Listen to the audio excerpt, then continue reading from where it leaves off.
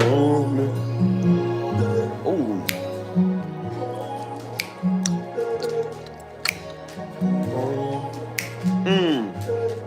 What y'all know about that? Hold me. Woo. Oh. Holy Spirit, hold me. Holy Spirit, hold me. Holy Spirit, hold me.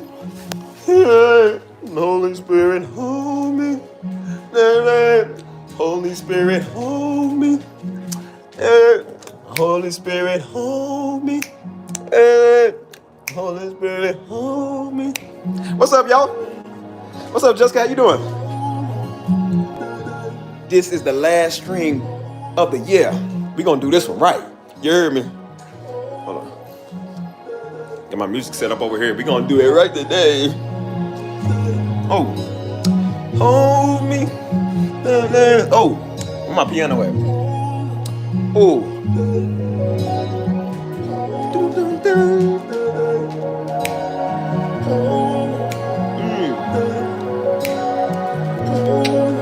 Oh.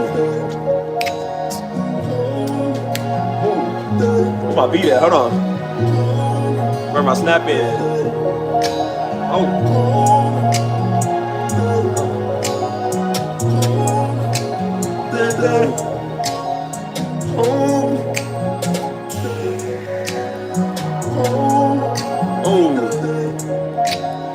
Yeah, that's my beat. I made this one a couple of months ago.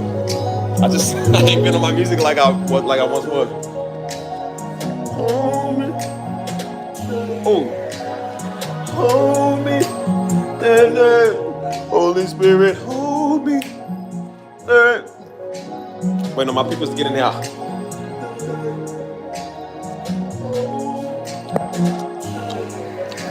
They must not got the memo yet. It's still early. It's still early, folk. What we doing tonight, folk? Hold me. I'm looking for, hold on. Looking for, can't find what I'm looking for. Hold me.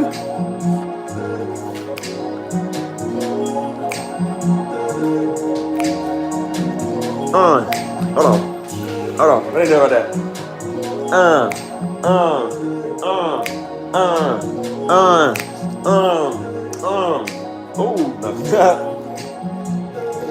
Happy New Year's, people. I know it ain't New Year's exactly today, but I'm saying Happy New Year's because we ain't streaming tomorrow. It's the last stream of the year. And I think all this started half a year ago, man. Back in did my first video in June, all the way till now. And here we is, man. Here we is. Got a following, got a crowd. Family, man.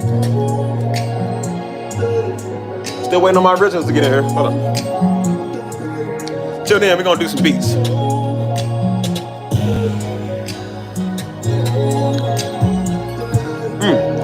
What's up, Mauricio? How you doing? I hope I didn't butcher your name again. I forgot.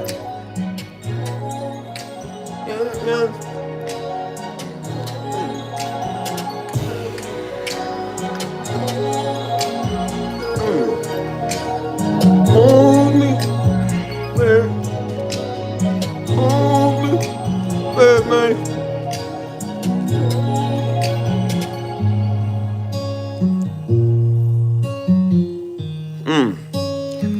I think I'm gonna release one of my single, man. I'm about to put out some more music. I might release this one first.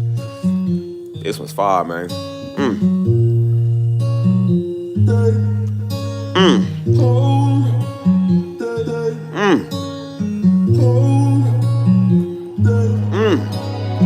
Hold me.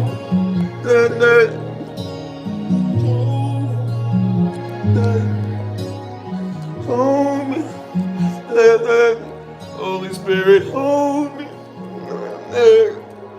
Oh, hold me. Holy Spirit, hold me.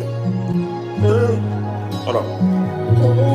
What's good? Also, would you say it's hard to construct an instrument? Not really. When you've been doing it for so many years, like I have, it's simple.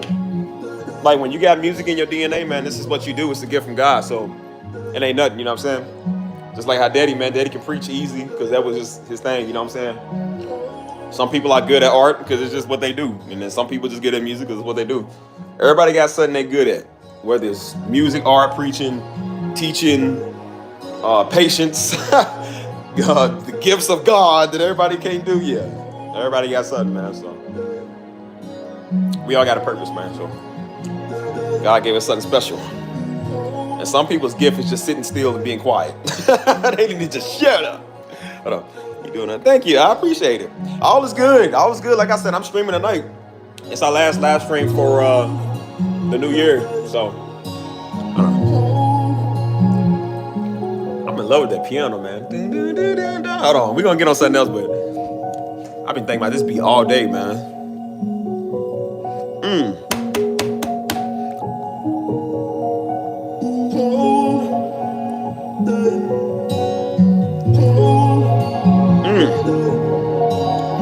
Hold me.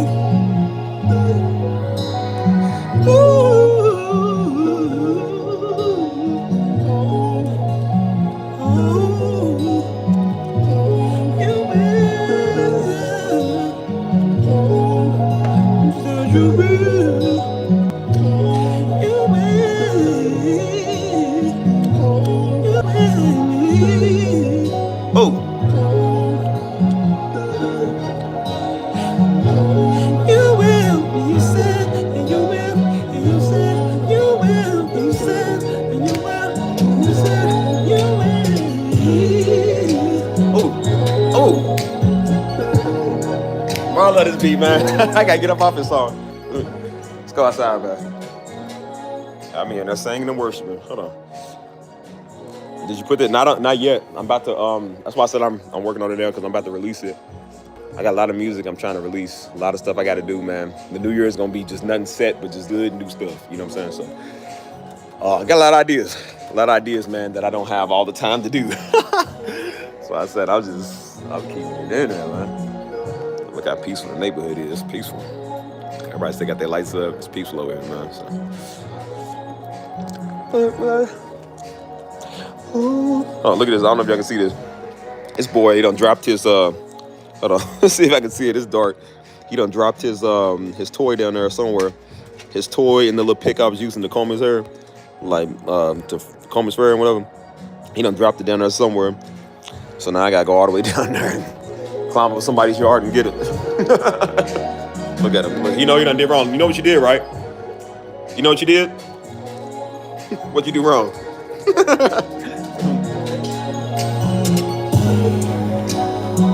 But yeah, I'm waiting on my people, man. Wherever my people is. But until then, it's just us. What y'all want to know? What y'all want to talk about, man? I love y'all.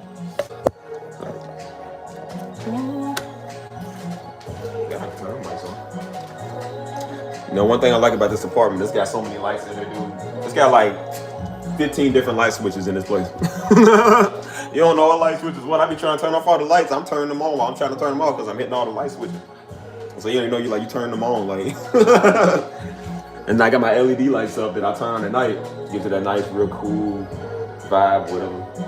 Which I'll probably turn them on in a little bit. I didn't realize it's already 8:31 my time, so. But who's all here, man? Let me know who's in here. Let me know what's up, y'all. Who's in here watching?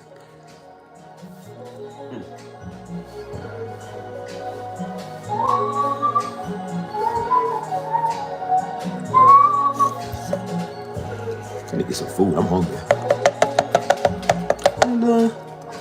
Hey, man. Get your own space. What's up, Bobby? How you doing? What's good with y'all, honey?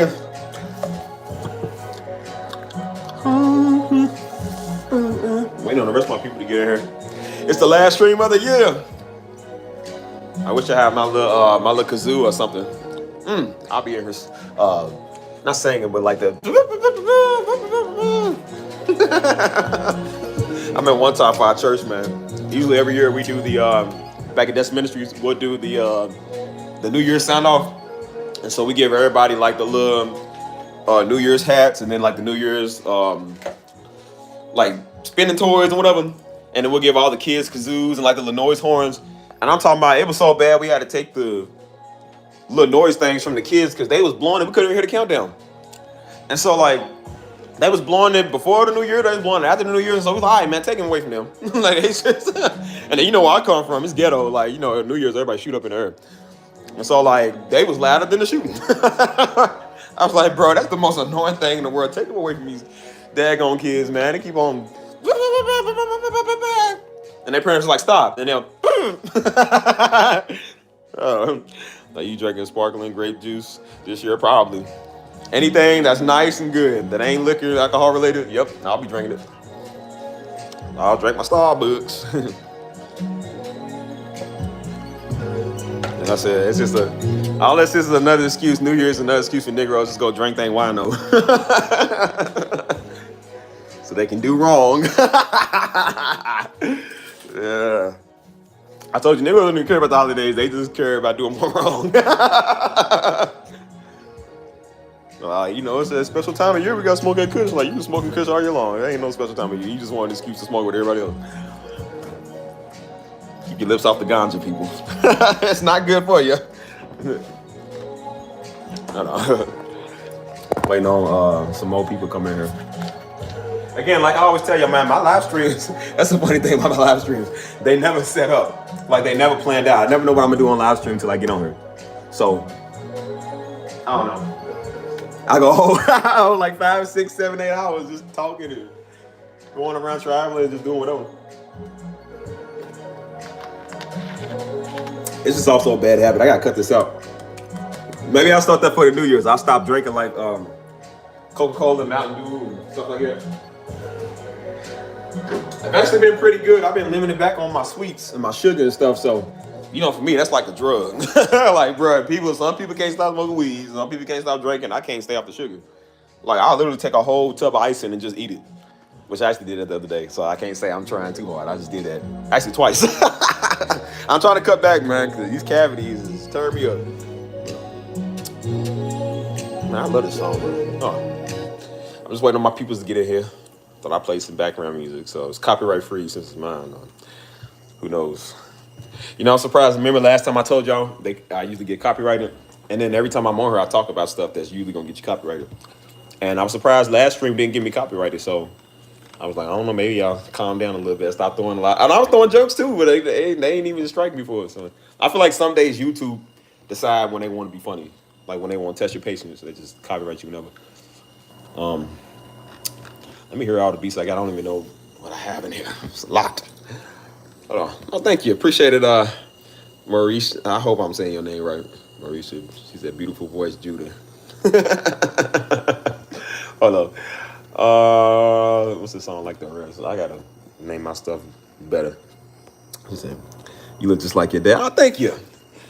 If I had a nickel for every time I heard that, man, I would have about 350,000 nickels. I've been hearing that since I was like 3. That's why I said if I could start another channel with my face on it and people didn't know who I was, if I didn't look identical to Daddy, like I would start another channel and just do the same thing over there, because a lot of these people over here I don't like. I don't want, and I can't block them, I get rid of them. So now I gotta get me like a large mustache or something going. Now I don't know if I ain't know if no disguise gonna work, because I did it before, man. I'm telling you, I can't do crime. I cannot do crime because I would easily get pointed out. Somebody see me on the news. Somebody see me on the news twice. That was back in the 2020 Breonna Taylor riots. And hold on.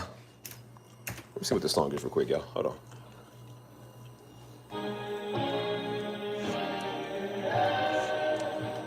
Oh no, I think I'm gonna get copyright for that. That's a sample song. Hold on, we'll get back to that. Forget that, YouTube. I didn't play that song. YouTube will copyright you for samples if they're not sure. So. But yeah, I was on the news. Bro, I was all blacked out. I had my, you know, when we was doing the Black Lives Matter thing, so I had my sign, I had the face mask on, I had all black everything, just all black everything. I mean, I was covered from head to toe in black. And somebody was still on the news. They said, bro, I seen you. I said, where? They said, I seen you on the news. I said, when and where? And so they was like, that's my beat. Hold on, that's my favorite beat. But they was like, I see you on the news. I was like, when, where? They said, yeah, you was the one with the Black Lives Matter sign. It was like, that was you right there. You was wearing the black and yellow bandana. I was like, yeah. I was like, how you know that? They said, because your physique. They said, we can tell who it's you. They said, they was like, you just stand out. So they was like, yeah, you can't hide yourself that good. And I said, I was wearing a big old long sleeve too. Like I was wearing like a long sleeve shirt. I guess just my build, just everybody knows, oh, that's Steve.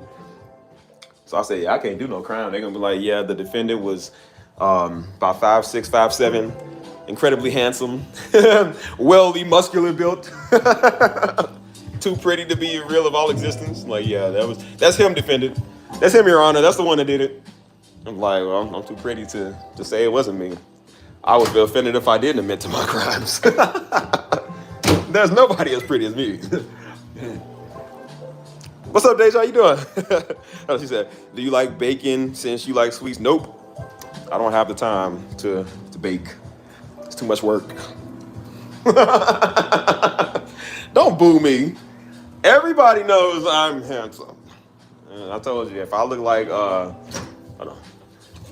Is that warm enough? No, let's put it in there for some more. There. Let's do another 30 seconds. Don't boo me. Everybody knows I'm incredibly handsome. If I look like Forrest Whitaker, I don't think nobody will watch me. So I'm glad I look like me. Hold on.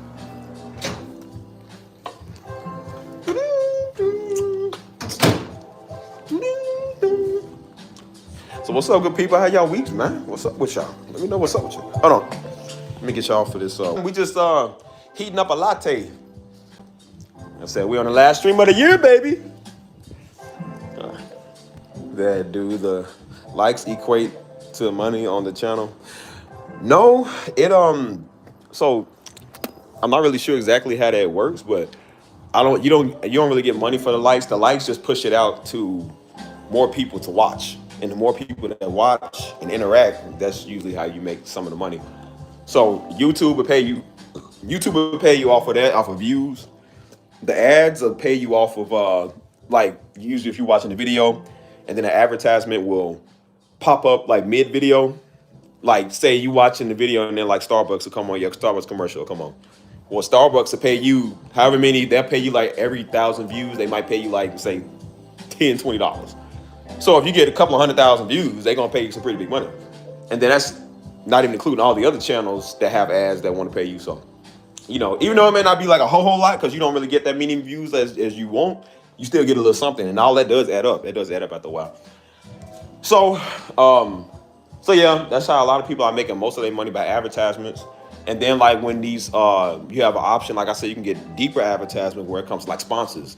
Like when they say this video is sponsored by, let's say Tide. Like Tide wants to sponsor your video, where you make a little commercial, you promo their video or their product on your video, and so Tide will pay you for that. And especially all the sales you make off of it, they'll pay you more for that. So I can do that with this channel. I got the whole shop set up now. Like I can choose whatever products I want. And so I said when I purge my channel away from the Negroes on that I don't want on here, I'll do that. Because I'm like, I'm not going to advertise to an audience of people who ain't going to buy nothing anyways. They barely want to subscribe to the channel. So I'm like, I'm not going to do that to them. Let me get rid of them. Bring a whole wave of a new audience over here. And then, like I said, I'll hook y'all with some good products. Because people are doing that on TikTok. They do the same thing on TikTok and YouTube. But TikTok, I think TikTok pay you way more. And there's people, man, they'll literally just get on there advertising somebody's product. And this one girl, she was like, she made like $50,000 off of just advertising like a foot massage. Like some foot massage, like electric foot massage thing. And she was just like, hey, I love this foot massage thing. It's good for me. I like it. It makes me feel good. It makes my feet soft. And literally her video went viral. She got a couple million views on her. And they paid her about 50 grand just to do that. So yeah, you can make good, easy money if you do it right. Anybody can do it. So why you think everybody quitting their 9 to 5? Because they making $50,000 off of doing the video. Who wouldn't do that? I don't know about you, but I don't want to deal with Jerome at work. I want to deal with Keisha Quee on work. Stevie wants to make, I don't want to be making $950 dealing with Negroes and dealing with the boss that I don't like. If I can make $50,000, I'll disappear off the face of the earth. You would never see me again. People say, oh, money isn't everything. Of course it's not, but yeah, let 50 grand hit your bank account mysteriously. I promise you, you ain't gonna wait. You ain't gonna have no questions. You ain't gonna say nothing. They can't find you no more.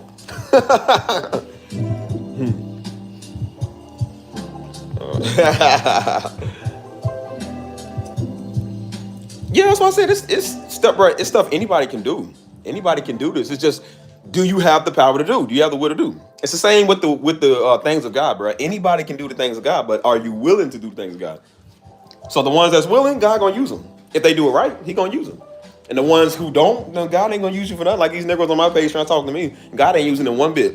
And that's why they channel dry. They life is dry. They friends is dry. They phone dry. They ain't got no woman. They just all dry. Everything dry with them because they ain't got nothing good going on for them. And so their word is drier because they ain't about nothing. But y'all who just on here, that be cool. Y'all support me. Y'all do things of God. God bless y'all all the time. Like I said, all I do is just show people how it works for me and then how God gonna work for me. You know what I'm saying? So I don't really care who do what. I told you, God gonna do it for me every single time, like He always does. I don't care who say what, who do what. God gonna take care of me every day that I live. And when God decides to take my final breath, that'll be the day that that's it. And even in the afterlife, God's still gonna take care of me. So I don't care. That's why I said I ain't worried about the words of man, the love of man. Like I said, I got a higher being, almighty being that loves me. Whatever color He is, whatever color I am. Like, I could turn white like Michael Jackson tomorrow. He would still love me because He's God.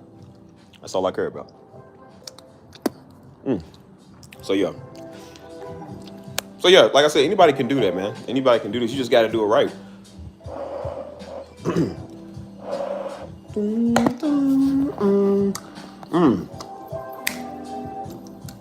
Where my main people at, man? Where Mike? Where Dap?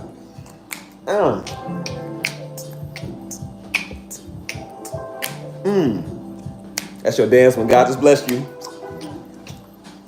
That's my victory dance. Can't nobody take the victory away from me. Ooh, that's hot. Do you like go-karts, arcades, and museums? Yes, I do. We actually got a museum, and I'm going to take y'all there one day. Maybe the start of the next year, because I was supposed to go there earlier this year. And my friend, I took his date over there. And so when I was talking to somebody, he was like, that'd be a good date idea to go do. You know, he was like, because he showed me pictures of like, they have like some wacky museum. And then they have like real art, architecture museum. And then they got something downtown. I think it's like a black historical museum because I see the outside is painted with all black people. And it has like historical events. And I guess it was like the civil rights or something like that. And so it's really nice to see because San Antonio, the black population is only like 6%. So it's not like Atlanta, like every day you see a lot. Like we got a lot of black people, but not like that. So it's nice to kind of see some of that, you know what I'm saying? So as long as I've been here, I haven't seen a lot of things, man. So I'm trying to take y'all there next year and, go a lot of places with y'all. If y'all down, I mean, if y'all still like me by then, I ain't pissed off for everybody in my life. I told you the goal of what I've been doing, especially this year, man, I call it the purging. The goal I've been doing is just the purging, man. I've been pissing everybody off that I just am not compatible with, I just don't like. Because I'm just like, in order to grow, man, you got to make some people mad and just go, or you just cut ties with people. And that's no negativity or, disrespect. But, you would be surprised how many people get pissed at you because you don't want to hang with them. You don't want to, you know what I'm saying, chill with them. And you don't want to be in the waves that they are, you know what I'm saying? Like I said, you ain't got to cuss nobody out. You ain't got to talk crazy. You just simply don't do what they do. You simply just want to do the right thing and go on with your life. And people be mad at you for that. Like, they be mad because, as I said, they can't amount up to nothing. So they want you to not amount up to nothing with them too. So, yeah, I don't surround myself with people just because we black. And that's one thing I got to tell everybody. I don't surround myself with people just because we black or we Hebrew or even because we Christian. Like I said, I surround myself with people who are positive, that want to do the right thing, that love God. And then there's people who probably don't know God as like we do, but they still good, decent human beings. And I said, I got an easier route to get through to them because they willing to listen. They willing to hear it. Because you can have a conversation with them. So sometimes they will say, hey, what does this mean? Hey, I read the Bible. What does this mean? And then I'll tell them. You know what I'm saying? Versus people who think they already know the Bible, people that come with this fake deep and every 5 seconds, amen, and scriptures, like you can't tell them nothing. I don't even like talking to people. That is just, those are the worst people in the world. I would rather talk to an Aryan Brotherhood member before I talk to them people. Because I'm like, at least them people, like I've seen it. You can talk to some of them. I've seen a lot of racists, man. They can still have a conversation. People can still talk. Just because they don't have the same point of view as you, they can still talk. Y'all might not like each other, might hate each other guts, but you can still have a good conversation with them. Like I said, them people don't know nothing. I can reach them. I can't reach somebody who think that they super Hebrew and think that they deeper than everybody. Anybody gonna talk to them? That's a boring conversation anyways. Like, dude, that's all you got to talk about? Like, come on, man. And if you tell them to name the details of the tribes, like what year did the people of God go into captivity? When did they get out of captivity? What area was they in and when they get out of captivity? Like, what did God say in this Bible verse, this Bible verse? They can't quote it because all they know is the stuff they watch from Pastor Darby's page. They can't tell you exactly when. They're just going to tell you what Pastor Darby said. They can't say when because they don't study. Like I said, they just go off of what they hear. So I'm very big on now. That's what I learned this year, too, especially this year. I'm very big on discernment. Think for yourself. And that's all I do on this channel is get people to think for themselves. Like, stop listening to everybody. Stop listening to the media. Stop listening to the right wing. Stop listening to the left wing. Think for yourself. If you want to vote Democrat, vote Democrat. If you want to vote Republican, vote Republican. If you want to be neutral and don't vote, do that because I'm neutral. I don't care. I'm for the side of God. I don't care about none of these Negroes. It wouldn't bother me if Kamala won. Wouldn't have bothered me if Trump won. Because I'm like, at the end of the day, they not going to do nothing good.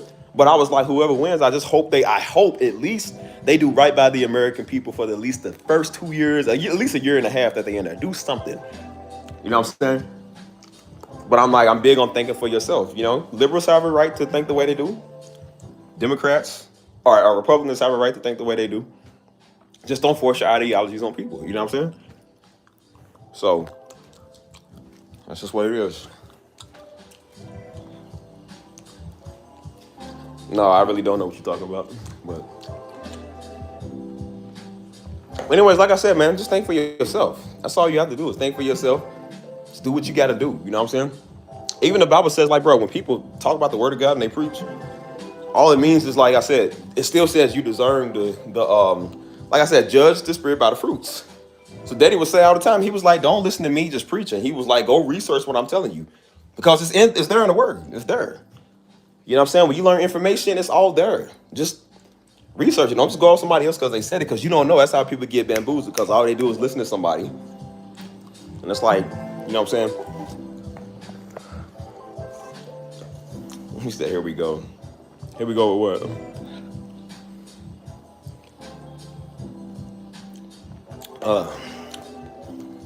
Don't worry, we ain't doing no trolling today. As I said, I don't listen to people, so people can say whatever they want. I don't care. I don't listen to you, so. Y'all want me to get started? Are we doing this today? Are we doing this tonight? Come on, people. Are we doing this? Because I'll do it. Like I said, that's the last stream of the year. I don't care about making no money. So.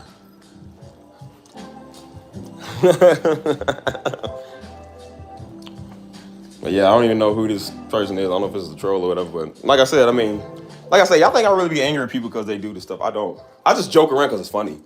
But I'm like, I ain't listening to whoever that is. I don't listen to nobody. And if they knew me, they would know I'm not going to listen to anything you say. Because believe me, next year, people like that won't be on my channel. I'm telling you now, you won't be here. So just understand that. I'm about to go somewhere where don't nobody know where Stevie is. So believe me, ain't going to be no Junior, ain't going to be no Steve Jr., ain't going to be nothing. You ain't going to know where Steve went at because I done went somewhere else. So understand that. Again, it is my channel. I say what I want, do what I want. I ain't listening to nobody unless I feel like it. So that's just how it goes. I don't know. I feel like going off, people.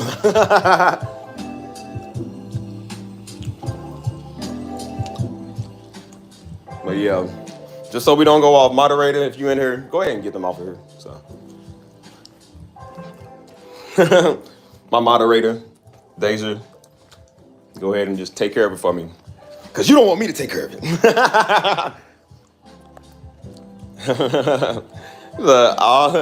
I'm sorry, all I hear is your dad. Why everybody say that, bro? I do not sound like daddy, bro. Sometimes. But that's just how we all talk. That's why I keep trying to tell people, like, bro, this is how we talk. It's not a gift. It's not deep. It's just how we talk. You know what I'm saying? It's not we all preachers. This is literally how we just talk, man. Like, it's just talk. But we real. That's why we learn how to be real, because mom and daddy always been real our whole life, man. So they taught us it. So when I have weirdos coming here trying to tell me what to do, I just don't do it on purpose. I'm just going to not do it at all. Just because, like, I just don't care. And so that's why I said, like, this is my channel. And before I listen to people, I'll turn off all my comments. I'll censor people. Because like I said, now we being censored. YouTube is censoring everybody. And people in my chat, like I said, throughout the 6 months I've been doing this, people being here sensitive, being censored. And then trolls coming in here saying whatever. People trying to tell you how to feel, how you should handle stuff. And I said, well, I can just take all y'all rights, take all y'all voices. This is my world. And I keep telling people, if I was a dictator, that's the first thing I'm doing is taking your rights. I'm taking everybody's voice because people talk too much. And I realized on this channel, everybody just talk, but ain't nobody doing nothing. Ain't nobody doing nothing at all. And so I'm like, people can say whatever they want to. If you see me on the street, it's going to be a different story.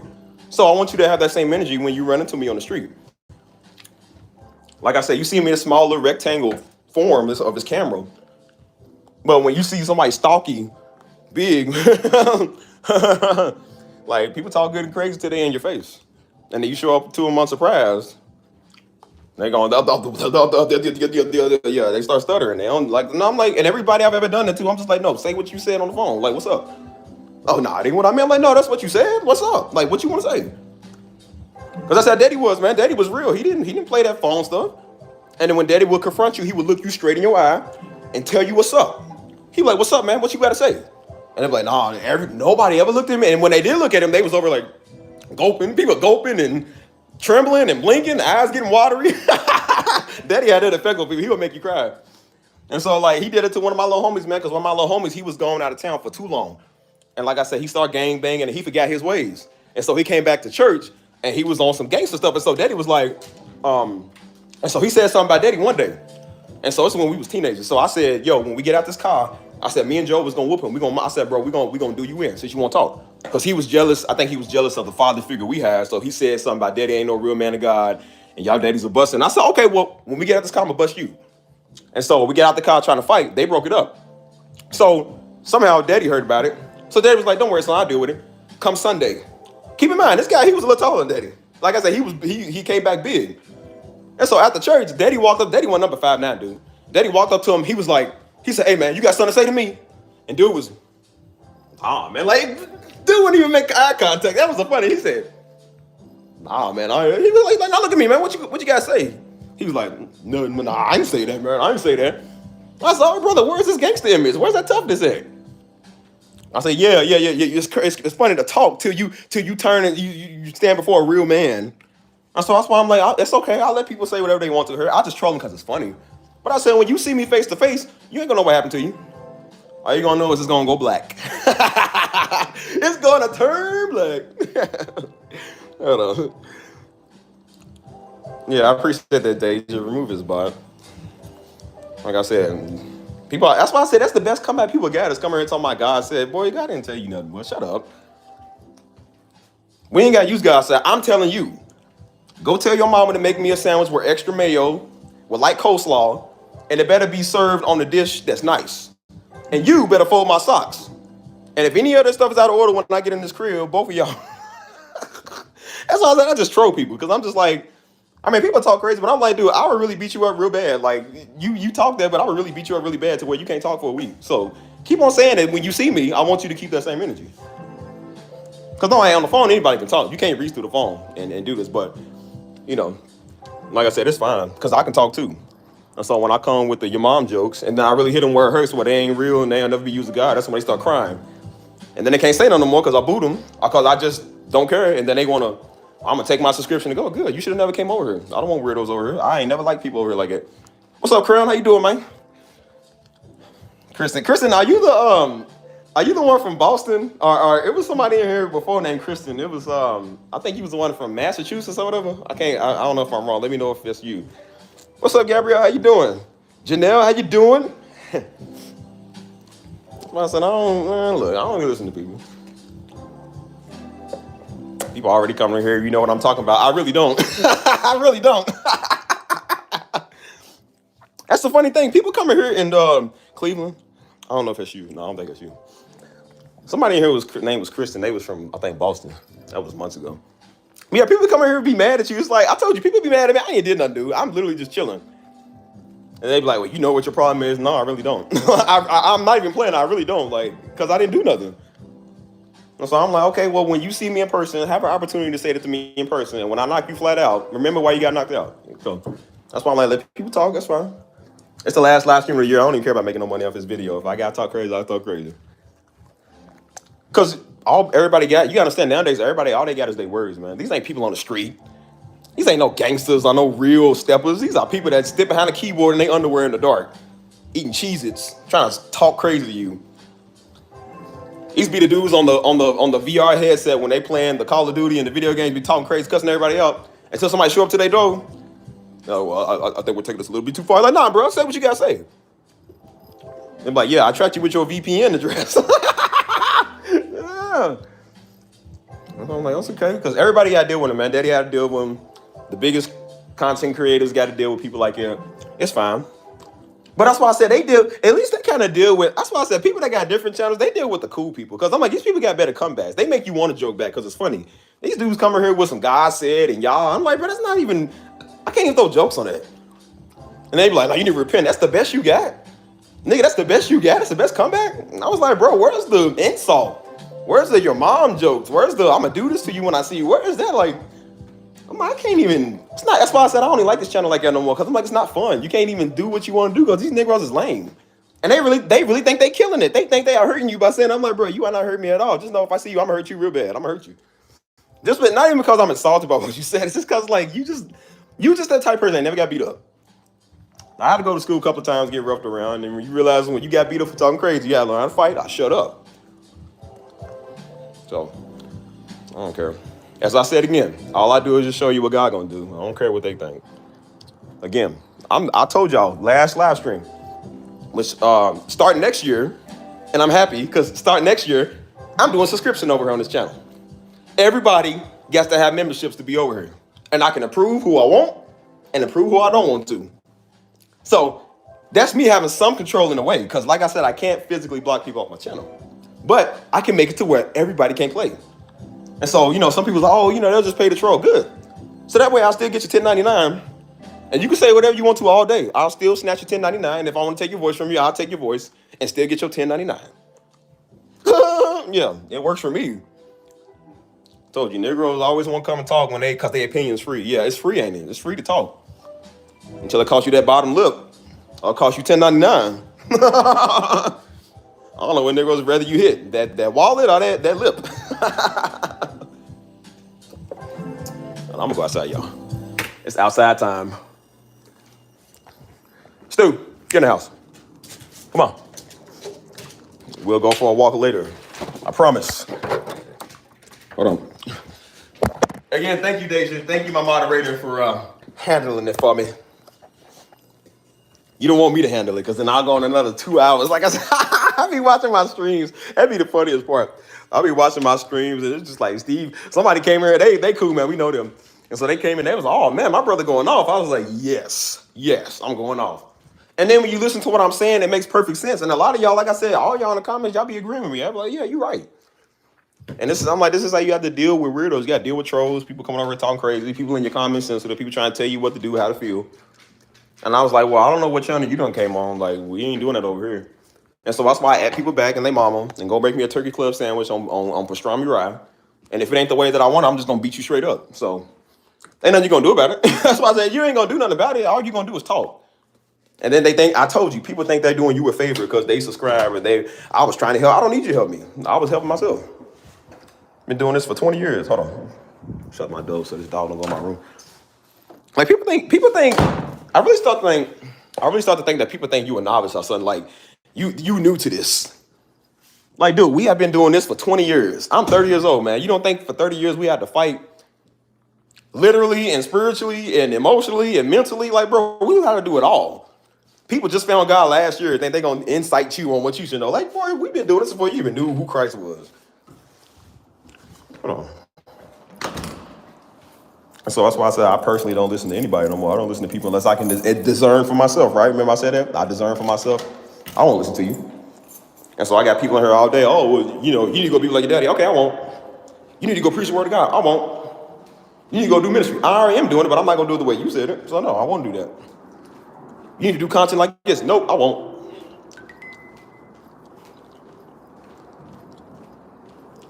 Like I said, I love just proving people wrong because I'm like, I'm not going to do what you tell me to do. That's never worked. That's never worked. It's like a parent trying to tell a spoiled kid that it's like, you know, you can't just tell a kid what they should do. You got to explain to them like, okay, this is why we don't do stuff like this so the child understands. Because when you tell a child don't do that, they're going to wonder, that's the first thing they're going to do is go not do it. Like I said, I remember being a kid one time, I wasn't even going to look at the magazine. It was like an Oprah magazine. We was at the doctor's office. She had to go take her turn, and she was like, don't look at this magazine over here. I wasn't even going to. I was like, dude, I was already looking at like Hot Wheels or something. I don't even know what I was looking at. And she said, don't go over here looking at magazine. And so I was like, I was a kid, I was curious. Like, what she said I'm gonna do is let me see what this is about. Like, why does she not want me to look at the magazine? Hang on. Hold on, y'all, I'm about to go out this gate.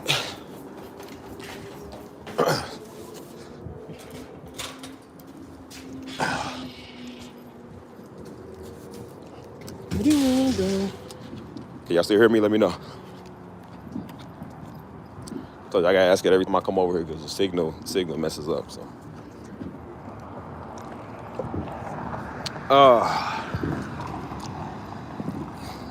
So they came to steal your joy. You can't steal my joy. My joy, like I said, my joy is big, dude. What up, Mike? Last live stream of the year, baby. But yeah, as I said, you can't steal my joy, dude. My joy is big. I told you, people think I really be crying because they be on here trying to insult you. You don't insult me like that, dude. That's not an insult. You got to joke on my appearance, on my shoes or something. You know what I'm saying? Like, you can't talk about my walk with Christ. That's not an insult, bro. That's personal. People are like, well, you're not like Daddy Darby. Nope, and I never will be. Ever. Ever, ever, ever, ever. And I mean that, and I don't want to be, and I never will be. So that's a good thing. I know that, and I established that. If you're looking for Daddy Darby, you ain't supposed to be over here anyways. Go to his page. He got a page where he's him. This is where I do this over here. And I said, don't worry, because I said, this is the only way you're going to be able to deal with people. I'm censoring everybody now. Since YouTube want to censor us, and censor me, the world is censoring Christianity and censoring the righteous movement. People in my chat trying to censor me. Weirdos coming over here trying to censor me. I said, well, now I'm going to censor everybody. And then people say, oh, don't take it personal. Okay, it's not personal. It's business. You know what they say, right? Don't take it personal. It's just business. Okay, this is business. And I stand on business. So now I'm like, everybody got to have memberships come over here. And if they do come over here and troll, well, they got to pay to do it. The whole goal is just to make people get pissed off and leave. Because when they realize, oh, I got to join the membership, oh, I don't want to be here no more. Good, go. I'm applying pressure, baby, on all sides. And I said, we're going to see who's really here. Ain't like I'm charging no $39. I ain't charging no $39.99. You know what I'm saying? But I'm just like, you know what I'm saying? It's a little something because I'm like, once I do have to deal with people like that, if YouTube decides they don't like it, they'll censor me for that. And they'll block my ads. Or if I do something they don't like, or they just want to be petty, the AI system don't like you. Because they do that. And that's why a lot of content creators are getting on YouTube and they like, hey, my videos, a lot of y'all don't get notifications that we went live. And a lot of people are saying that when they go live, nobody gets notifications because YouTube is purposely not pushing out their content. And so that's why they tell people like, comment, subscribe so they can push it out more because YouTube will purposely not push your stuff out. If they decide they don't like you, because I was even telling Mama about that. Because Mama was like, she was like, hey, I noticed like some of the videos we upload, she was like, it kind of has a hard time getting more traction than it should. And I said, yeah, Mama, because they doing that to creators now because the AI system done took over. And now the AI system, they can just be like, well, we don't like stuff like this. And the AI system will be like, oh yeah, we ain't gonna push that content. They do it with me all the time. Like I said, with my other channel I got, there's certain stuff that I might post on there that they don't like. And so if it's a sensitive topic, like if you say something about COVID or, you know, something that they don't like, that's very touchy, they can be like, oh, we're not going to push your video out. And then you sit right there for 4 hours and realize you still got 0 views because YouTube decided, I don't like what you said. I'm not going to push it out. So the only reason Pastor Darby's videos really got big like this because everybody was sharing them and pushing them out.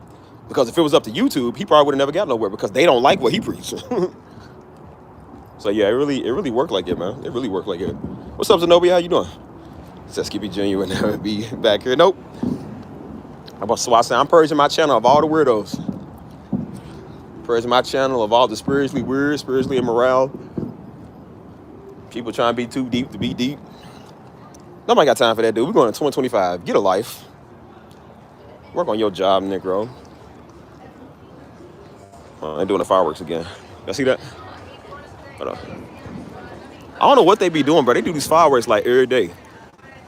I don't know if it's like a celebration or a game. My son, they be doing these fireworks like every night. Y'all see that? Hold on. Let me go around. I don't know what they do these for. But I think it's like a game or something, man. Or maybe it's just the way they rain out the new year or something. But hold on. I'm going to the street.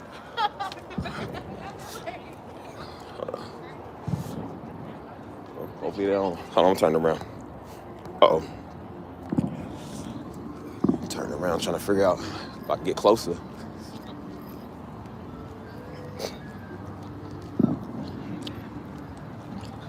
So, oh yeah, they stopped it now. Stopped all the fireworks. So, if I do have any trolls in here, And I do got people that want to do something finally one last time. Now's your day to do it. It's the last live stream of the year, and we're going to get it all out. Because next year, we ain't going to be doing too much of this. Because don't worry, y'all won't be over here. A lot of people ain't going to be on the channel next year. A lot of people just ain't going to be a part of nothing next year, and I'm going to make it that way on purpose. I like it, man. I told you, I like the smaller the audience is, the more I like it, bro. I love it. I love peace. I told you can be in a crowd of people like, that'd be like everybody at a table eating, and I'll just go in the corner and take my food and just eat over there and watch stuff on my phone. Cause I'm like, I like peace, man. I like being by myself sometimes. It's cool. I don't isolate myself all the time, but you know what I'm saying? I don't want a lot of people in my chat. Hey, Truth Teller, how you doing, honey? Then I saw it a few times. You know, I'm hitting my, yeah. I was telling her, somebody was in here just, I don't know if they're trying to be weird or they just trying to like, you know, they do try to like spit a little knowledge because I mean, like I said, everybody here is not bad. They're not bad people. It's just sometimes they think that they're doing you a favor. That's why I told y'all, don't help me. Do not pray for me, dude. I don't need you to pray for me. I've been having people pray for me for 30 years. Pray for those out there that need it. Pray for those, your family members that's lost going to hell. Pray for them. Don't pray for Steve. Steve don't need your prayer. You ain't doing nothing. It ain't affecting me no ways. So I'm like, I don't know why people waste their time like they were doing you a favor because they prayed for you. Man, your prayers suck. Keep that to yourself. Pray for my own self. Beautiful. I don't know what they got going over here, y'all. This is pretty.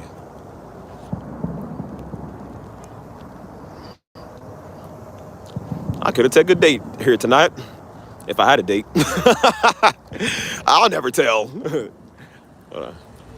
This is pretty, y'all.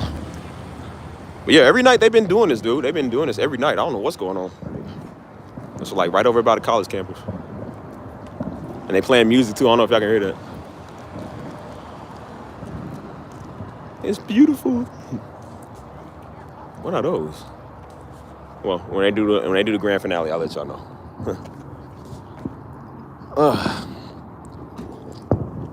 I told you, man, people really think I be like I said, if you're gonna insult me, man, come here and insult me worse. Like, I'm being so for real. That's why I said I be looking for a challenge. You ever watch Kung Fu Panda?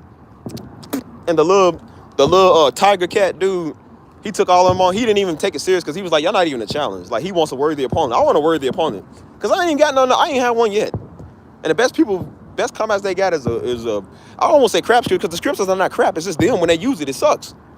So I'm just like, bro, find me somebody in here that know what they talking about. Find me somebody in here that know what they doing, man. Because I ain't arguing with no idiot that can't have a good comeback.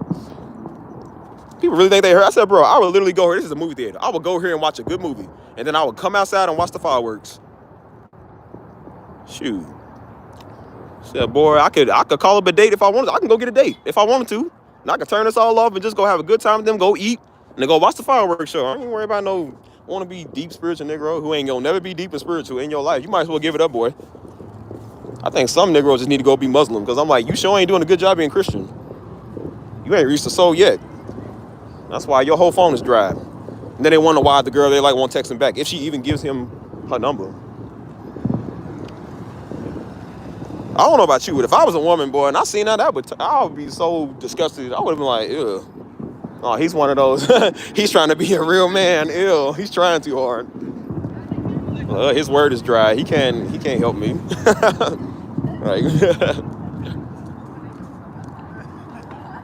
Well, I guess they just did a grand finale. I missed it. I'm behind this building. So yeah, I had people ask me too, man. I had people in the chat asking me. They was like, how you know somebody's spiritually weird when you see stuff like that? Whenever you want to tell somebody something, never say God said. Don't ever say God said and God told me to tell you. That right there, it turns me off. I don't even talk to people like that. That shows you ain't real, you fake. Because God would never tell you to say I said. But like, boy, you ain't Samuel. Like God told Samuel to go tell Eli. You ain't Samuel. You are original Negro like the rest of us. Like, boy, please.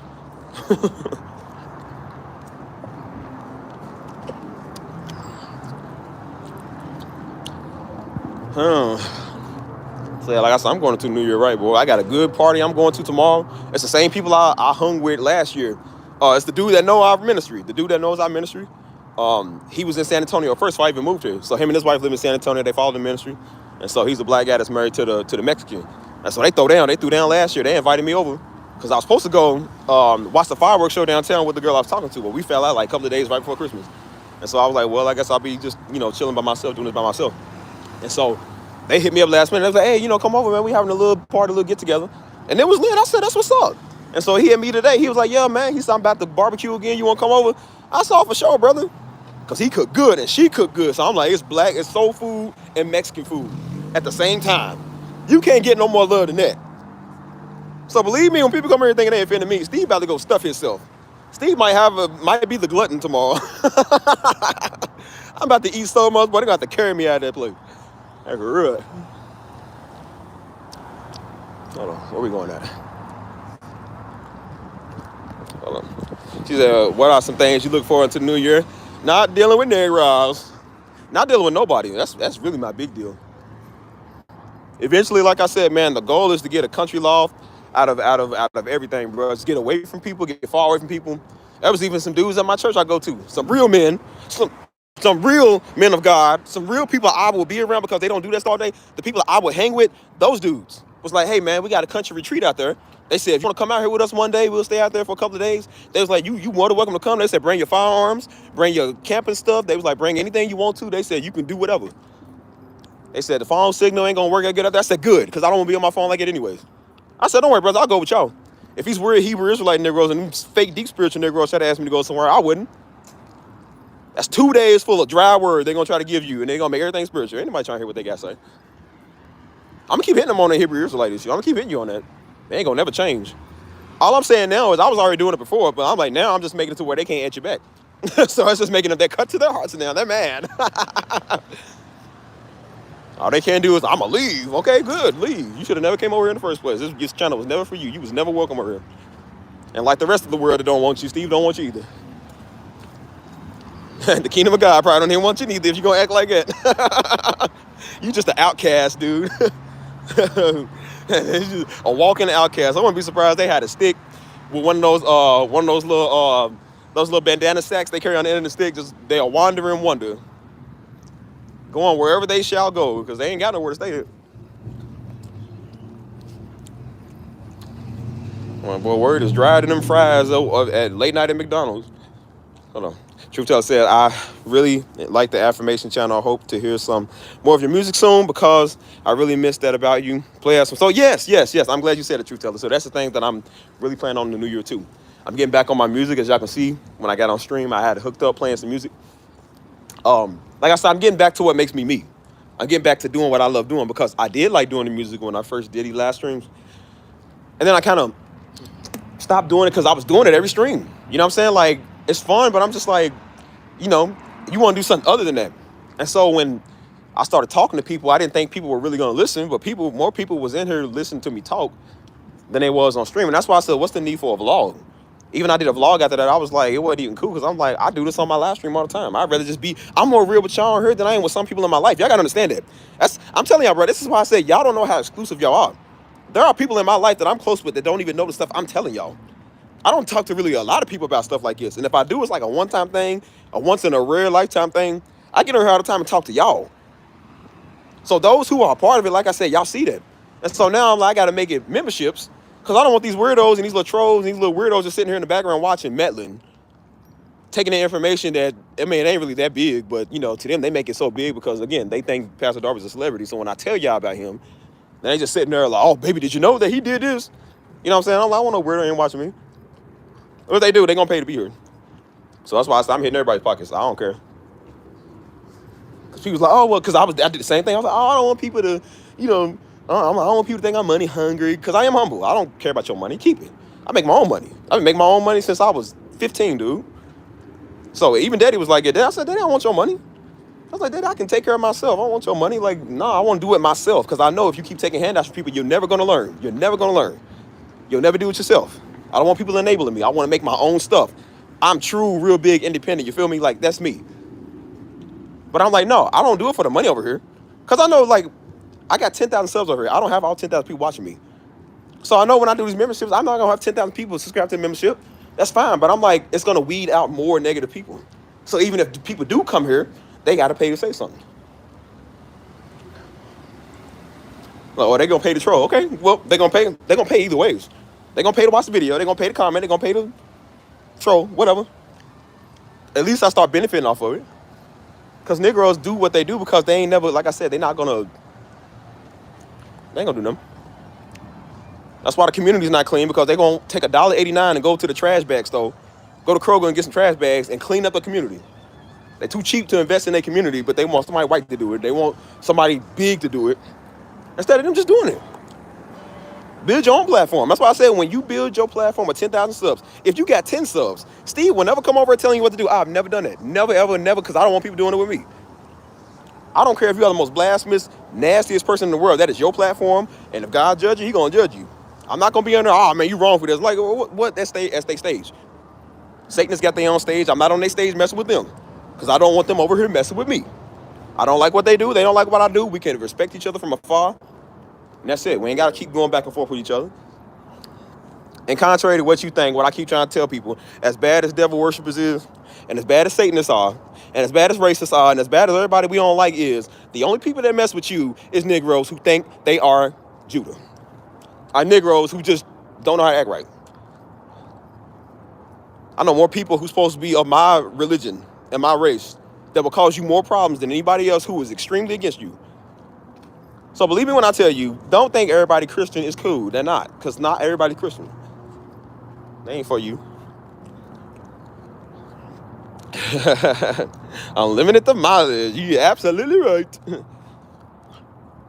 So yeah, that's why I said I'm about to get back to some stuff that's me. But I'm like, if I'm gonna do this, especially if I'm gonna keep this channel, because I was really debating if I wanted to or not. I wasn't really gonna get her no more like it, because I'm gonna start an audience. I already have, but I'm gonna start multiple audiences elsewhere. Y'all already know about some other stuff that I'm doing. I don't mind if y'all over there. I said, I don't mind if anybody listens to my music. If you want to do anything, support that, because the music is big. But I said, eventually, I'm going to do something where ain't nobody else on, nobody knows about. You will never know. You will never ever find out. So eventually, when I get that going, I won't be on this page no more. I won't really be on this one like that. It might be in every blue moon. So I'm like, if we're gonna do this, we gonna do it right. Everybody gotta have exclusivity. And it might not be a long time. It might not be for everything. It just might be for the minute. Because like I said, the goal is to rid and purge people off my stuff.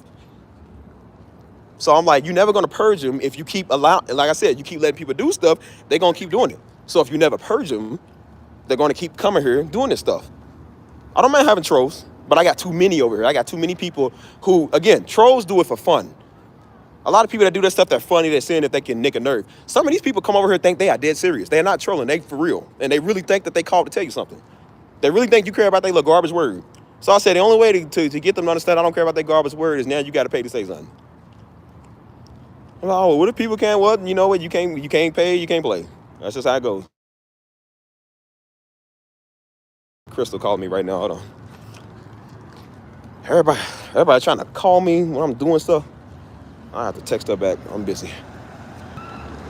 And no, Crystal's not my girlfriend. she's not my girl. Cause y'all see y'all in the chat. Y'all was like, yeah, he got somebody secretly. He ain't telling us about it. If I do, it ain't her. So yeah, that's why I said I don't care, man. Like I said, Steve gonna say what he wants to. Steve gonna do what he wants to. I don't care. Eventually, there won't be a lot of people watching me, which is the way I like it. And I can focus on doing everything else that I wanted to do. He said, I told you. No, shut up, Aubrey. No, that's actually the girl. Like I said, that's the girl. That's the single mom, the one that's cool. The one that old buddy was playing with her. That's the one that I was like, yeah, he's wrong. And so me and her recently started talking again. Like we cool. Like we cool. But like, we started like being cool again because we both was on that same wave. Like. And then we realized that, we can all relate. We got weird Negroes in our life who won't grow up. She said, we don't need to know who you is. You would never know, because I would never tell anybody anyways. Most people don't even know if I'm talking to somebody. That's what Daddy said, man. Because I remember back in 2017, man, I remember when, like, a lot of white people was going crazy and was doing these, that's when they was first starting to get introduced to, like, a lot of this Black Lives Matter and, like, white people going radical. And so he had to talk with me while he was watching some of that. He was like, he said, son, he said, I ain't trying to tell you what to do, son. He said, you grown. He said, but I would prefer you get with a woman that's more like melanated. He said, she can be Mexican or, Black. He was, I prefer you get with somebody that's more melanated. You can do whatever, but he was, I prefer it. And I'm like, Daddy, I was literally already talking to a Mexican. I'm like, Daddy, I know what I'm doing. I said, I know what I'm doing. I don't need y'all okay and y'all say so. I know what I'm doing. I was like, why do people, because they don't see who I talk to. So everybody thinks, because I used to like white girls growing up. And sometimes you see a lot of them that still are. I'm like, there's a lot of white girls that's cute. Like, everybody ain't ugly. But they all thought that I was talking to one of them. And I'm like, dude, first off, ain't nobody been to the mine. And when I decide to bring her around, that's when I'll do it. You would not understand the a level of people who are obsessed with my love life, dude. They are obsessed with who I know or who I'm with. Any girl I'm around, any girl I know, everybody think you're talking. They get mad annoying. I'm like, bro, I don't have to explain myself to you. I do it on the channel all the time. I ain't explaining nothing to nobody because I said so. I feel like it. Because there was some girls, man. There was some girls before they was trying hard to shoot their shot, man. That's before I even had a channel. That's always been like that for the last couple of years. And so they always try to come and like shoot their shot real hard. And then they'll be like, "Oh, you're playing hard to get." I'm like, "No, I just don't want you." I'm trying to be nice, but sometimes you can't be nice because it ain't just the men out here that act like it. Sometimes the women, boy, y'all salty. When y'all get told no, oh my goodness, y'all be salty. Like, man. That's why I never listened to y'all at first, because I'm like, the women you would talk to, like, they be mad. Because a lot of them feel like they entitled too. Like, it's the dudes that do that, but I'm like, the girls do that too. They feel like they entitled because they like, I guess they don't give everybody the time of day. And so when they give you the time of day, they think like, oh, you should feel grateful that I'm talking to you. I'm like, I never asked you to. That's what they was like, well, I don't talk to everybody. I'm like, well, I never told you to come over here. You, again, I hate sounding cocky. Everybody comes to me. Everybody literally comes to me. I told you, I'll be mad. That's how I attract people. People literally just come to you. They literally do that. Like, I don't mess with people. I might be like, hey, what's up? You know, what's good? But when people want to know something deeper, and the only reason I kind of will talk to somebody like that is because I'm only do that when I know that they're on that same stage I'm on, when we're on the same page. I don't force myself on people because of these dudes. I'm not aggressive because of these Negroes. So I'm like, okay, well, if people feel that way, let me know. If I'm feeling you, okay, what's up? But they'll come to you, oh, I like you. Obviously, I was thinking, see, you know, and then they'll be like, what you said? I'm like, I literally never said that. And then they mad when you're right. They like, oh, man, he's right. I don't like it. Hold on. Let me text somebody back. I'm going to have to do it with my Apple Watch. Hold on, y'all. Because I can't text y'all on the phone because I'm on here. Y'all going to be like, Steve's a terrible host. He puts us on wait while he texts his female back. Hold on. What's her name?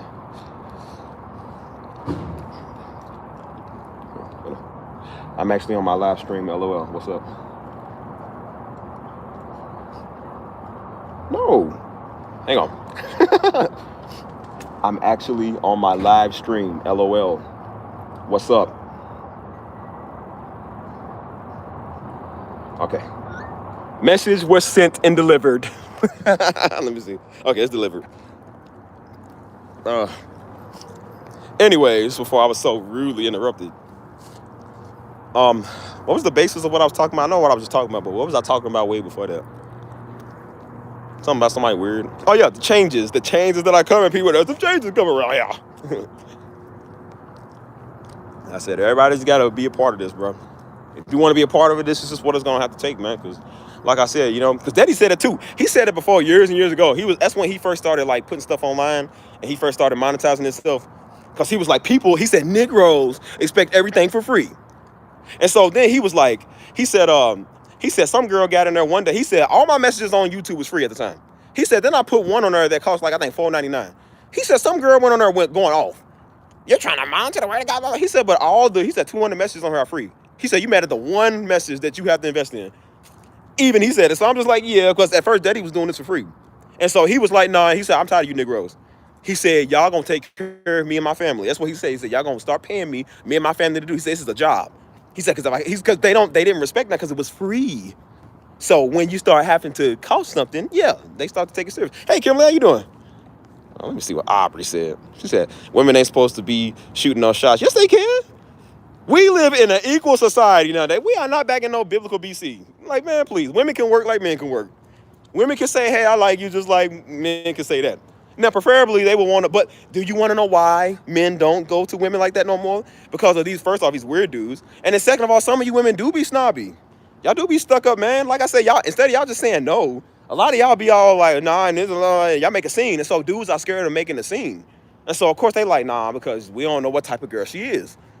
And then now they, like I said, you try to talk to them and then they screaming, they scared, or they do that stuff on purpose because, like I said, they like that attention. So they just like, they start ripping you in front of their friends and like, yeah, look at your shoes and all, like, you know what I'm saying? And so now, like I said, dudes can't even go to the gym no more.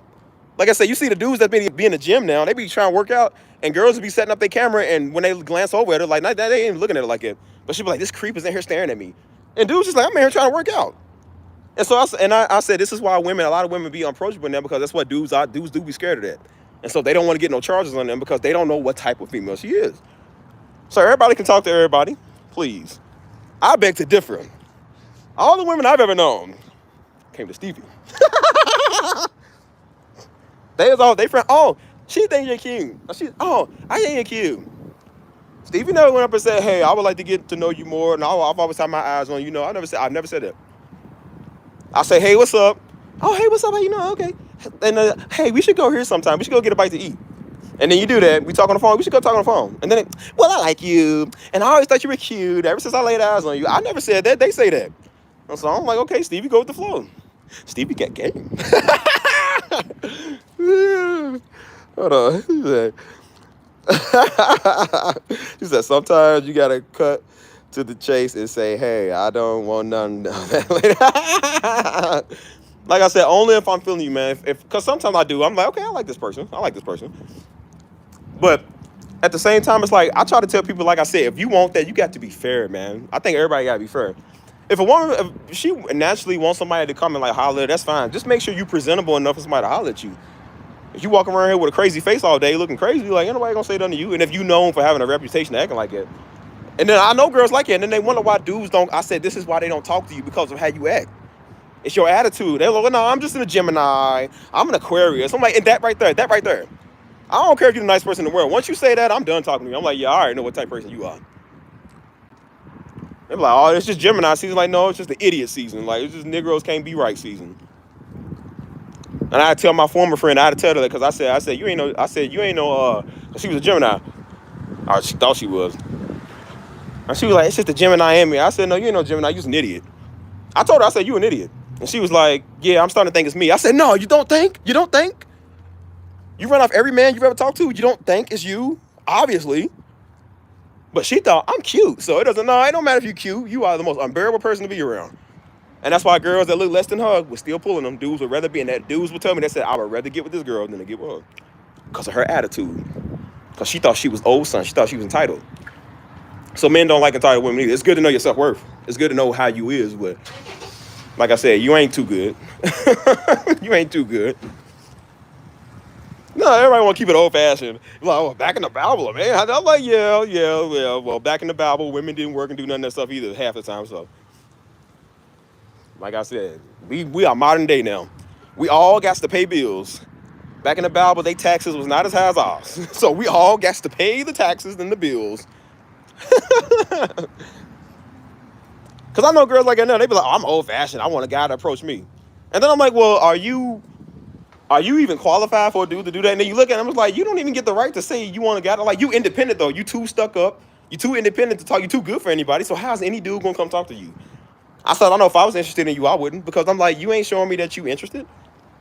Every girl, like I said, every girl's will be interested in me, but they'll never say nothing. That's why I never know. I never know until after the fact. Until you get with somebody else, or you just go do your own thing. And then later on down the road, I always liked you. I just never said it. And I was like, well, why didn't you say that? I don't know. I said, well, how am I supposed to know? I'm not a mind reader. I'm not telekinetic. Tell me what you feel, what you like. Like, how am I supposed to know? And then they say, well, why didn't you say nothing? I'm like, how am I supposed to know something that I don't even know exists? So now I'm getting blamed. That's what dudes don't like. We get blamed for something we didn't even know about. I talked to one girl recently, and so we've been knowing each other for a while, but we just never talk because she's bad at responding. I don't really care. I'm just like, whatever. But then she was wondering, she was just like, well, I was always into you. She's like, why don't you say nothing?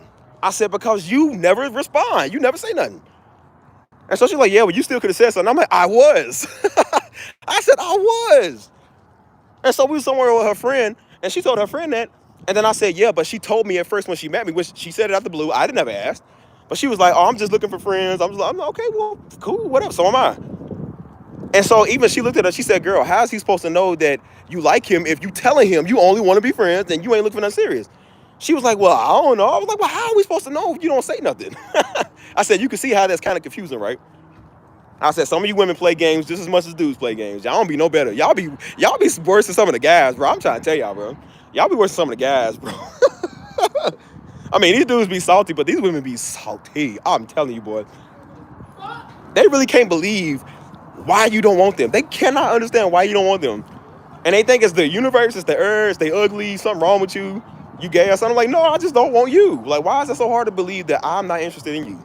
Because every dude they see in their face is trying to pay them and be in their DMs. I don't do that. I'll be like the first dude that don't be in their DMs. I really don't, bro. I really don't be in people's DMs like that. Like, you might heart their story. I'd be like, oh, you know, they cute. Okay, whatever. You know, you might be like, hey, you look good today. Because, you know, sometimes people do dress up. Like, hey, you look good today. But I ain't all thirsty. I don't do that stuff. Hold on, let me read y'all message, y'all. Hold on. Let me go up. Y'all be spamming, bro. Y'all be comments over there.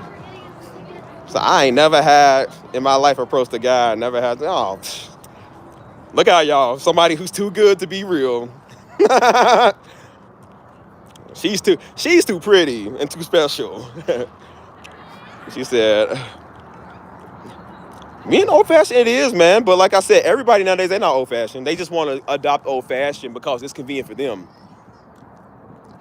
Like I said, they want to, like these girls, they always talk about chivalry is dead. They want a man like it, but then they wonder why chivalry is dead. I said, because a lot of y'all killed it. Y'all too independent to be with somebody. Y'all too stuck up to give people chances. And so that's why I'm like, that's why people don't do that stuff no more. There used to be dudes love holding open doors for girls. And you know what I'm saying? We didn't mind paying for y'all meal like when we go out somewhere because it was common courtesy. It was nice. But now girls think that they're entitled. You got to understand, like girls think they're entitled, even as friends. They think you are entitled to give them money. You're entitled to pay for their meal. It was their idea to go out and eat. But they said, you got to pay for it because it's a friendly get-together. I said, well, we're not together. No, I'm not. I'll pay for everybody's stuff because I'm like it. You know, like I said, I take care of my peoples. I always take care of my peoples. What's up, Talo? How you doing? But I'm like, people get this weird, you know what I'm saying? And then they got this old whack Negro like Steve Harvey. And that's why I don't like Steve. Because I'm like, they get some weird dude to always be some alpha, some beta male, some tap dancer for a woman because he knows, Steve Harvey knows who's paying his bills. He knows where he gets a lot of his money from is these women. So he was like, if y'all go on a friendly date, he needs to pay, he needs to do all this. I'm like, but y'all not together. Why do you want, it's the same thing with a dude. Why would you buy the cow when you can get the milk for free? If he knows he can hit anytime, why is he ever gonna marry you or date you? He knows he can get it whenever he wants to. Y'all friends with benefits. So why is he ever gonna commit to you? It's the same thing with a dude. We do those things for women because y'all supposed to be special to us. We want to take care of our women because you are a woman, not our friend, not our lady or hoe on the side. You're our woman. So we don't mind stepping up and providing. We don't mind taking care of y'all, protecting y'all. I mean, even if you're our friend, we gonna protect y'all. You know what I'm saying? But I'm like, as far as like going the extra mile, we wouldn't mind doing it because you're our lady. We don't just do that stuff. And then notice when they say that stuff. Notice when they say that stuff, let you do that. They be like, well, that's how a man's supposed to treat a woman. Okay, let them get with you and you do the same thing to one of your female friends. Let you take care of them and buy their meals and protect them and put your arm around them and make them feel good. Let you do the same thing to them that you said that they said men gotta do for women. They wouldn't like that. And then say, oh, well, you know, that's just what men do for their female friends. You know, you said, hey, men gotta take care of the female friends. Let you go along with them on a date and take them out to get friendly food and pay. Let you see how she feels about that. That's why I said, nah, y'all want, some of you females want to be one-sided too. Y'all ain't one-sided. Hey, lady, see how you doing? There's a picture going viral where these couple, they took a picture of Chris Brown. And so, of course, the girls all over Chris Brown, sitting on his lap, all silly, whatever.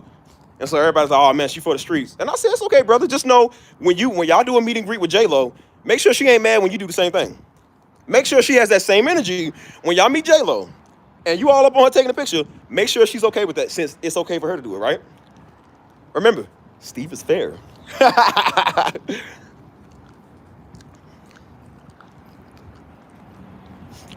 gotta be fair, man. I be on these dudes. I'm on you women too. I was on y'all first. Now I'm the amount of Negroes hitting me up, calling me. So.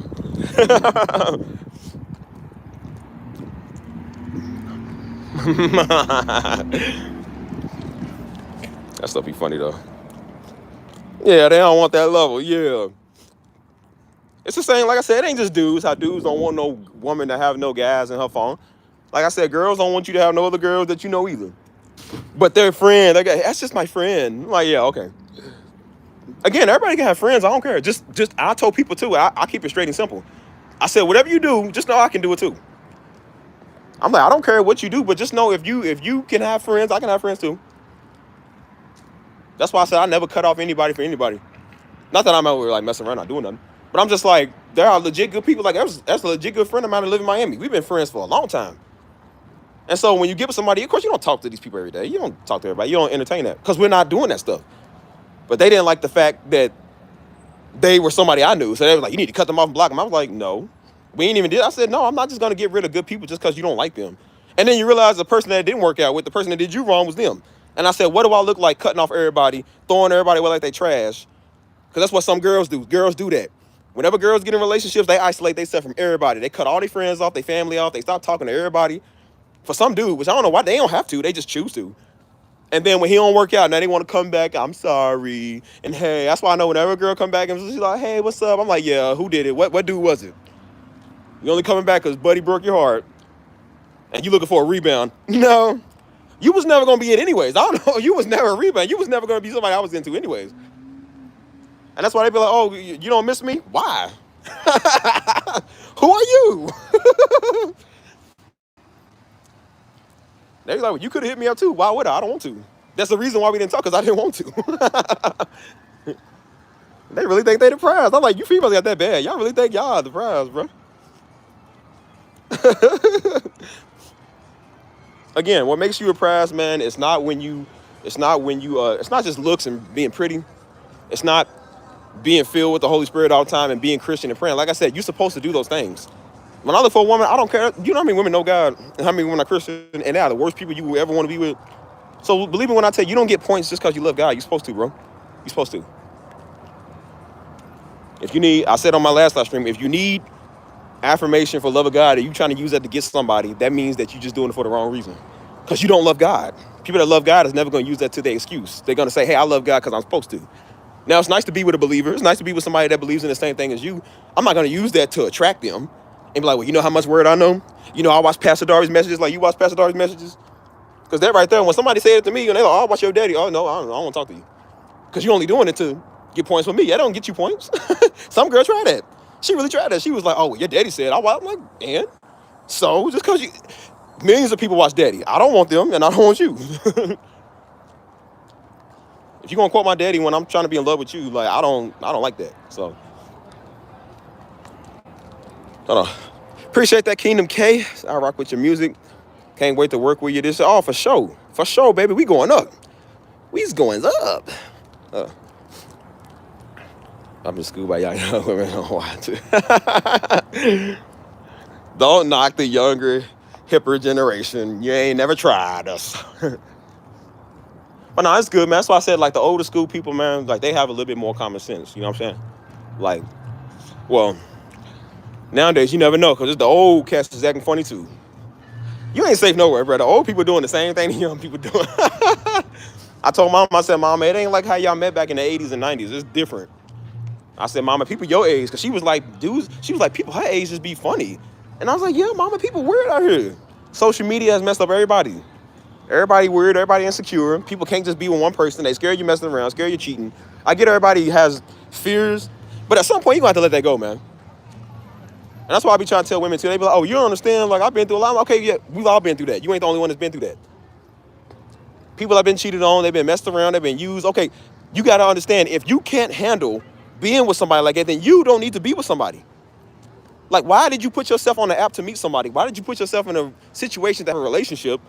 And then when the relationship is going the way you want it, you can't fathom that it's good. And you like, I'm scared of being hurt. Well, then maybe you need to be by yourself until you're not scared to be hurt no more. Maybe that's your problem.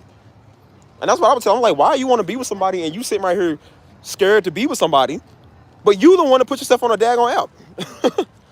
Did you not know what you were signing up for when you wanted to meet people? Did you not know what you were signing up for when you came to me talking about you like me? Is it my fault now because you feel some type of way? You felt that way years before you even met me. You should have knew that before you put yourself out there. Because when you put yourself out there, people don't know your past. All they see is somebody's interested. As I said, we will hold men accountable for that, right? We will hold men accountable like, well, he need to be met. He should have known his priorities straight. I'm like, you need to know that too. Because believe me, as much as the men do it, the women are just as bad. The women are just as bad. It's just y'all get away with it more because nobody really speaks on it. Or because I guess it's common for women to do it. I don't know if that's considered common or whatever. But they'd be like, oh, she was hurt. She was brokenhearted and she never trust again. I'm like, dude, you are not the only person dealing with trust issues. That's what I try to get women to understand for years. You are not the only person hurt and being used. You are not the only person that's being played, dude. We've all had our heart broke, man. We've all had bad days with somebody. You ain't the only one. Just because men don't get on the phone crying like y'all do all the time, don't mean that we don't feel that. We just know nobody's going to take us serious when we talk about it. And then on top of it, we got to move on because we're men. We have to move on. That's why I was trying to tell Buddy. I said, dude, girls get a license to cry about this for 25 years because that's what they do. People feel sorry for them, and that's usually why some of them don't get no work because they can't get over the last dude or the first dude. It's always the first ex. Notice it's always the first ex they can never get over.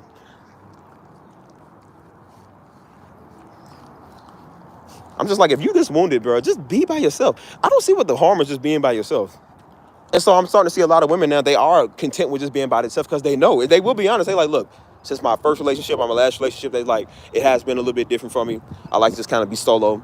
And I said, that's good. That's okay. That's okay to admit that. Because I thought people that just wanted to be by themselves, I thought they was just selfish. And they just, you know what I'm saying? I'm like, bro, let people do what they want to do. It's their life. Let them do what they want to do. Everybody ain't meant to be with people all the time. You know what I'm saying? And I said, it's good. They're not putting there are some women that do know. They're not putting their stress on everybody. They're not putting their insecurities on everybody. So, oh, is he, you know, you got, because I know some women that did it. They like, well, you got to deal with it. No, we don't. I heard somebody say that, man. They was like, well, you need the Holy Spirit to love a black woman. I was like, no, you don't. I said, why don't a black woman got the Holy Spirit to know when she shouldn't say certain stuff and talk crazy? That ain't cool. That ain't Christ-like. Don't just put the responsibility on the man because we got to be strong. Like, no, we don't. You need to be strong and have the Holy Spirit too, dude. It works both ways. Because they be like, oh, you know, black women talk crazy. You know, you got to have the Holy Spirit. No, they need to have the Holy Spirit to check themselves before they talk. Everybody got to have that to check themselves before they talk. It ain't no man's job to deal with you because you broken. We are willing to. We're willing to help you. I don't mind helping you because we all been there. I got some issues on myself too. But you ain't going to put that on me and be like, well, you got to deal with it. No, I don't. And people that say that to me and they realize I don't deal with them no more. I don't deal with them. And I leave them abandoned and scared like they was when I found them. They be like, you're a jerk. Yes, I am. Because you think you get a license to be a jerk back. No, we don't do that.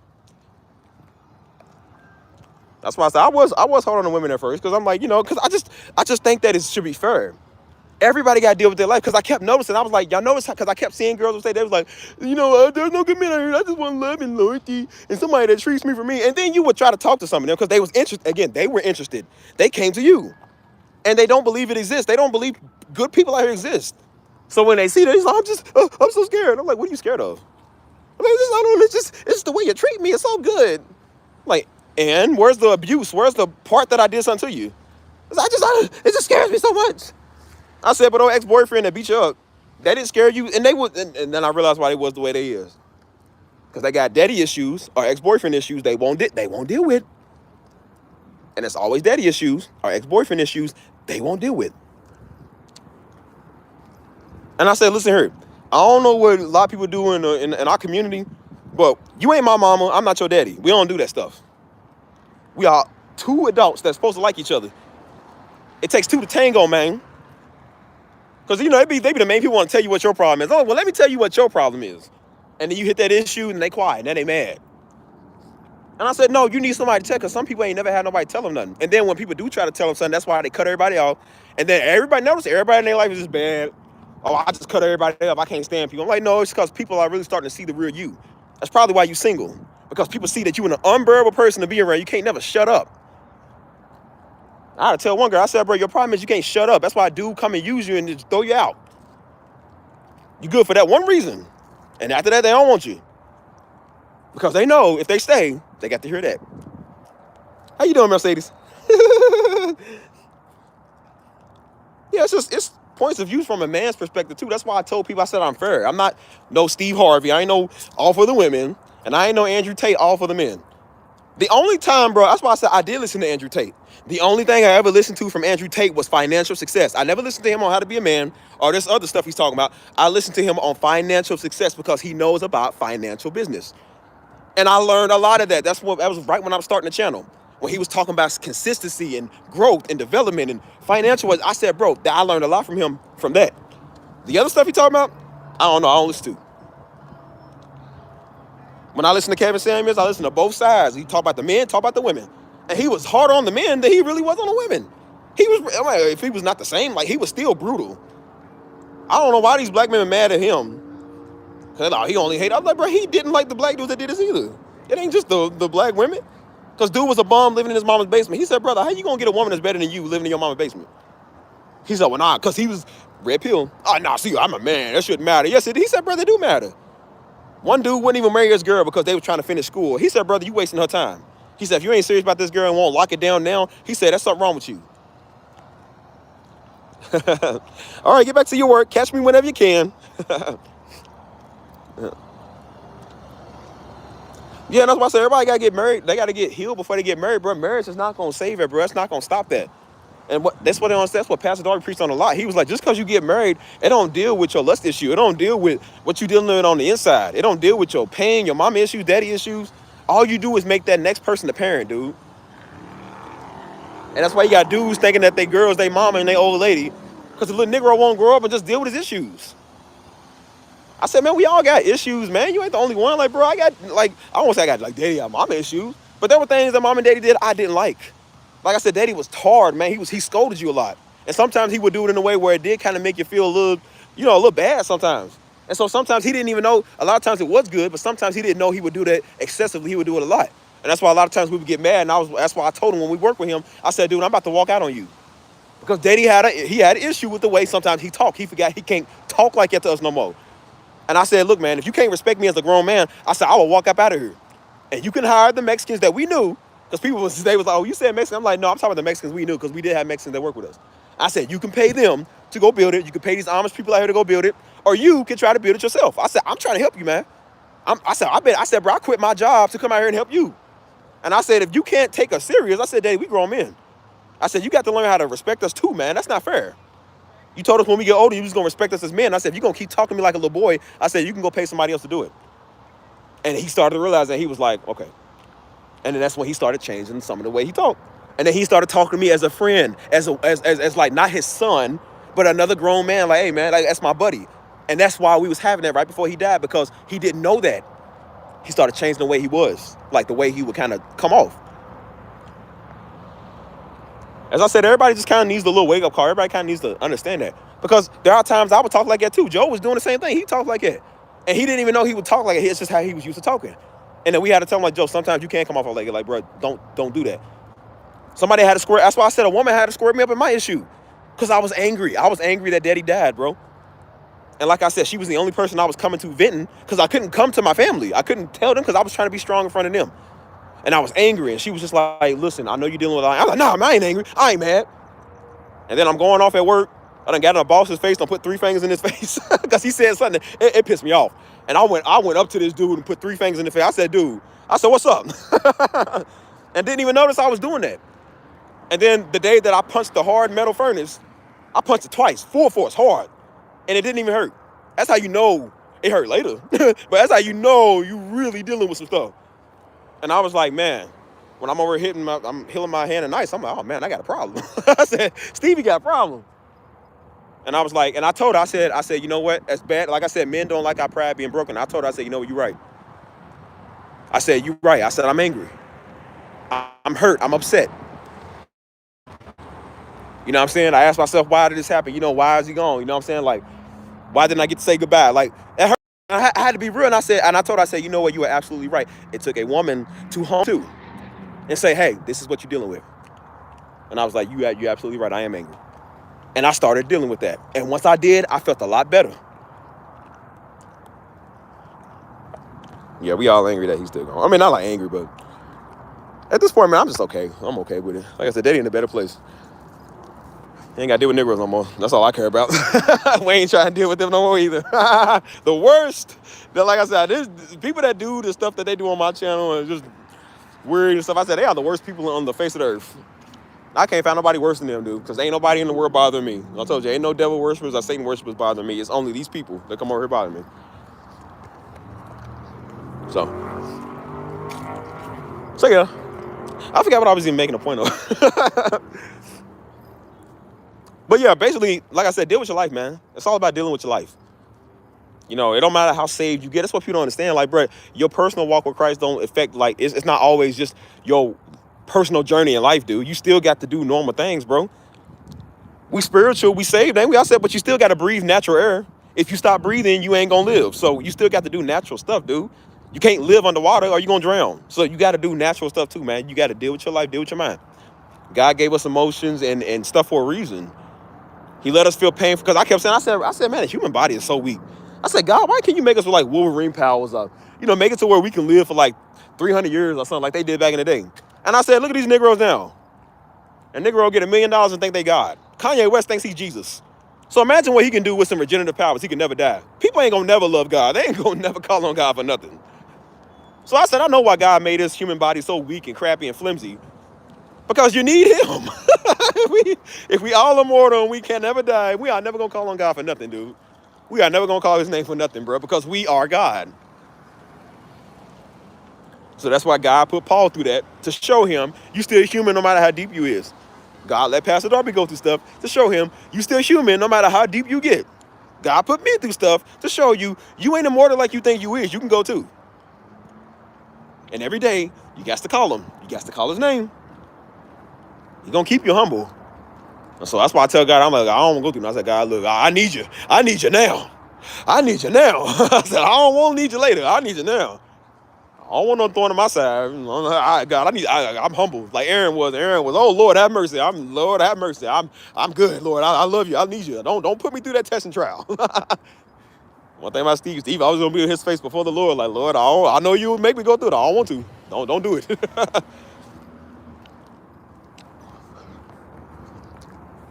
I said, that's probably why God don't bless you with all the money you want, man. He probably don't bless you with $1 million because, you know, if you get $1 million, you ain't going to love him no more. I made it very clear because I know I'm about to touch big money. I'm about to do big stuff, but I always made it very clear, like, bro, remember who gave it to you. You put the work in, but remember who allowed you to have the success. Remember who favored you when you weren't supposed to walk away from certain stuff, but you end up living and walking away. I said, remember who did that. It wasn't your strength. It wasn't your army knowledge or your street awareness. That was God. God used those situations to humble me. He used those to humble me real quick. So when I get them flashes and I get that PTSD, I know, well, you know, it sucks, but hey, God did it. And maybe sometimes PTSD and anxiety is a way of God showing you that you still need him. He'll use that to get his glory out of your life. He'll use that to make you call on him. Because if we 100% cured, do you think we need God no more? I told you, people get their heart broke, and the first thing they do is run to God, which I don't know why we all do that. I can't say we. Some of y'all do that. Steve good. I'll just eat my ice, sit on my bed, go sleep, and then wake up and think about it tomorrow. But people, oh, Lord, and I'll never get over him. He left me. It's like, you don't come to God. Come to God because you dying, man. I don't come to God because somebody broke my heart. I ain't dying. I'm straight. You just an idiot. And then when they get their heart restored, what they do? Stop coming to God. Stop praying like they used to. Go get with somebody else and forget the reason they even came to God in the first place. Until they do it to him too. And they, oh, Lord, it's me again. Once again, Lord, I need a blessing. Yeah, I bet you do. I told you I couldn't be God. I would just open up the ground and swallow you. Like, you know, it's the 64th time you done came over here. You're never going to learn your lesson. Dathan and Corey, these fools. Start over and make a new creation.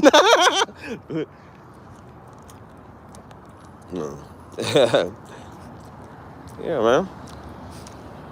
But that's why I said, even in my time, because knowing me, man, like I said, I'm a soldier. I'm tough. I like to think I'm tough. I said, even tough men need God, bro. Samson needed God when he didn't need it. He didn't have another way. You're like, bro, everybody need God, bro. Jesus, the greatest man of all time, needed to pray to God before he left because he needed that strength. Because I thought it was weak. I'm like, nah, you can't ask. No, I was like, bro, he's not everybody. He's God. He's not a man that he should lie. He's not your brother or your daddy or your friend. He's God, dude. He's all seeing, all being. Why would I not ask him for anything? Like, I need him. I don't need everybody else, but I need him. It's okay to ask God for help, man. Like, and I had to tell myself that because I always was like, well, no, I don't want to sound like I'm begging. I don't want to sound like I'm desperate. You know, I don't want to sound weak. I said, bro, God knows it before you even say it. He knows. He wants you. That's why he's using that situation so you can call him. And I was like, well, God, I don't want to just call you when I'm in trouble. And I said, well, here's the thing, dummy. Don't just call him when you're in trouble. Call him every day. And I said, well, you know, they're right. Well, you said call you every day, God, so I'm going to call you in the good and the bad. I always hated that, man. People open up their word of God when they get their heart broken. No, Lord, he left me. I can't stand it. I know all things are possible to you. Yeah. And then dude come right back and baby, I'm sorry. They go right out there again, spread it open, spread themselves open to this dude, and then now they come right back. Oh Lord, I just don't understand it. Okay.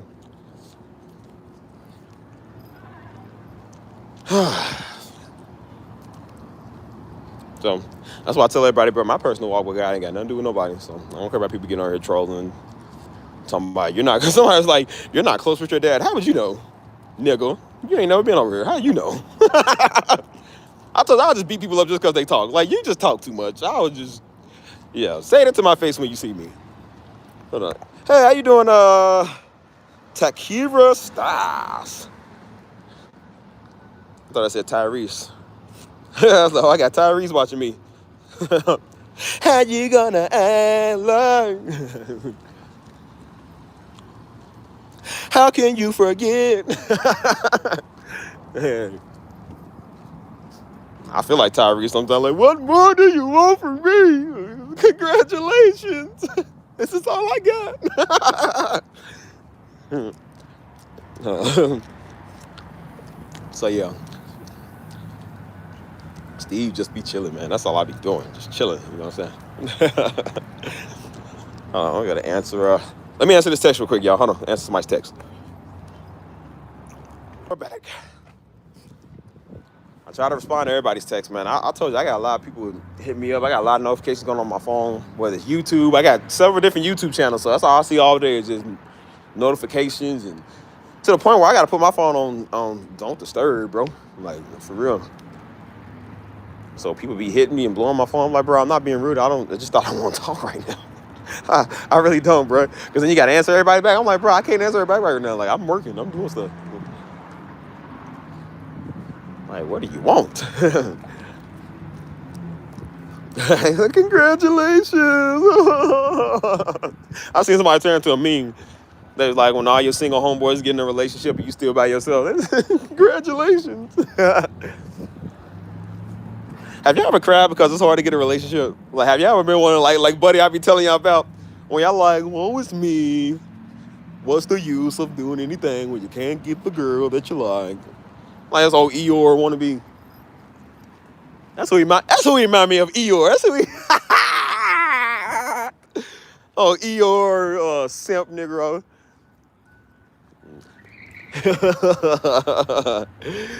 What's the point of going on the hill with Christopher Robin if you can't get the girl that you like? I bet you would. What's up, Dev? I bet Dev ain't never had them problems. Like I said, Dev, he said he's by himself because he want to be. Oh, buddy, oh, Eeyore boy, he's by himself because he can't get her. He said, there's nobody sophisticated enough. I was like, bro, everywhere you go, you got a rain cloud over your head. Like, I don't want to take this dude away from me. It's always thunderstorming every time you come around. What's up, dog? What's good with you, man? Not much, man, not much. We enjoying the last stream of the year.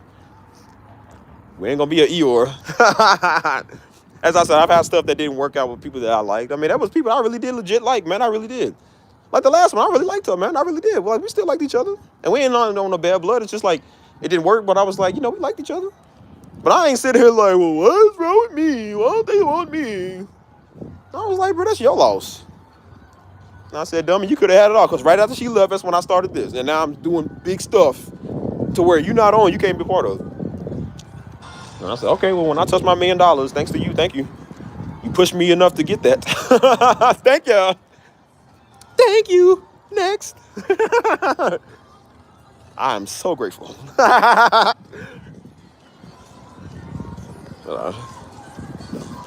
That's why I said most of us, like I said, most of us, not all of us, are single by choice. Buddy tried to act like he was single because he's working on himself.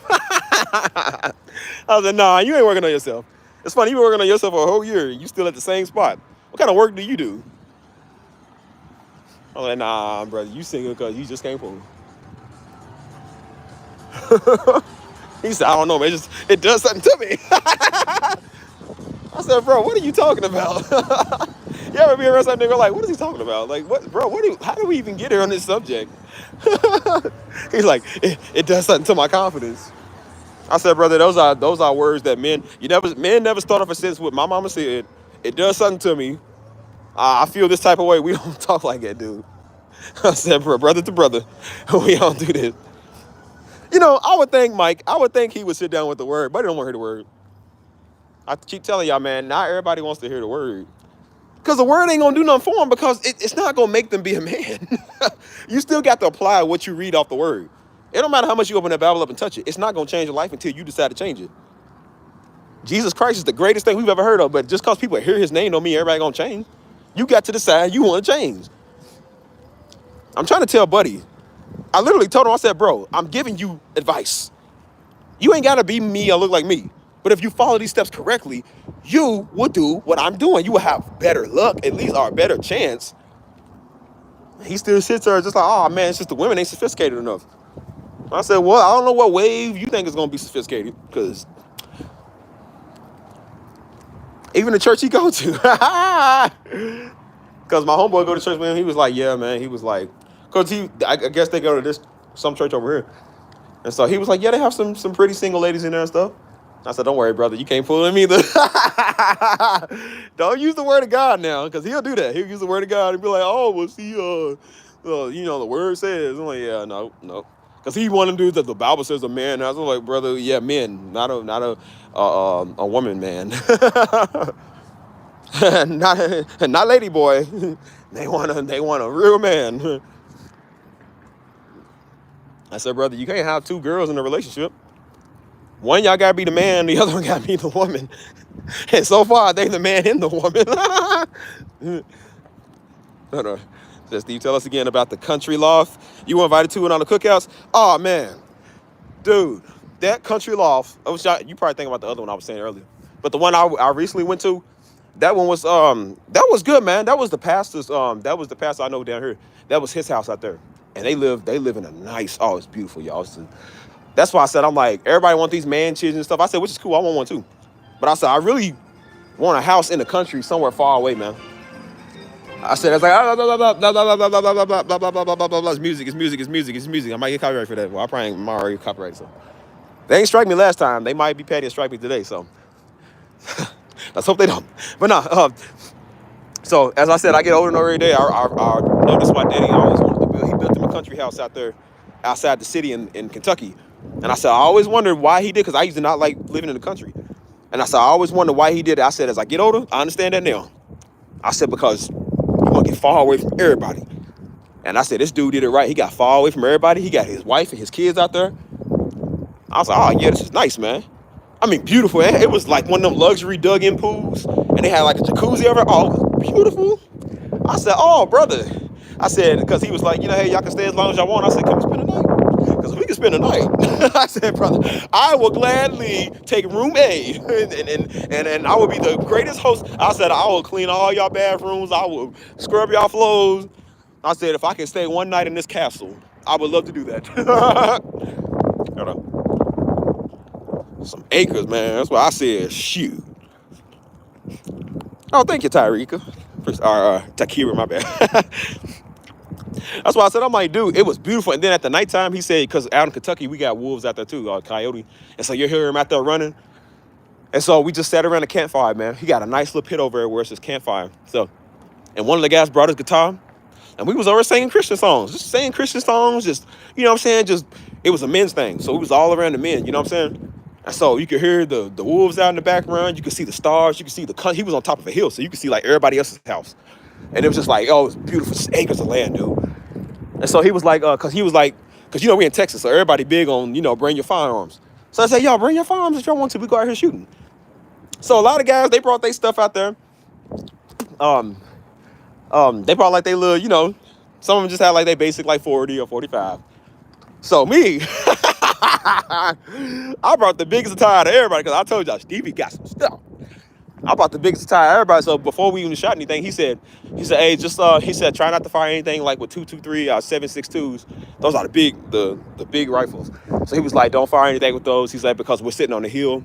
And he was like, it's going into the woods. And he was like, I don't know if any of my neighbors in the woods right now. And he was like, they had chickens over there. So he was like, I don't want to, like cause too much commotion. And so I said, okay. And so he was like, what did y'all bring? So let's just say Stevie was packing. And that's all. You definitely can't use that out here. That's oh man. They said, where you get this from? I said, let me tell you something. I said, where I come from, you got to have one of these. I said, you got to, because it ain't just one nigga run up on you. It's about 30. So I got something to hold about 75. So I got enough rounds to get them all 3 times. I said, I put it out with the, nah. What the AR? I don't got no AR. That's one thing I know, guys. Ain't no AR. Let's just say Stevie bought a big K, and not the Kroger drink. And so they said, oh, it's beautiful. They said, oh, man. They said, yeah, you can't use that out here. It's like, this is, yeah. He said, AK. I'll never tell. That's why I said, they seen that. They hear you cock it. It's beautiful. It got beautiful. It's like something out of a movie. They said, oh. So there was some 2 little dudes out there that said, yeah, no, I had several. Not just a. I said several banana clips. And so there was 2 dudes out there. They never used firearms out there. And so one of them married. I said, brother, I'm gonna show you something, because he was still kind of young. And so, like I said, they get married out here pretty young. And so he was like, oh yeah. He said, I grew up in a house with all women, so we didn't really know about firearms. I said, well, brother, let me tell you now. You got a wife, right? He said, yeah. I said, let me tell you something now, brother. I said, you need this. Your wife is gonna feel so much more safer with you. And so I told him, I was over teaching the young man how to do stuff, man. I taught him how to shoot. Taught him how to load, how to cock it, uncock it, all of that. I'm running across the street. I don't want them to run me over out here. But I taught him how to use it and everything. And so they was just like, oh, you know, they were scared that the ricochet was gonna break their arm. I was like, nah, bro, just hold it straight like you hold anything. And so they did it. They was like, oh, this is pretty cool. And I said, bro, for the 27 years on every, I said, you in the state of Texas, everybody got one of these.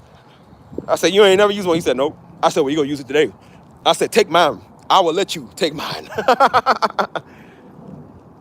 And they was like, what's that over there? I said, yeah. I said, the pastor said we can't use that today. I said, just know, I mean, bro, I'm telling you, this is what I got. What I got, man, I'm talking about, bro, you can feel the heat coming off the barrel. Like when you fire it, you feel it's just like a big old spark. And you feel the heat. It's like bass that come off of it. You can feel the heat coming from it. I said, oh man, I would not want to get hit with one of these. I said, boy, the heat is hot. It's like hellfire in a clip. I said, oh man, this ain't good on the receiving end. I said, let's not ever be on the receiving end of that. I said, you know, one day we got to, man, for the name of the Lord. Okay, but let's hope that day never comes. I said, I ain't gonna tell him everything. That's why I said the police girl, she was shocked because, you know, I mean, she know people that, you know, that know about guns and stuff. But that one guy, she was like, he ain't like guns. He ain't, you know, old weak Negro. And so she was like, well, I ain't know what your view is. I said, oh, honey, let me show you something. She came over. I showed her everything I got. She said, oh, my goodness. She said, hey, she even told me before we fell out, she said, I would be scared. She said, I ain't going to lie to you. She was like, you know, I would be scared to be on your bad side. She said, if we ever get into it, she was like, please don't come after me. That's literally what she said. She wasn't playing. She was for real. She was like, please don't come after me. I was like, why would I? I'm like, I don't use these for evil. I just use it for for protection. Yeah, I love my 45 though, man. Because the 45 I carry now, man, that was Pastor's old gun, Pastor Darby's old gun. It was Glock 45, so he used to carry that everywhere. And so of course, like when he died, I just, you know, I started carrying it. Hold on.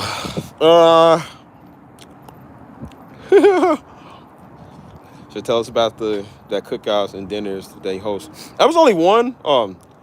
Yeah, you might want to get something stronger than 9, man. You might want to get like a 45. 45 and 40s got stopping power. I would get with a 45 because 45s are better. Everybody says they favorite is a Glock 45. Those are the best, man. They feel good. They look good. They suit good. Like, you know what I'm saying?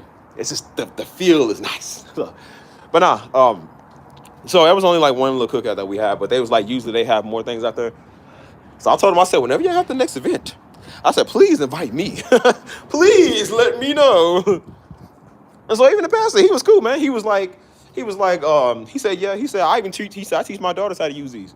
Because his wife had bought him something. It was a nice, it looked like one of those, like the rifle from the Christmas story that he got, the little pea shooter or whatever it was. but it actually took like 22s. But this was like a nice custom silver, like his white. It was expensive, and so he was like, "Yeah, I usually don't let nobody touch it." So he let me use it first. He was like, "Here, you want to use it?" And I was like, "Oh man, this is nice." So he was like, "Yeah, I teach his girls are real young." He was like, "I teach my girls how to use it." He said, "They ain't gonna." He said when they get older, and they start talking to dudes. He was like, "Yeah, I'm gonna show them a video of my girls using it." He's like, "Yeah, if you ever do something, my daughter." Like, they know how to use them.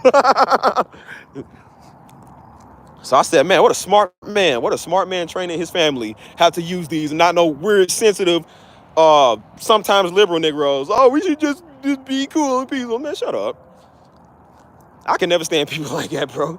I never liked them back in Martin Luther King Jr. Day. They was getting whooped and was told to stay there and get whooped. I was like, the devil is a lie. You got to be kidding me. You hit me with that baton, I'm lashing out on everybody.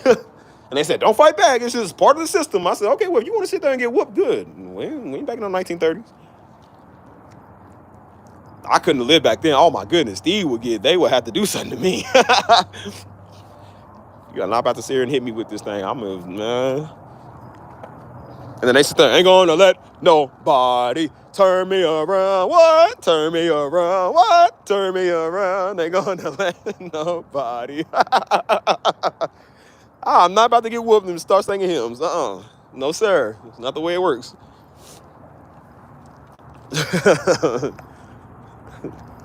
If y'all know where that's from.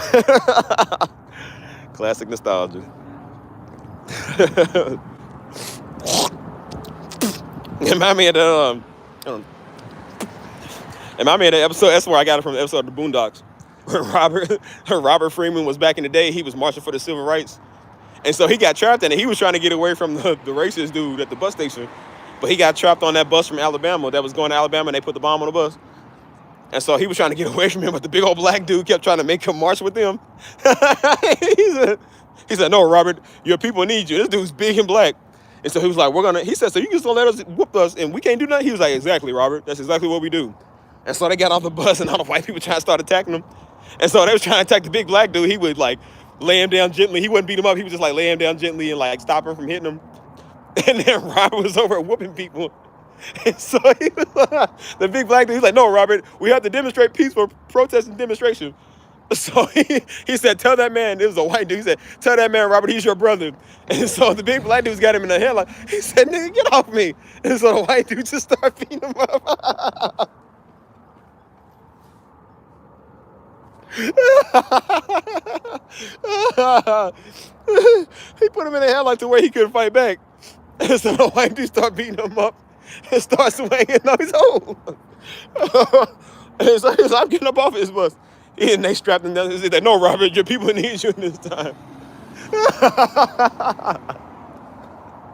Oh my gosh, bro. He said, tell that man he's your brother, Robert. And the dudes start beating him up. I said, hey, Robert Freeman had the right idea. I ain't gonna sit right there and take a whooping, please. Don't ever let nobody whoop y'all. White or black, whatever color it is. Oh my gosh, bro. I gotta go watch some more Boondocks. That's hilarious. And so even Pastor Darby preached that. He said they make y'all think that they gave y'all civil rights and stopped all that segregation stuff because of they had a change of heart. He said no. He said black people was going to get in their guns. They was going to get their firepower and started standing up and doing something about it. And then they knew if we don't do something about this, they're going to do something. So that's why they started they stopped that segregation, stopped doing that stuff, because we had to fight for our freedom. So for all these weak liberal Negroes, and, you know, I'm not just saying it's liberal. Anybody that's weak-minded, conservative, liberal, whatever. Well, we just got to sit there, and they told us that in the protest. They said, well, just don't do nothing rash. I'm like, bro, they out here choking us out. The police was literally shooting black people with the pepper spray bullets. They was shooting us first. And we was the one wasn't even doing that. The white people was the one breaking everything. They was shooting us. And so the white people, thankful for our white brothers and sisters, they were forming chains. They were literally arm locking each other and surrounding us to make sure the police they was taking one for us. I don't care what you say. That's real soldier stuff right there. They was able to do something. Anybody, I don't know about you, anybody can take a bullet for Stevie. I love you. I love you. I said, we needed a radical entitlement. Because without them, the movement wouldn't even have got that far anyways. Like, for real. And then they were still telling us, oh, we see, you just, don't act rash. Just throw your fist up and just, talk. I'm like, no, we're not talking. Talking's done. I said, y'all literally see people doing this to us, and they was like, well, just don't say nothing. And I was like, oh my gosh, it's always a tap dancing house Negro. It's always one of them, dude. I can't stand them. It's a field Negro everywhere you go at, man. It's just slaves in the mind.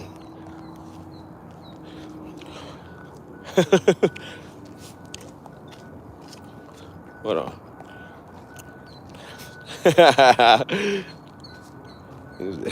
Nah, I was first going. Nah, get that 45, man. That 45, nah. Been watching wrestling since a child. Hold on.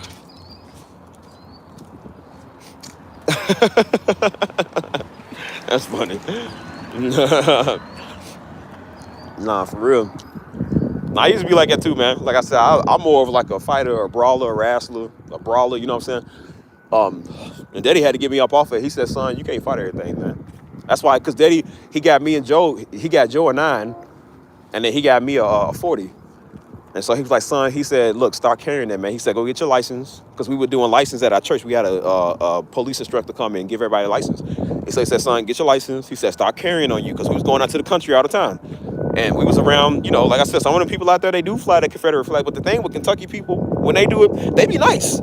Maybe it's just Kentucky and Indiana different, I don't know. But a lot of Confederates, the Trumpers that's flying their flags, they would still wave high. They was nice. They never gave us no problems.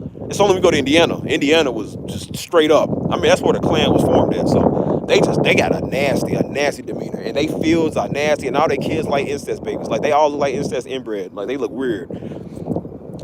Oh, yeah, Louisville's open carry. Kentucky's an open carry, man. Like I said, they know. Like, they know about that, man. Because I even told Stisha, like, when we got into it was actually a year ago, I think yesterday, or the day before, like, when that dude, we stepped out the car, we was going to church, and right outside the church, there was a white dude with an AK, with an AR-15. He was sitting there in the dark. And so the police was swarming the streets, and we was like, what are they looking for? And we didn't even know. We was literally like 10 steps away from this dude. We got out the car and didn't even know. And so that's when they came up pointing. They was pointing their gun. They thought my phone was like a weapon.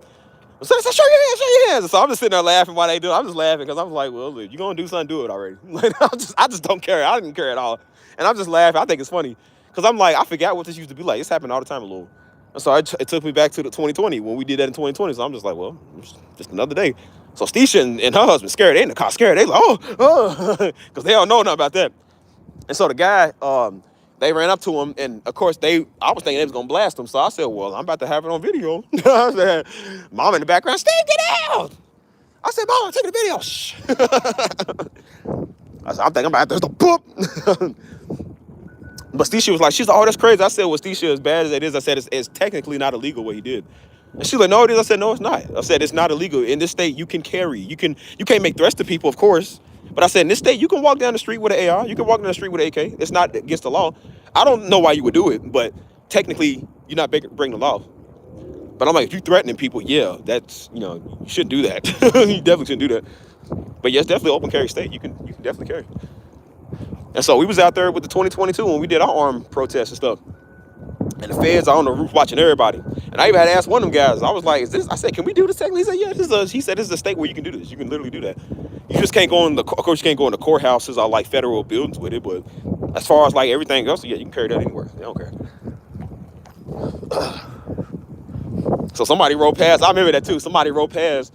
He was riding about throwing his out the window. This is like some jihad type stuff. And he was riding, beeping his horn, beep, beep, beep. He was like, ah! He got his AR just doing that in the air while he's driving. And everybody was, yeah. And I'm like, the feds over on the roof just looking at everybody. I said, they gonna snipe this dude. He keep on playing. I said, you better stop, bro. But again, they didn't do nothing because they know it's a state you can do that. So, here, Texas, Florida, Kentucky, Tennessee. I know those are states you definitely can carry. I don't know where every other state is. I know definitely New York, Baltimore. You can't have them. D.C. You cannot have them in Washington, D.C. So if you ever go to D.C., never go there with your firepower because that is federal.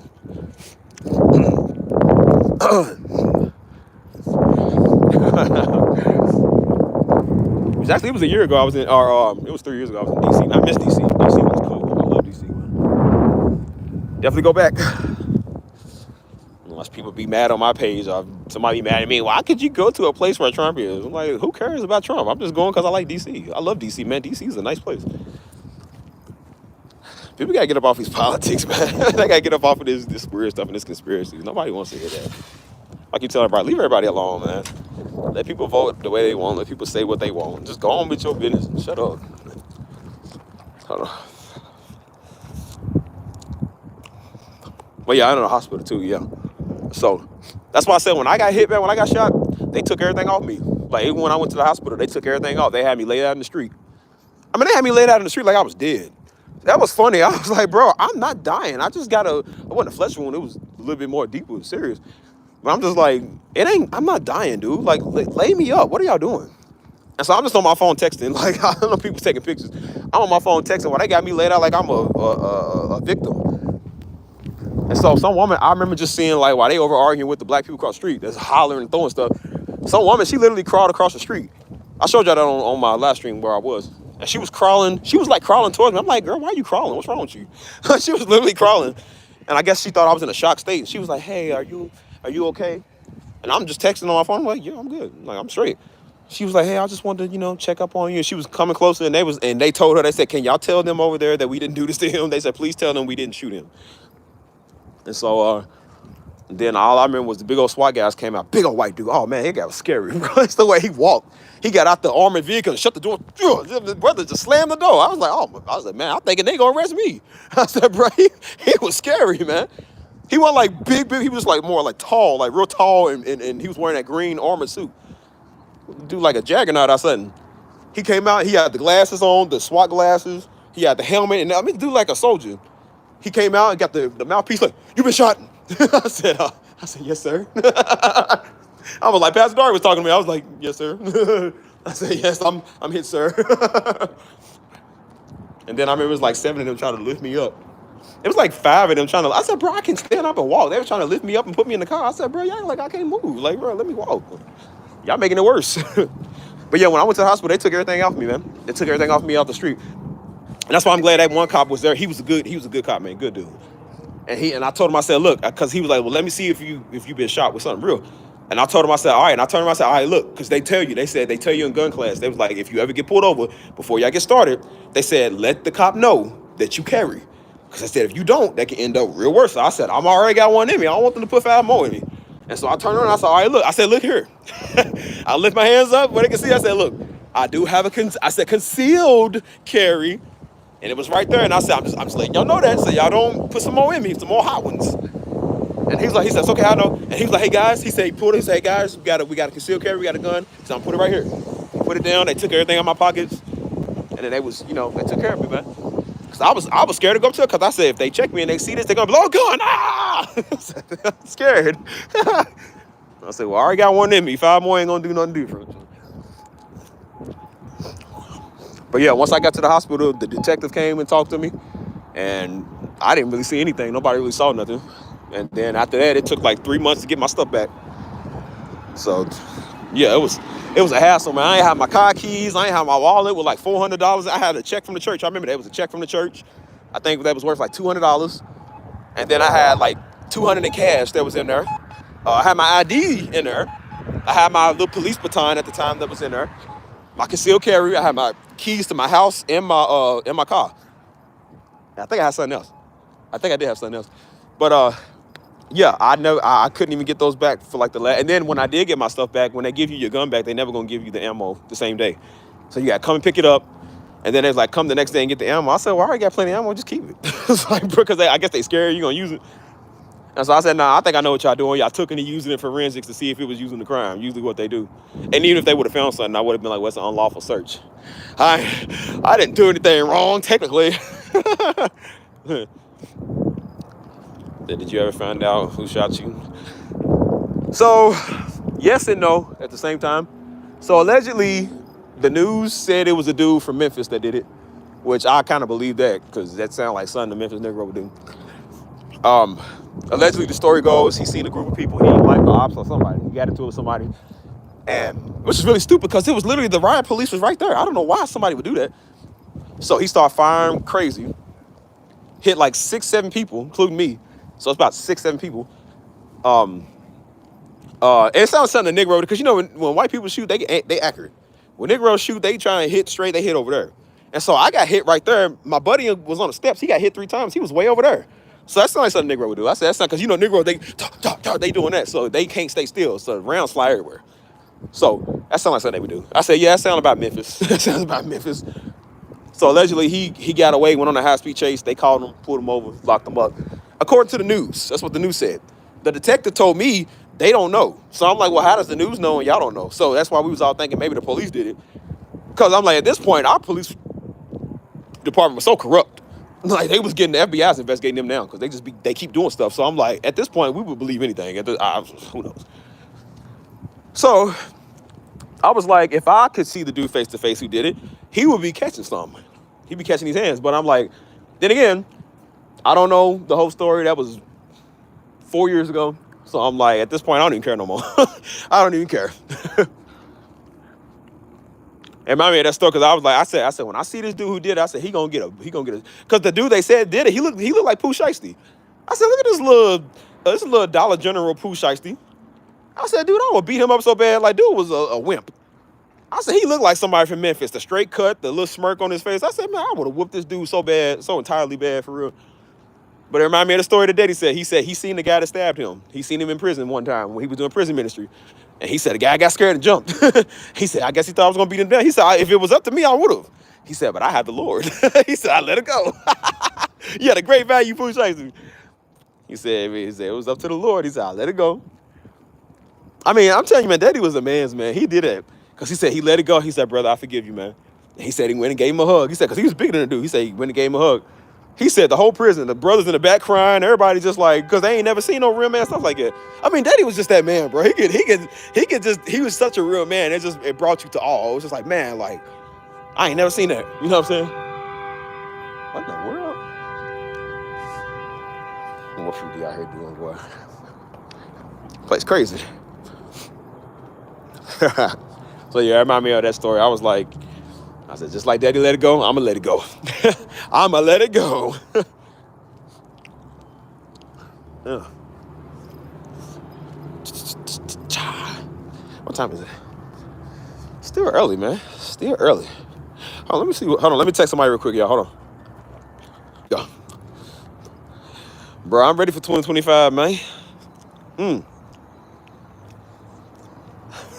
He said, nobody, Temptations, they stuff over there. Are you talking about, who is it? Not David Ruffle. It was, what's that dude now? I forgot his name. Was it David Ruffle? He said, yeah, David Ruffle in the Temptations. That's a good name. I like that. I remember we watched that movie, man. We watched that with Daddy. That's a long movie, too, dude. He said, David Ruffle in the Temptations.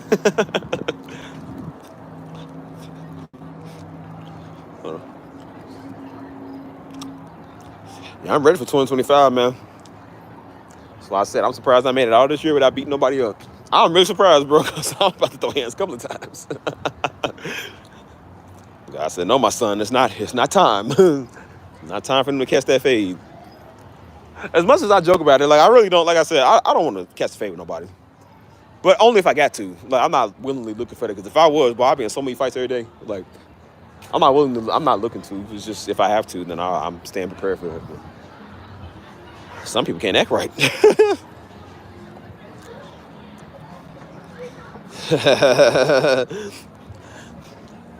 So yeah, that's why I said, like, this year, man, really made me have thicker skin, because like I said, I've been doing this YouTube stuff, so it really makes you kind of, you got to deal with, especially an audience you don't want, a bunch of weirdos. I'm like, yeah, I really don't want to be around a lot of these people, so it makes you kind of not care.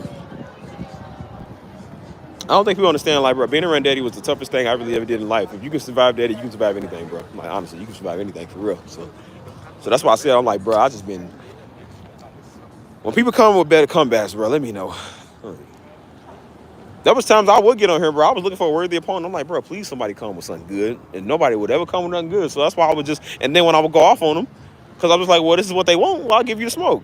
And then I give them what they want, and then they don't want it no more. And they just like, well, okay, thug. I'm like, bro, that's your best comeback.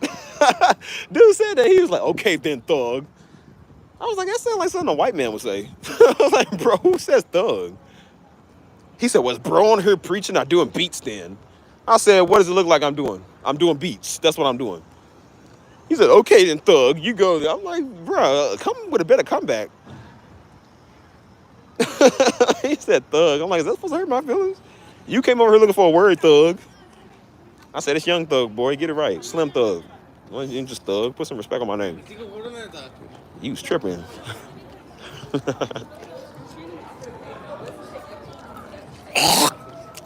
Yeah. People got to come with better comebacks, dude. Like, for real. Maybe next year I'll get some worthy opponents that got some good comebacks, man. Yeah, that's the best they got. People was like, see, your dad would be ashamed. I could care less if he was. You do know I'm a grown man, right? Like, if daddy didn't like what I did, so what? Okay, I'm not living my shadow in another man's voice or whatever. I did things daddy don't like, and daddy did things we didn't like. We all did not care, so who cares, dude? That don't hurt my feelings. Like, dude, we are not back in no 15 BC. We are not like, oh, the father's upset with me. I'm going to turn my clothes and put ashes on my head. We don't do that stuff no more, dude. We are grown. I said, look, man, we are two different people. But your father wouldn't be pleased. Okay, and I'm not here to please father. I'm here to please me. I'm like, boy, we ain't no royalty. People think we are a royal family. Like Prince William, now. We are not like them, dude. Don't do that. I said, I know why you watch my father that much, because you ain't got one. That's the closest thing you got to a father. You jealous of the relationship I have with him, so that's why you like, well, your father would like it. How would you know? You knew daddy, you would know daddy wouldn't want to talk to people like you. A weird, dumb idiot. That's my favorite word, idiot. That's why I said it's okay. Today's their last day to come here and say something if they want to. Because starting next live stream, membership time. And I realized, oh, what happened to the streams? We can't view for free no more. No, you can't. No, you can't.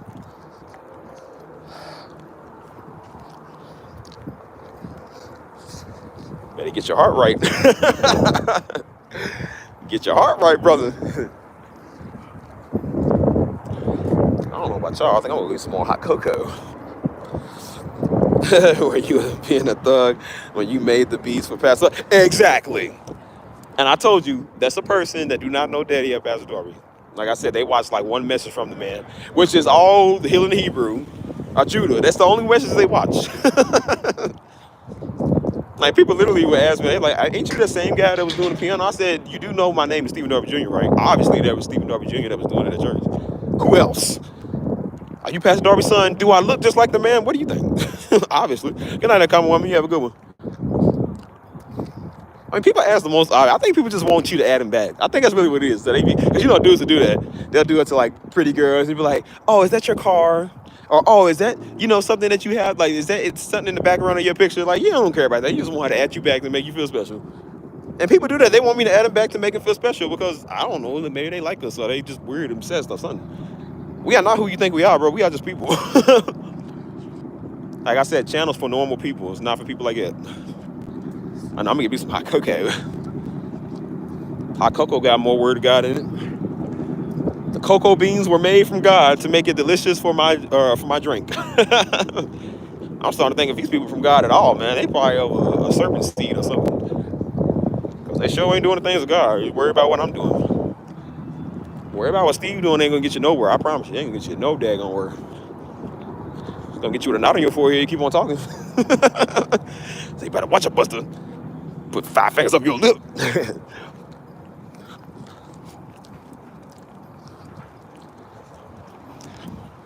It used to be back in the day, people would just mind their business. I said, it'd be the type of people that run into somebody from the mob or something, and then they witness something they ain't supposed to witness. And then like, I'm gonna call the cops. Okay, yo, go ahead. You won't make it to call the cops.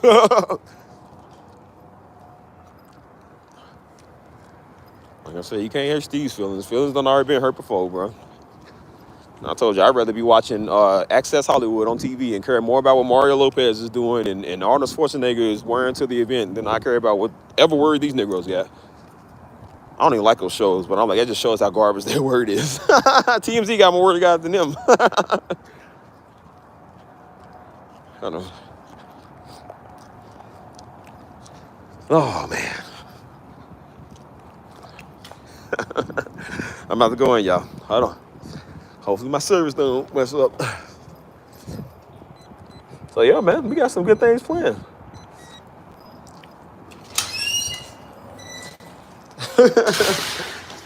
Yeah, y'all should have seen it. It was funny. You should have seen the mic. It was funny earlier because somebody, I don't know, somebody that came in and said something weird or something. And they said, ask God to, what did they say? They said, ask God to, something about use, reveal to you what you need to know. He was like, you know what I'm talking about. I'm like, I don't know what she's talking about at all, actually. I really don't. But somebody that thought they was deep. Well, go pay your rent and shut up.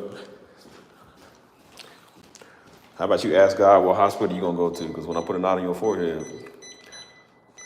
Winnie Hut General. It's warm in here.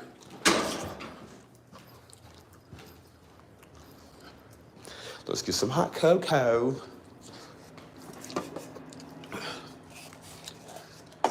I love this thing, man. I be getting drinks from this all the time, bro. How about I ask God what kind of cocoa I want? How about I do that? Why, you ever wonder why people are so obsessed with your life on what you should talk to God about? Like, you wouldn't know what I talk to God about. Again, as I told y'all last live stream, these are losers, dude. These are people that are losers who ain't never did know what they like. They too busy worried about what somebody else did. And so I'm like, man, I got a channel full of losers. People who ain't never did nothing in life. They worry about what I'm doing. Worry about your walk with Christ. Worry about your marriage. Worry about who you talk to. Worry about what you got going on for you. I must be really somebody great because I don't think anybody great they doing this to. That's how you know you're great, y'all. If everybody keep messing with you, it's cause you good. Something good about you. All I do is just get on the channel and have a good time. So I don't know what you could possibly have a problem with. I know what you have a problem with. I have a good time. I'm good looking. That's a dude. I pull more women than him. People rather talk to me and be around me than him. He can never be on a platform, so that's why he's on my platform. So that's why I said, people, y'all think I be mad at people, man, who be doing this stuff? I really don't. I mean, I joke around. It's funny, but because I'm like, at the end of the day, these niggas are losers. They ain't even got nothing going on for them. They're losers. Like I said, I can get off here right now and go dancing. It's the end of the year. I'm about to go eat some wonderful barbecue tomorrow. You think I care what a nigga talking about his fake word of God? Nobody will hear that. And boy, come back next year and try better. If I ain't already made memberships by then, come back and try something better. I know I had a lot of sugar in there, y'all. Don't judge me. Shut up. Boy, if I had the power, man. That's why I said, if I had the power of the Lord, I would Greek mythology these fools. I would put them under the earth and make them hold it up for 24 hours like they did Atlas or that one Titan that had to crawl the desert. I think it was Prometheus or somebody. Had to crawl the desert for an eternity with a rock strapped to his back. I would have did that to them so fast. I would have God of War these fools.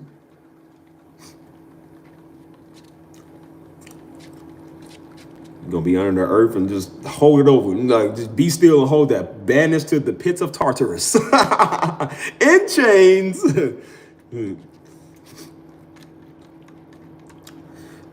Like, earth kind of heavy, ain't it? Yeah. But you get for talking crazy.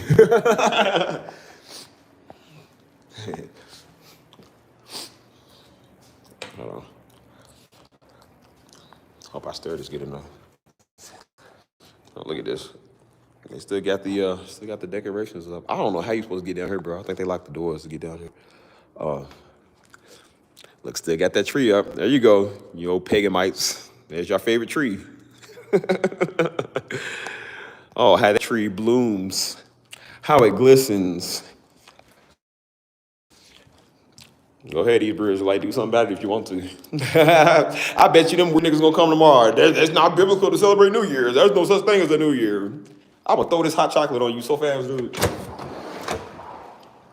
And this people really be, dude. They really like that. There's no such thing as a year. It's year one, year dos, year tres. Shut up. How about I knock you out to where you don't know what year it is? You wake up thinking it's the year 1999.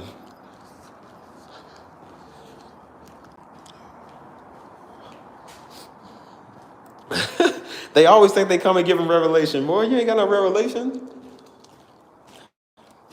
They can't even spell revelation. They don't even know what that is. They do that. It's not biblical to celebrate birthdays. Well, I'm going to celebrate mine every year I live. I'm going to celebrate it. It's not biblical to celebrate Christmas. Well, I'm gonna keep celebrating Christmas every day till I live. So who cares? I don't even care about the holidays. I just do it to piss them off because I know they don't like it. You ain't gonna do nothing about it but talk. You're not real of God. Okay, so what? Why you watch me? Yet you still subscribe to me. We celebrate Christmas over here. And so that's why I put in quotations on my chat, on my post. I said, Jesus. I said, Jesus. Quotations in all caps is the reason for the season. Not Yeshua, not Yah, Jesus. I say Jesus. Oh, they was mad, but they couldn't say nothing.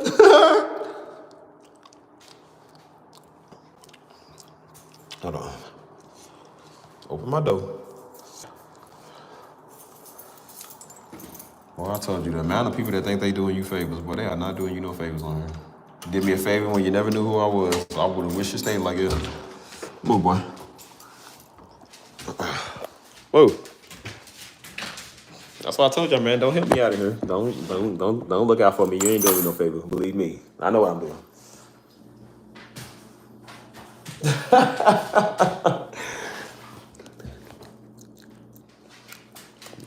Super secret. Well, they ain't getting no super secret word. They ain't getting nothing. Gonna catch about 5 knuckle sandwiches if you want them. It's free. That's free. I'll give it to you for free. Told you, man. If you got better comeback, let me know.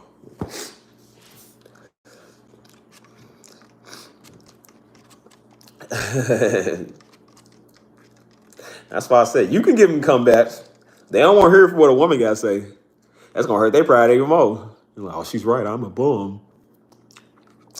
That's how I know they bums. You messing with me. A real man ain't messing with other men, dude. They too busy doing what they supposed to. And that's exactly why I said, well, I think I turned my comments off. I turned all my comments off because of that right there.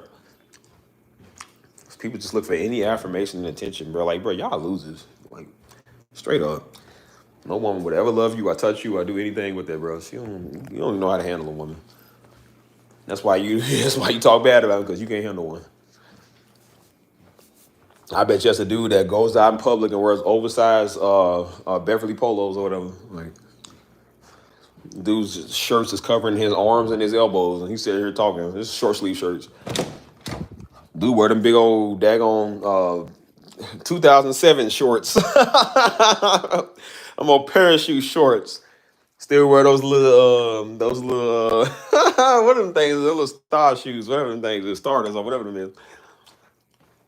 What, he still daggone lean with it, rock with it fresh. Well, you don't know what he's talking about. Boy ain't had good style since 2008. That's why I said, I'm going to keep showing people they're not called to tell me that. I'm just not going to do exactly what you said do. I'm just going to do the opposite, so. This time, the babes, yep. Yeah, he got the babes on. But he's still fresh with the two-step and snap your fingers. He don't know nothing.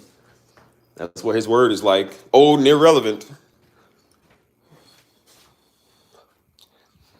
Stop trying to give Steve a word. Steve is not going to listen to your word. I promise you. As long as I live, Steve is not going to listen to your word. Never will. Never have. So, and I ain't going to start now. I'm like, bro, I be wanting to think people playing. You cannot be this much of a loser, bro. You are a loser.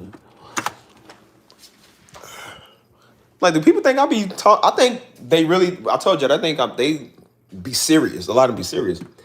So I guess they think you tossing and turning like, oh, I'm so convicted by what they said. Oh, maybe they got a point. I'm like, you ain't got no point. You ain't doing nothing for nobody, boy. Shut up. Whatever. That was Steve, this saith the Lord. Yeah, right. That's how I know the Lord didn't say it. My coffee. I'm going hot chocolate. Hold on.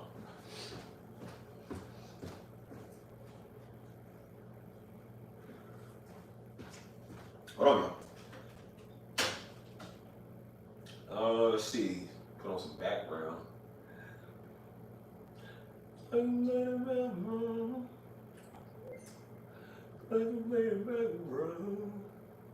Cause I know sometimes I get in the way.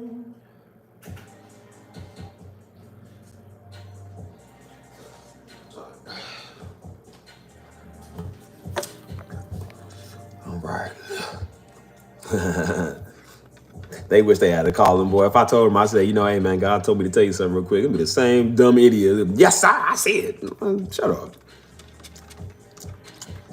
You would know God's word if it came out the sky and struck you. You would know what that is. Told you they couldn't tell the difference from a monkey wrench and a monkey's behind. They don't know the difference.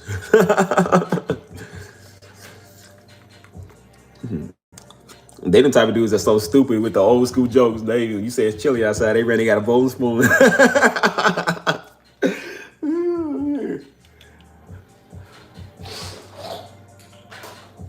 don't understand people understand. You cannot win with me, bro. You cannot win against me. Stop messing with me. Every time I'm just gonna hurt your feelings. I'm just gonna show you. I don't care. Like I said, y'all see me go off, but it's like I only go off like it because I'm playing. Like it's funny, and that's why I just talk to him in a demeanor tone. I'm like, dude, you are nothing. You are literally the gum on my shoe. Like you literally are nothing in life, boy. You ain't got nothing. You wanna know how you nothing? Because you in my chat watching me. And I said, there's good people in here, but you ain't one of them. So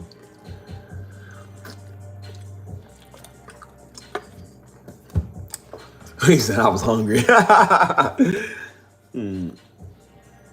That's the old dude that saved his catfish bones. Well, shut up. He puts them all to the side after he's done eating them so he can lick the hot sauce and the seasoning off them when he's done. Shut up. And that's why I just tell people like, well, anyways, tell your mama to make me a stuffing. Tell her to make me extra stuffing with extra seasoning. And then clean my floors, brother. You better have them sparkling when I come in the house. I don't think people really realize, like, dude, I can do that if I want to. Like, bro, I would make you into my prisoner. Like, buddy's free, but he know he better be over here at this time. He better start cleaning stuff. He don't.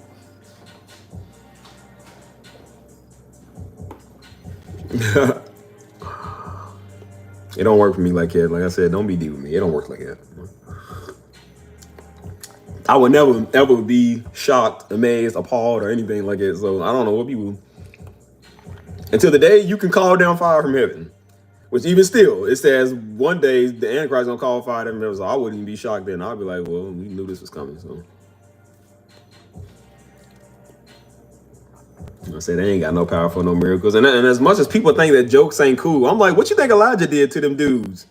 Them fools over cutting themselves talking about Baal, and he was like, call your God louder. I think he's asleep. What do you think he was doing? He was joking, being sarcastic. That's exactly what I do. The same thing. Try again. Your word sucked. He said, call your God. He might be asleep. That's why I tell him, like, okay, call Yeshua. See if it works for you. It don't. Because like I said, there's a name that's above all names. So he must be in the bathroom. He must be on a smoke break. People really think they eat. I'm like, brother, you gotta understand, these are people who ain't never had comeback in their life. So of course they think they're like, oh yeah, see, I told him. I'm like, what did you tell me? Like, if you knew what I had to do in life, you would know that does not hurt me at all. Just know when I see you, I'm gonna hurt you really bad. So I'm like, yeah, I sure told him. I'm like, what did you tell me? I don't know what's going on here. But I'm like, okay, I guess I give them their 5 seconds of fame. they think we famous. I give them their 5 seconds of fame and just affirm they'll never be nothing. And they'll never have another chance to say nothing. And then that's it. That's people now, they can't never say nothing. They can probably still watch, but they can't say nothing no more. People are like, oh, they gotta, you know, I don't know if it's a good idea. Like, what if everybody can't pay for a skill? Or what, everybody, it ain't for everybody. So I keep trying to tell people it's not for everybody. It's not. And that's the way I like it. I like exclusivity. I love exclusivity. I like VIP. I like special stuff. I like stuff where everybody ain't at. Because the more you have everybody on stuff, the less exclusive, the less cool and fun it is. And that's why I said I realize that now. I used to love crowds, man. I love crowds. Like years and years and years ago, we always had downtown derby. We would always have like a, back in Louisville, with the Kentucky Derby, we had like these parades, and then we had the fireworks show and stuff like that. I used to love it. 10,000 people, 20,000 people outside. I used to love that. New York City, in one spot. I love that. And now I'm like, bro, I can't even stand 25 people. 25 people is too much.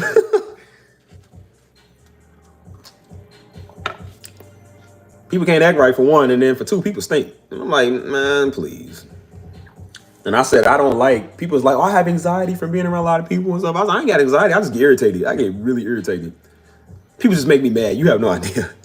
People just make me mad sometimes. I'm just like, they ain't even did nothing. It's just like, I just don't like you. I'm like, rest too many people. I can't stand y'all. Then something pop off, and then, like I said, them same people trampling everybody to live. I'm like, you are so selfish, dude. Like, imagine people getting trampled for Black Friday. These are not no little people running over you, no small 90, 100-pound people. These is 200-pound, 300-pound swole people. I'm like, y'all so selfish, can't even feel that y'all stepping on bones and stepping on skulls and stuff like that. Y'all don't know that? The nerve of some people. I've seen that back in, I remember that's when I first seen it back when I was in middle school.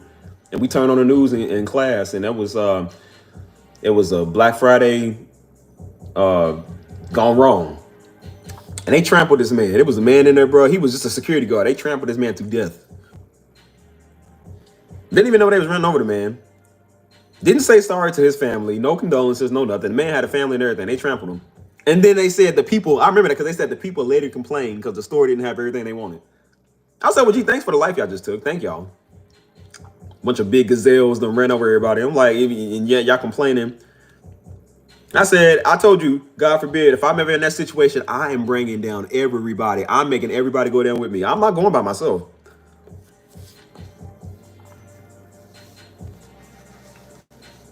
Gonna trample a man to death and then complain about the store didn't have. And I said, that just shows you human nature right there. Selfish. Selfish. Didn't even care.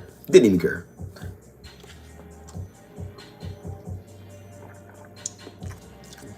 What's up, Big Dap? Last stream of the year, man. We just chilling tonight. That's what I'm saying. I'm like, bro, how do you not know you trampling somebody though? You don't feel like, I remember they did that before Diddy. That was something back that happened in the 90s with Diddy, where he was going to I think he was doing a concert in New York or something like that. And people was pushing up on the doors and they thought he was already performing. And so they was crushing each other, just trying to get in. I forgot how many people died. And then the funniest thing, they always try to blame it on the celebrity. Oh, it was Diddy's fault. I'm like, you mean tell me that people ain't got enough common sense to know, wait, stop, don't do that, you're gonna trample somebody? I mean, come on, man. What's up, man? How you doing? Did you make the beat in the background? Yes, I did. I make all my music. I have to because I don't want to get copyrighted. They did the same thing with Travis Scott. Remember that? The Travis Scott thing that happened. Yeah, the college show, yeah. But it was the Travis Scott thing that happened a couple of years ago. And I appreciate it. Thank you. And them people that trampled them, they don't trample them folk out there, and they died. Now, although it was a very satanic concert, very bad and all, but they try to put blame on dude like he was the reason that everybody ran and trampled everybody.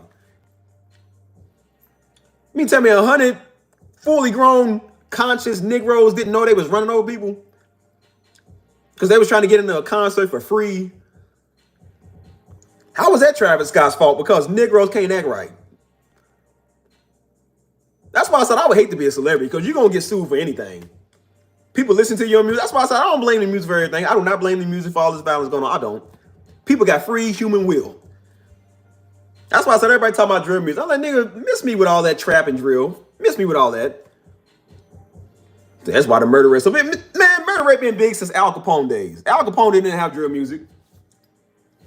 Genghis Khan did not have drill music. Whenever you want to kill somebody, you gonna do it. It ain't just the music's fault. I said, well, I guess Genghis Khan was bopping Chief Keef when he did it. I guess he was bopping Chief Keef when he murdered half the world. Joseph Stalin was bopping he was bopping that young dog when he was sliding. I guess that's their fault. Whenever you got a murderous intention, man, you gonna do murderous things. Ain't no music. It's you. It plays a part in it. I do believe it does play a part in it, but believe me when I tell you, it ain't just the music fault. People that can't act right ain't gonna act right, because Chief Keef went back out in the 90s, and they were still doing that. When not in the 80s, they were still doing it. When not in the 70s, was some of the most violent times of the century. They had disco music. They had go-go dances and stuff, and they was still sliding on blocks. So I'm like, believe me when I tell you, man, like, whenever people want to do wrong, they gonna do wrong.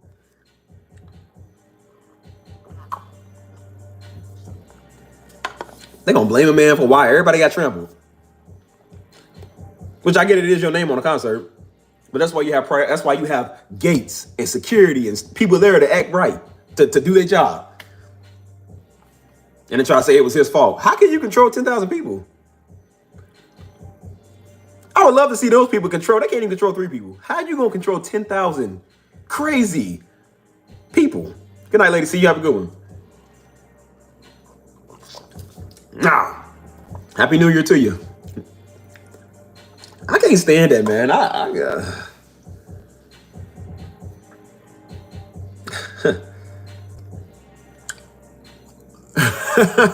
And they have Pusha, man. They had all that. 70s was one of the most cool, funky times. Everybody was getting down, boogie town, you know what I'm saying? Everybody going to funky town, and they were still sliding the block. So I'm like, man, please, believe me when I tell you, whenever people got murderous intentions, they gonna do it. The cartel does not have drill music. And they are some of the most violent, evil people in the world. So believe me when I tell you, it is not, you're gonna do whatever you want whenever you want to, man. Government don't listen to drill music, they just do stuff because they want to do it. I love how they say that, like, it's just, oh, no, it's Young Dolphin fault. It's 50 Cent fault. I'm like, yeah, okay, well.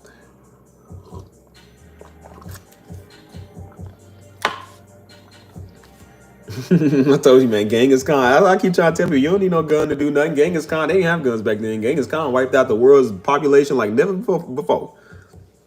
Whenever you want to do evil, you are going to do evil. Come on, man. Yeah, I've seen Spanish drill music. I've seen it. I've seen a lot of them do that. Especially up in Chicago. They got the Latin Kings over here to do that. Almighty Latin Nation, all of them. They all do that. But they was violent before any of that stuff, bro. That's what I keep trying to tell y'all. I was supposed to say, how about we stop blaming Chief Keef and start blaming the parents that didn't raise the kid?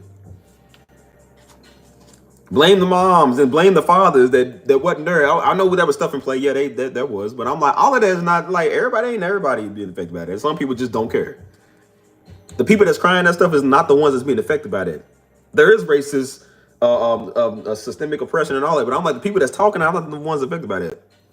They the ones that use that as a crutch. They want to piggyback off everybody else's struggle. It's easier to blame white people and blame the government over something that you just don't want to take control over, honestly. I said, ain't no white people fault that you did a drive-by. That is not no white people fault. You did that. And until black lives start mattering to us, it ain't gonna matter to nobody else. How dare y'all holler at white people in the United States and everybody else because your life ain't important, but your life ain't even important to you.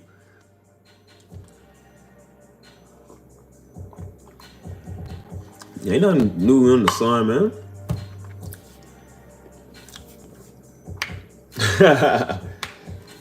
That's why I said, like, bro, we got to learn how to start taking accountability too.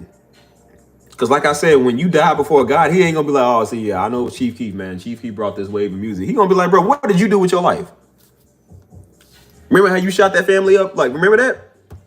He ain't going to say, oh, I know it's systemic racism, man. I know it's why. He going to be like, bro, no, you did that. You wrong for that. And he going to judge you according to your works. Not what the white man did, what you did. So although they're going to get theirs, they're going to be held accountable. But he going to hold you accountable too. You ain't scot-free. And Daddy preached that. He preached that before. He said, although white people put that in their community, he said, bro, I didn't just blame them. He said, God, I sold drugs because I want to sell drugs. He said, God, I drug deal because I like drug dealing. I do wrong because I like doing wrong. He said that. He said, I won't just blame it all on everybody else in the way I was raised. He said, I did it because I like doing it. You got to take responsibility too, man.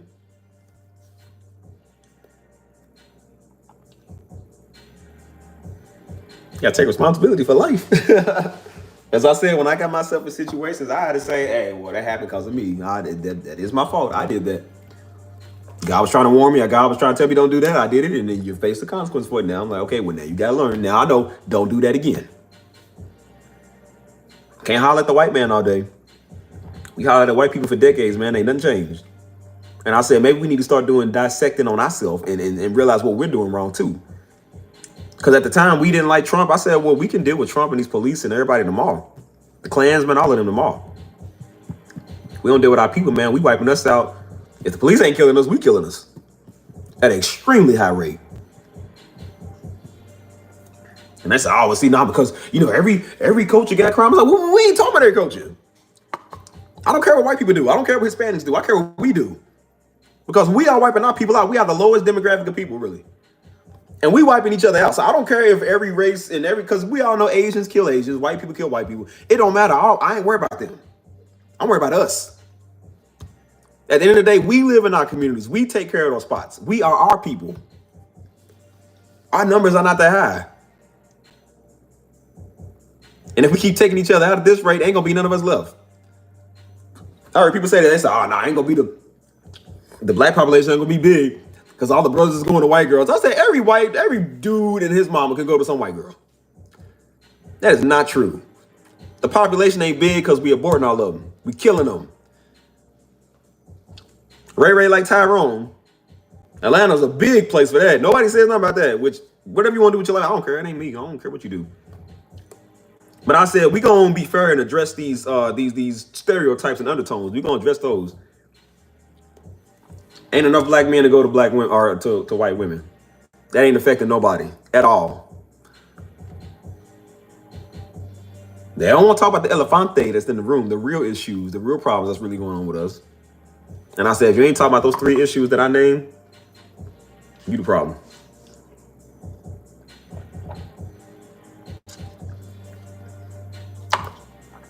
Because they want to do the hard work. I'm like, well, that's on you. Keep hollering at white people all day if you want to. Keep hollering at some black dude with a white girl, whatever. They don't care. They gonna go be happy.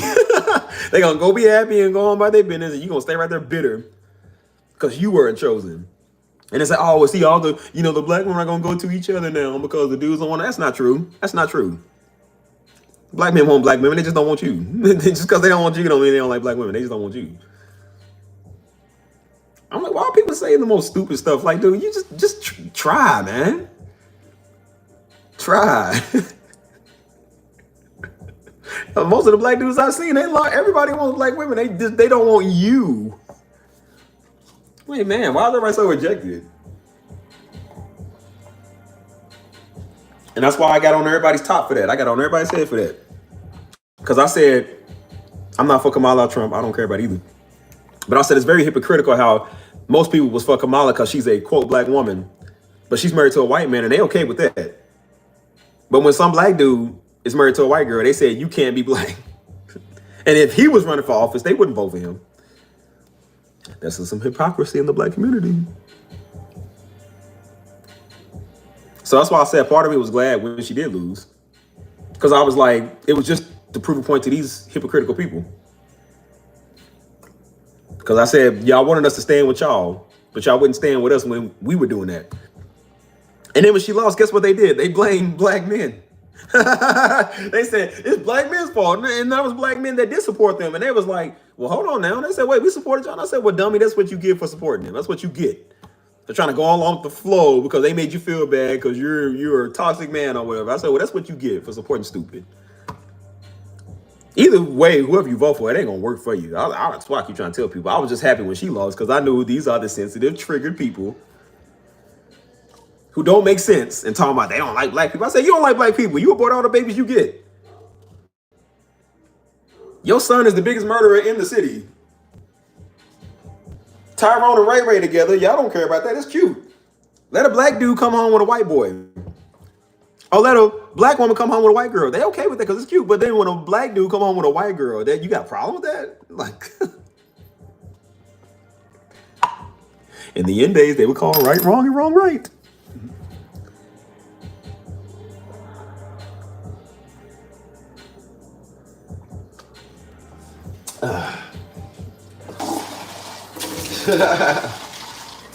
Hey Alexis, how you doing? And they say, oh, well, it's like, well, white people view you in that way too. I said, yeah, I know they do. But white people ain't bothering me right now. And when they did, we dealt with them. Because they did do that, and we dealt with them. The same way now I got to deal with Negroes, because Negroes is dealing with, they messing with me. Steve Fur, I don't care about no color. If they come over here with that too, they gonna get theirs too. So believe me when I tell you, I'm very fair over here. The only people that's bothering me now, if I had a whole influation of them over here, then I would deal with them too. They not. I got silly Negroes that can't act right, so now I got to address them and deal with them. I won't be for much longer, so it don't matter. Memberships. how much do they cost? Because of what you're gonna have. Come over here.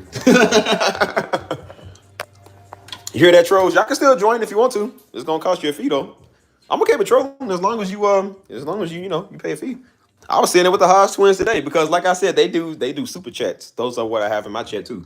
And so people were sending a donation to get a shout out or get some attention. And so somebody was in there trolling them. They said something funny. And they was like, you two are stupid and whatever. And so they was like, and they just nodded off. I was like, okay, well, whatever. Well, you still sent the $10, so I still got $10. It'll make you feel like, well, at least it's worth it. Like I said, nobody wants to go to work, but the work does pay you to go to work. If you had to go to work for free, you wouldn't go. You ain't gonna deal with people all day for free, so why do I got to? I won't.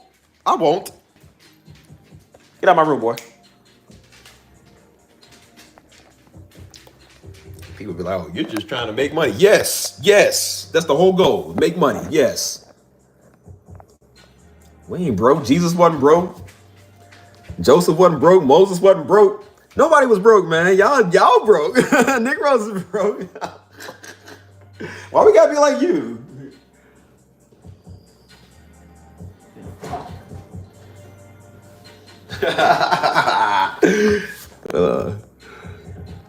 These people be weird. Bro, I swear to you, man. That's why I told y'all, man. Y'all don't know half the stuff we had to deal with. That's why I said people be in my chat thinking they doing me a favor. You not doing me no favor. Like, even people that be on here, they do be like, I just want to give you some insight. I just want you to know. I said, okay, I understand it, but we not dumb. I know what I'm doing. We have had to deal with some ridiculous stuff for years. You wouldn't even believe. So believe me, ain't nothing you gonna tell me I don't know. We already know it. We done dealt with it all, boy. I told y'all, man. I told you they literally pulled out guns on us in front of the church. Literally years prior to that, somebody had the FBI standoff across the street. Shut the whole block down. Stuff never happened before. Right across the street from the church. On the last day of fire prayer. Ain't that funny? The last day of fire prayer, now stuff that never happened seems to happen not no further down the block. Literally throw a rock across the street. Right there. Last apartment on the left. Standoff. For 6-7 hours. Stuff that was never heard of. So believe me when I tell you, we done been through it all. All. So whatever people think they give me on here, their advice or their word, it's not helping me at all. That's not affecting me at all. I don't need your help. I don't need you. If I ask you for it, cool. But I'm like, until then, I know what I'm doing. We done did it all, man.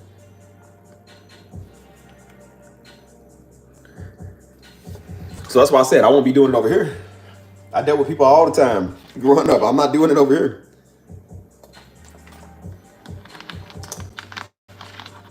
Boy, when Steve on the world one day, y'all better be terrified. You better be terrified. You know how Steve is petty. I can't let stuff go. I'm like, nah, man, that person that said something to me on my chat about 6 years and 6 months ago, where they at? My head of FBI, find out where they at and bring them to me. Then turn into Lord Shredder. Bring them to me. Steve, you got a drone? I got my... No, I want a drone. I ain't gonna lie, bro. I want one of those. Those always look fun, man. I would definitely fly those around, but I don't want people to think I'm spying on them or nothing.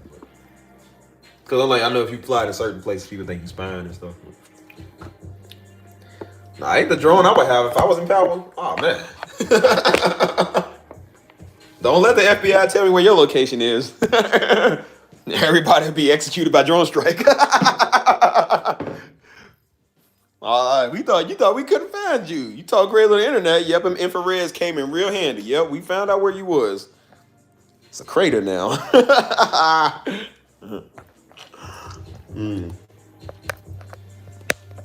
He said, I've been looking to my neighbor's houses. They gonna lock you up, bro. Some days I be wondering how Dap ain't locked up, bro. Stuff he be saying, I'm like, bro, should we pray for him? I call the police. Well, I like that. I know Dap got my back, so I know he crazy enough to have my back. He got my back. Definitely got my back. Hey, man. Hey, somebody come deal with this food, man. I might have to mute that for like 24 hours, bro. He be talking crazy. I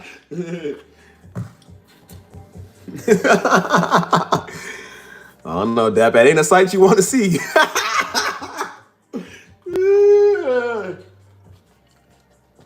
Yeah, after that, bro, I would just, if I seen it, I'd give up my drone. I don't want to see that no more.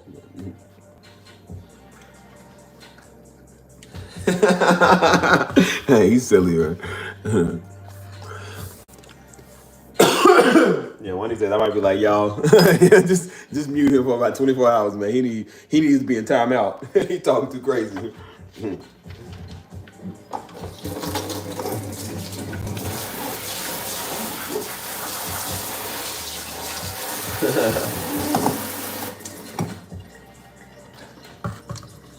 So yeah, man, I'm looking forward to hold on, let me see something quick. Hey, that's a Family Guy joke. I think that's a Family Guy joke. It was somebody did that joke, bro. That sounds familiar. But as much as people think I be bothered on her, bro, I really don't, bro. I be watching Family Guy. I'll be watching Hodge Twins or my funny YouTubers or something, man. I don't care, dude. And I'm gonna do. That's why I said. That's just why I'm doing this now. Because everybody think they helping you out there. Everybody want to help you out. Everybody swear up and down that they want to help you out. I said, okay, well, here's how you can help me out. Get a membership. If you want to help Steve out, get a membership. And then we'll see who really wants to help who. Because see, people think they call to give you a word and tell you advice because it's free. And now when you have to support something, because I ain't let nobody piggyback off me no more. Because I'm like, no, if I'm going to be fair, I'm going to be fair for everybody. I'm just like, no, man, I'm about to do other stuff. There's a reason why I'm doing this too. Because like I said, if I do most of the stuff on here with y'all that I want to, they're going to demonetize me for that. So I'm like, okay, well, this is going to be a safety net of making sure that I'm taken care of. I'm pouring my time. I'm like, well, then, like I said, I don't care about no money, but I'm just like, it comes with it. And I said, this is what these people like. It won't be forever, but it's just going to be for a while till I say otherwise. And so I'm like, everybody want to give you a word and do something until it comes time to support. Nobody want to support. And so I said, okay, well, we're going to see how God really uses you since people want to keep saying it. We're going to see how God really uses you.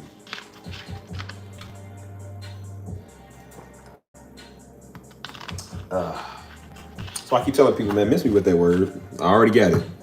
If you want to do something, man, do something with support. Do that. Let me text somebody back. And don't y'all be asking. Y'all be annoying too. Y'all be like, who he texting? Don't worry about it. Said, bro, I found this guy on TikTok though does the Batman videos. Oh, you talking about that dude? Man, what's his name? It's not Bryce. It's something I can't remember. But the guy that's like, he's like, what do you think you're doing out here? He's like, oh, you gotta. He said you got a soda in a water cup. Yeah, I think that's him. He's like, you got a soda in a water cup. He's like, that's against the law. And he starts like beating up the camera and he always does like the leg thing. Like he does that. I know those Batman videos. That's funny, dude. Yeah, I'll be laughing. He be in those people's trying not to laugh. I'll be watching a lot of people that do like the try not to laugh TikToks. That's what I watch on TV. It's funny. Because you try not to laugh with them. And so a lot of times when they about to laugh, it makes you laugh. And it be some funny stuff. And so there's people I be watching, man, and his stuff always come up on there. And it's hilarious, dude. Because I'm like, who came up with this content? Yeah, send it to me when you can. There's a Steve found him a deep girl. You know what? I'm about to ban you. Let me make an example out of somebody before the new year. Let me go ahead and show y'all Aubrey's example. She's about to get banned. Please, I would never ever in a million years. I told God I'd rather be celibate to the end of the world. I'm not playing, dude. I'm really not playing, dude. I do not like that. I don't find it attractive one bit at all.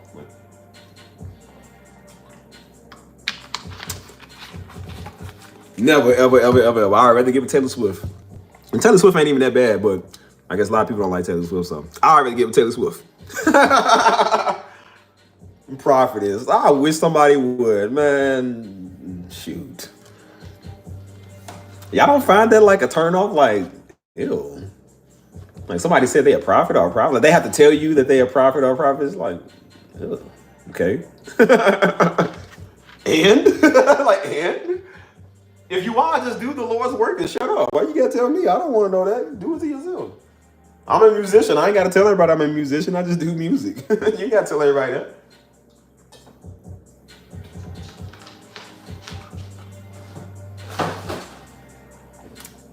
As I said, man, Daddy always said he never wanted to tell people he was a pastor because he was like, he know people like that. Come on, but you ain't got to tell people when you deep. You ain't got to do that. Just be you. And Steve would never ever talk to nobody like that ever. There was one girl that tried. I was like, oh no. And it's the thing too. I had somebody. She subscribed to both channels. I seen the notification like months ago. And you can still sometimes you can see people when they subscribe. Sometimes you can't. And so somebody subscribed to me. And sometimes when I can see, I like to check people out because I'm like, I want to make sure people ain't super weird. And so I was okay with they subscribed to my Keys channel, then they subscribed to my other channel. I was like, okay, they seem cool. And then you got on there, and I mean, they look like the nicest little cute thing. They just like, hi, my name is. They just talking, and it's like, I'm a prophet. I was like, oh no, sorry, I gotta ban you now. I was like, yeah, you just got messed up when you said that. You should have just been quiet. I would have let you stay, but now I gotta ban you. As I said, I can go through my follow. I can see who subscribed. If I could block them, if they look like somebody I don't like, I would just block them. I literally would just block them. I can't do that. Because I see a lot of people that subscribe to me. I'm just like, I would just block them just because they look like somebody I don't like.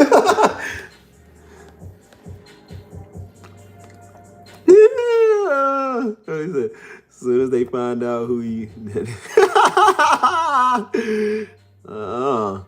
Absolutely not.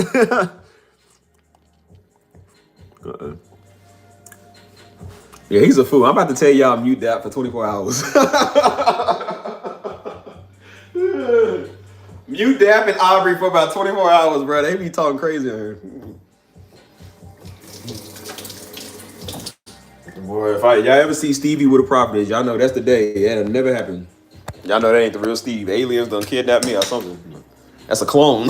Believe the conspiracy then. If you see something go on with that, why do that? Believe the conspiracy. Something happened to Steve. Because Steve would never do that. Go back outside.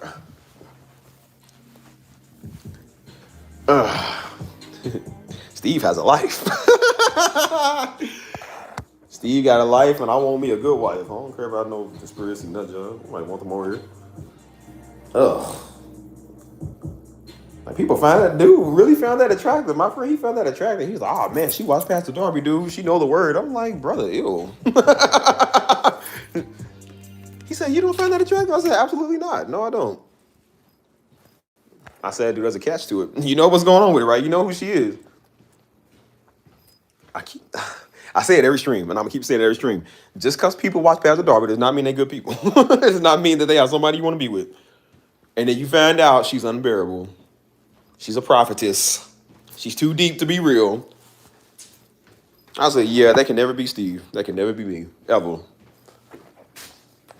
He said, well, I thought because she wasn't, no, just because she watched Pastor Darby don't mean she's good.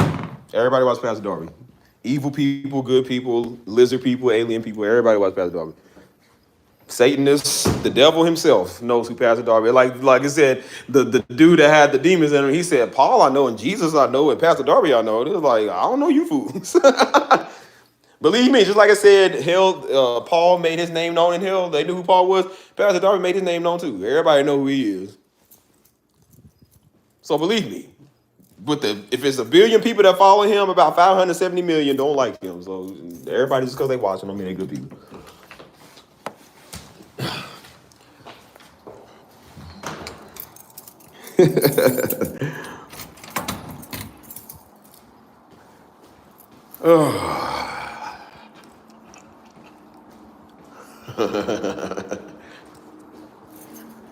Oh man, I really don't like spiritually weirdos. I'm doing everything I can to get them off. That's one of the reasons I'm doing this too, dude. He said, man, that's good. If she watched Rev, then she gets extra credit. Absolutely not. No, she don't. If a woman come to me and talk about she watched my daddy, I'm like, I'm already leery. Because daddy always warned us about that. He was like, he said, son, I want y'all to be careful. He said, because he was like, a lot of these girls know, because I don't know why people think that, but he was like, a lot of girls like dudes that are pastor sons. I was like, why? He's like, because they think they're marrying into royalty. He was like, you gotta understand, like, people like your stuff. I said, well, don't worry, Daddy, they'll never get me. I don't want them. I don't want none of them. Believe me, I don't. And that's why I told him, stop setting me up with these girls at these conferences, because you're gonna get their feelings hurt. He said they want to pass the son because it makes them feel like they're royalty so they can brag about it. I'm like, what a loser. Who wants to do that, dude? We are not royalty. We are just people, man. We are people. I mean, Daddy was a great man, but I'm just like, bro, at the end of the day, he's still a human being, bro. We are not the king and queen. We don't do that stuff. He said, son, be careful. I said, Daddy, you ain't got to tell me be careful. I would never. I would get with one of these hood chicks before I get with one of them. I do not like people like that, ever. They already thinking that owes them points anyways. You don't get points for the word of God, dude. It don't work like that. I'm sorry, like, it's just me. I'm like, but you don't get points for the word of God. You're supposed to do the word of God, man. That is not, that, like, I don't understand why people think that's so sexy. You're supposed to do that stuff, man. I ain't the one that said that. You're staring at it. Looks like that one girl I used to know. I thought that was us, a police car. I thought that was a police girl. I was about to say, oh, yeah, come and get yours for New Year's over. Come and get yours. And that's why I say, even with her, like, even when I was talking to girls, like, a lot of them was just like, they was changing their life. And they was like, yeah, I'm trying to go to church. I didn't say, oh, well, see, she's the one because she's trying to go to church. I'm like, okay, well, she's just trying to do the right thing. You're supposed to do that stuff. I look at the inside, like, what do you know? What can you do? What type of person are you? And then they do have a good heart. They do show off good things. So I'm just like, okay, well, you know, we can work with that. But just because you love God don't mean nothing. Like, bro, you can love God all you want to. If I'm not attracted to you, I'm just not attracted to you. It don't work like it. And then you try to use that like, well, I'll watch your daddy. Because women have done that. Well, I'll watch your father. So that does not win points with me. That actually manages points. I didn't even want him in the first place. So I'm just like, you really don't get any points, actually. I never really wanted you like it anyways. But they come over here thinking, because they know daddy, like, oh, I'll watch your father and see, you know, I thought that meant no. You thought.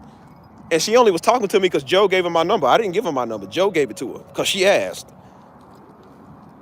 And I told him, I said, dude, don't ever give nobody my number, though, because then you're going to get their feelings hurt. See, that's why I say don't do stuff like that. You're going to get people feeling hurt. And then they got their feelings hurt because they realized that, oh, this ain't what you thought. Like, well, I didn't tell you to do that. You did that. I'm trying to tell you, man, like, as bad as these worldly chicks are, they are bad. But I'm like, bro, Daddy even said it. He was like, bro, people that are deep are some of the worst people to deal with. They will make your life a living hell before a lot of these girls do. I'm trying to tell you, man. I don't find it attractive whatsoever. I ain't got to worry about it, though. I ain't with it. And everybody can have their preference. If that's what you like, that's why there's nothing wrong with that. If you want to be like that, or if that's what people like, they like girls, like, okay, that's fine. Like, you like men like that, that's fine. Now, I'm not mad at you. You're not saying you can't do that. I'm just saying I don't do it because I grew up around it, and we seen some stuff. And I was like, that is really uncomfortable. It really makes me uncomfortable, for real. Like, I don't like it. That is so weird. Because people do that. They be like, oh, well, I watch his daddy girl, and I'm talking to him. I'm like, I'm not nobody special, man. Just because you watch daddy don't mean nothing. So what? So? Like, people really, they do that, though. They think we're going to be like, really? Wow, you watch Pastor Darby? Oh, my goodness.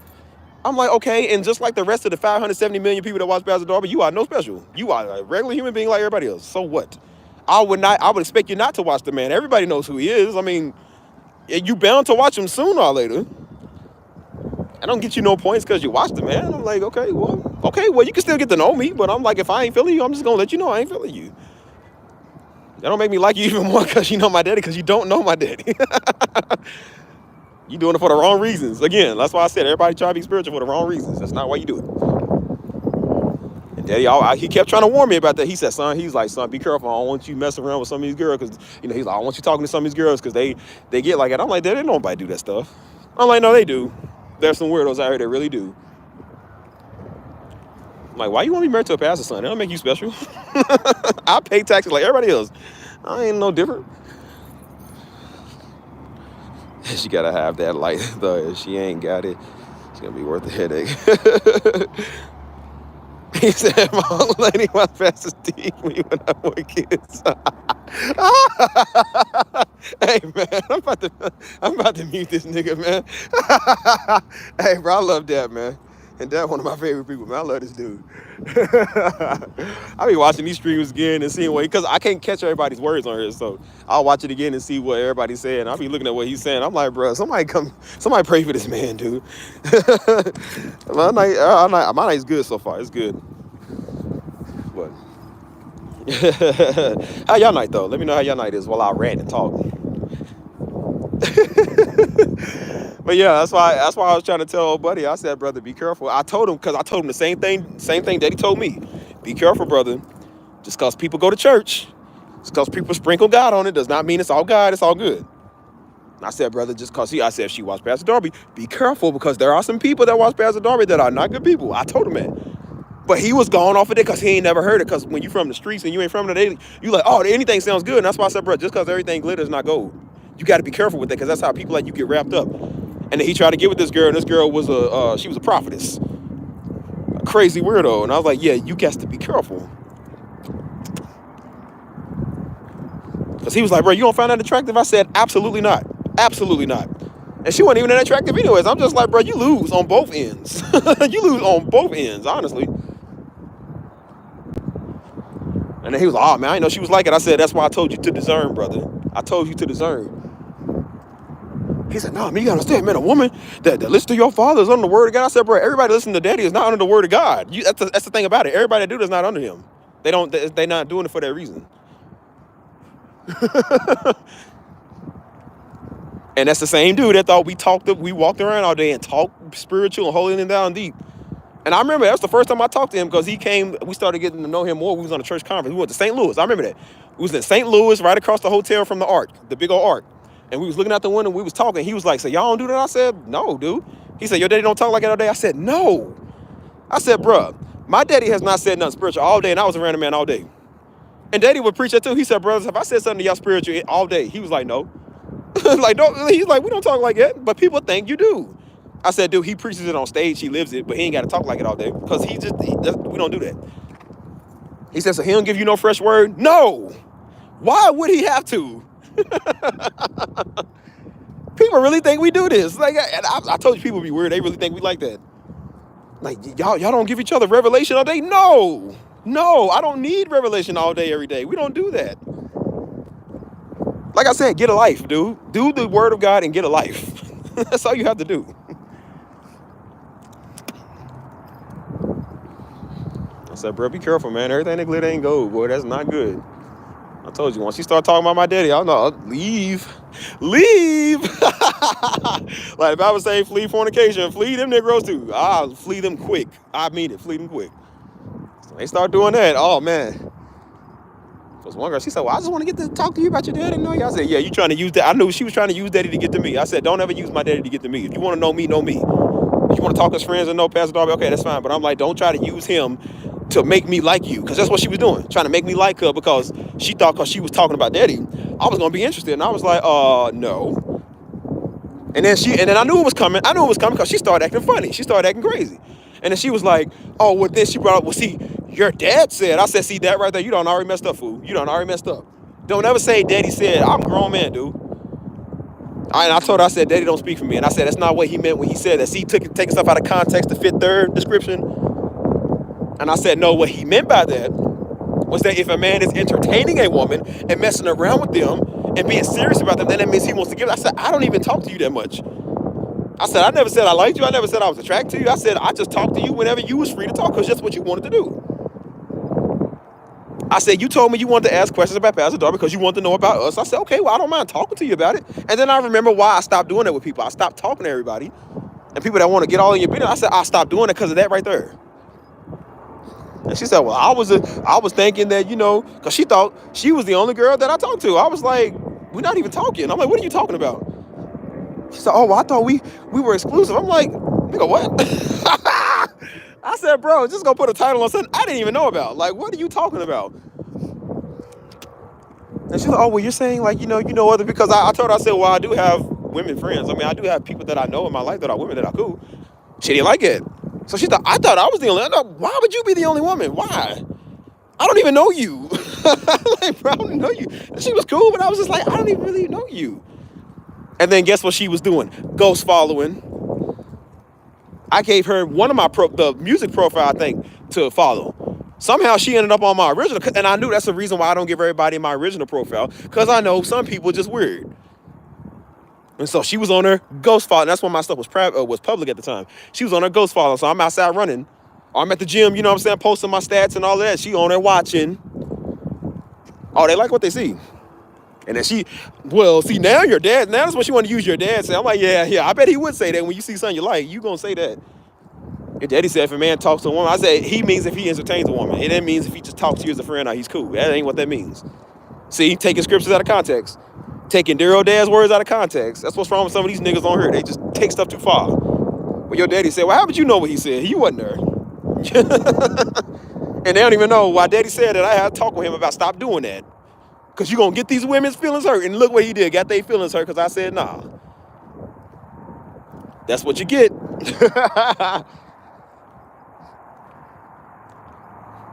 I said, look, you cool. I'm glad you read your word. I'm glad you pray. You spiritual, whatever. But I'm like, you don't win points for me for doing that. You're supposed to do that. I don't know what to tell you. That is not going to make me like you even more because you have a personal relationship with God. I didn't say that, dude. God told you to have that. I didn't say that. So I don't know why people think I'm going to like you even more because you do it. Have a relationship with God, man, and just be happy with that. Stop trying to win points with people. I never tell people that. That's why I don't tell people I'm a pastor's son because they don't need to know. Because I know some of them is weirdos. Like, oh, girl, he's a pastor's son. Oh, see, no, I'm gonna try to talk to him. Like, I don't win you points. I don't want that to win me points, man. I'd never use that. That's why I said I love it now that people don't know who I am. I love it because I don't have to use that to get points. Everybody that's in my life is legit and genuine because they like me, not because they know daddy's a pastor. And then when they do find out that daddy's a pastor, and they're like, oh, that's great. They say, hey, I never knew that. That's great. And they talk to me as normal human beings and they treat me as a normal person. And I'm like, that feels good. People ain't trying to get points off of you. People in my comments, man, they was, oh, man, I want you to meet my daughter. I want you to marry my daughter. I was like, brother. Just like, bro, what are we? I'm like, what are we? This ain't no arranged marriage, dude. He said that. He was like, you have to meet my daughter. I want to. Like, why? I don't want to meet your daughter. I don't want to meet you. I don't want to meet really most of the people on my page. I don't know you.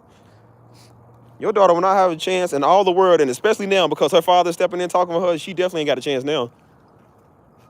And I said, no, you just want me to marry her so you can marry into royalty. Just like that weird family that went to our church that thought I was going to marry their ugly daughter because they wanted to marry into our family because they thought they were pastors.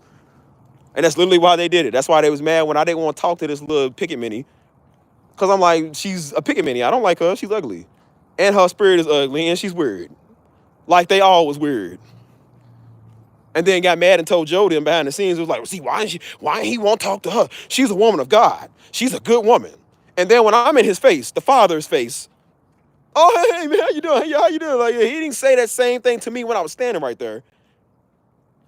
But then behind the scenes, he want to go to Joe and the other dude who was spiritually weird too. And I said, see, that right there, that would already lose points with her anyways because you stepping in for her. I don't want a girl's father stepping in for her when she talked to me. I want her to talk to me, and then I would meet that Negro. And then we would decide where it goes.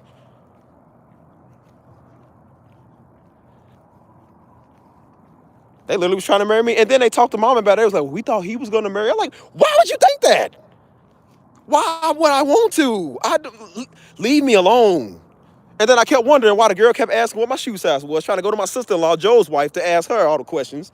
She was ghost following me, looking at what I'm doing. And then Joe came and told me, he said, the reason she like it is because she's looking at your profile. I'm up on stage doing music. She's sitting there staring at me. Just deaf staring at me.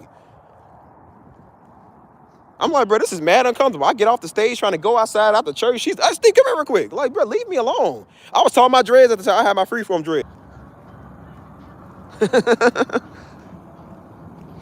Are we back, people? Let me know. Let me know what's up.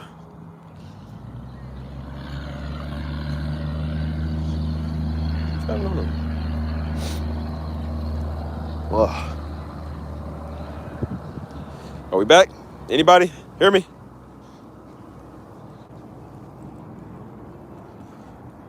I'll wait. We here? Okay. Yeah, man. Daggone, I think it's the daggone alley, man. It's like my phone service messes up from time to time. I don't know. It might be around that time of the month the bills due or something. I don't know. It always seems to act funny when money due.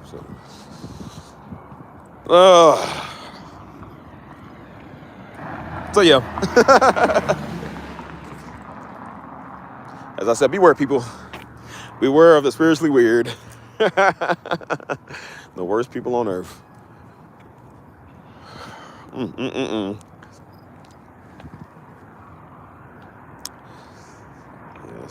Signal's still bad over here, man. So I'll wait for everybody to come back.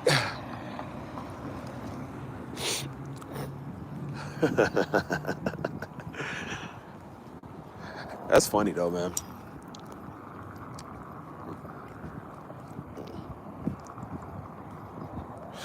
Well, it says only 3 people in here right now, so we gonna thug it out. Thug it out.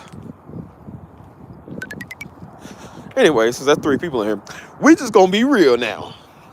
And I like it. I kind of like it, bro, when there's like that, not that many people in here. Like, I like it when there's 40, 50, 60 people in here, but I also like it when it's just like less than that. I like small stuff now, man. I love small stuff now. I don't even like big platforms and stuff like that because I'm like, you ain't gonna be able to talk and reach everybody. And I don't even want to. Said, dang, old girl wanted to be your lady. Bro, they do. Mike, that's what I'm saying, Mike. They don't understand that, man. Like, people really do this. Like, you know, usually how people want, you would think somebody want their kid to marry into somebody wealthy so they can have a wealthy family, or more marry into royalty so they got a royal family. People really think because they marry you into a pastor family, they going to be royalty. Like, Negro, you are going to be the same human being. That's not going to change anything just because you marry me, dude. I would never be happy. I keep telling people, I don't want somebody like me, dude. In a way I do, but then in a way I don't. I'm like, bro, I like when we are 2 different people. I don't want somebody with the same background just because I grew up in church and I'm a pastor's son and she a pastor's daughter. Like, no, man, no. I ain't gotta do that stuff. Because even Daddy said that. He said, because that's at the time, like I said before, he knew he was kind of doing a little too much. He said, son, I would prefer you kind of marry a pastor's daughter. I said, why? I said, Daddy, why do I want the same person I am? I said, no, dude, no, that's not attractive to me. I was like, man, leave Steve alone, man. Let Steve figure out what he want to do, bro. Oh, no, man, I ain't with that. I don't want to marry somebody. Like, we are not king and queen. We ain't marrying to royalty. We ain't do that stuff.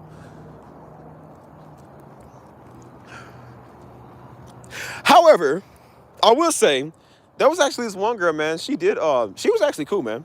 Which I haven't seen her in a minute. But she used to be on my IG. And she might still be there. I don't think she really uses social media, but she was up in New York. Because like I said, everybody knows us from all over the place. And so I think she knows Joe. She followed Joe first. But but she came to me and she was like, hey, you know, I know, she's like, hey, I watch your father. Because people do that. I have people all the time that hit me up like, hey, I watch your father, you know, like, you know, your father changed my life and stuff like that. And she was like, hey, like my peoples are actually up here. She's like, my father's a pastor too. Like, we do this up here and we watch your family and stuff. And she's Brazilian. She's actually Brazilian. And so they have like a Brazilian ministry. And so she was, like I said, she was cool. And so, like I said, we started kind of like, not talking, but just like, you know, kind of get to know each other and whatever. And she was like, yeah, I'm actually pastor's daughter and stuff. And she was like, you know, we do this and do this, blah, blah. And so we was kind of relating a little bit. And so I was like, I don't know. I'm kind of liking the option. But she was real cool. She was actually in, like, New Jersey. I think New Jersey. I haven't heard from her. I've seen her in a while. Like, I don't know. I don't really be keeping tabs on people. But she was cool people. I was like, okay, you know, she wasn't all deep and spiritual. She don't do that stuff. She was just a normal human being. Just talk like a normal human being. And I said, man, I can get to like you. I can get to like people like that. Wasn't no 55 scriptures and how many videos of Daddy she watched. She was just like, okay, well, you know, we watch your father from time to time. But she was like, you know, we support your ministry, you know, blah, blah, blah. Okay, what's up? How your day? I was like, wow, that's nice to have a natural conversation with. That was funny because I even ran into another girl that was, shout out Jersey. Whatever's in Jersey. I've never been to Jersey. So I don't know. But that was another girl I know, man, back home. It's funny, she's Mexican. And so she's her father is also a pastor. And so me and her, again, they didn't even know I was a pastor because I don't tell people. Nobody knows. And so like when I found out her father was a pastor and stuff, she told us. And I said, well, my daddy's a pastor. And so we both know what pastor's kid stuff is. We know what that is. And so we was just relating back and forth with each other. And she was just like, she was like, yeah, I know the struggle. I said, I know the struggle too. And so we was just relating and talking. I mean, we didn't talk like it, but like, you know, we was just cool. But we would talk like normal human beings. There was no deepness because I don't even think they like doing that stuff. Nobody likes doing that stuff. Like, we ain't no deep, ain't no Bible scriptures all day. We just talk. And I was like, man, it's nice to have conversations with people who just know us, man. Like, just know how to be cool. He's a Brazilian. That's all I needed to know, nephew.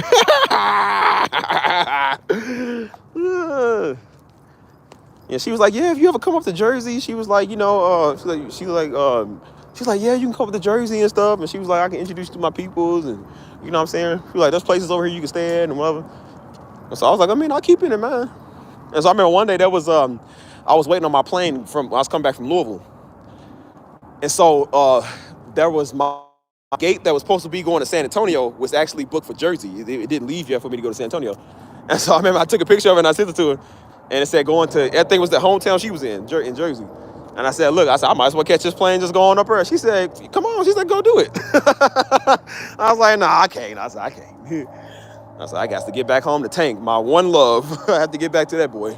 And she's like, dude, you should totally come up here.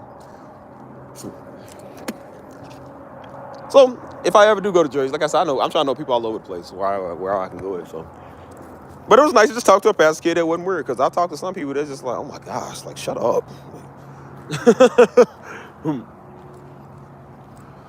So yeah, I never marry a pastor kid, never. I don't want somebody like me. I don't know, man. Just let people be, man. Everybody gotta do the same thing, bro. So like I say, even now down here at this ministry I go to, most of them don't know. Like I said, they don't know I'm a pastor kid. Even the pastor, he's cool, man, but he don't know that because he was a pastor's kid too. And so he was like, he grew up. He's like, he didn't really want to do too much ministry growing up, but he was like, he started doing it because I guess God called him to do it, and he been doing that for over 20 years. And so that's why I said me and him get along. We got a nice, not really like a relationship, but just like a connection. You know, like we cool. And so I talk to him and stuff, and that's why they don't understand why, you're good at serving in ministry, because it's like we grew up from it. We all know it. He don't know it. He don't even know that he's a pastor, because I don't tell people. I don't want people to know that. And when they do know it, they are calm and cool about it. Versus these Negroes. He's like, you met a girl from Jersey? No, she was in my DM because she watched. I think she knew Joe first, and then she followed me. And so I was like, that's why I said there was a girl in here that got the same name as her. So I thought that was her. So I thought that was her watching. But I ain't heard from her in a minute. Huh. He said, if I could do it over again, I want to.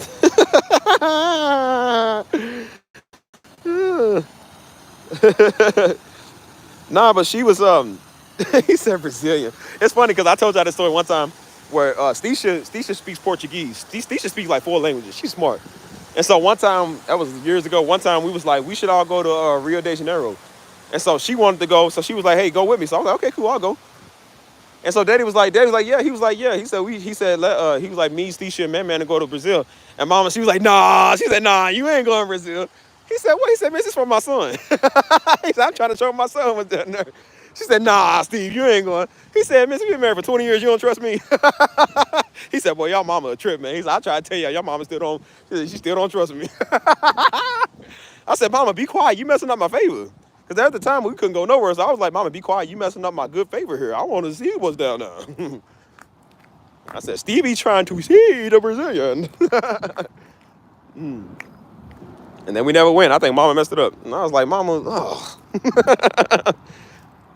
All you got to do is just say, because Mama, the Brazilians are black. I said, there you go, Mama. Let the Brazilians be black. Let me go see the black Brazilians. But her Brazilian, she was, because they come in all colors. They are really beautiful people, man. Like Brazilians, because they mix with everything. They mix with like every color. And so she was like more like I guess like a tan color or whatever. But she was very pretty, very pretty. So I said, I don't know. I don't think I've ever talked to a Brazilian. I don't think so. Not that I know of.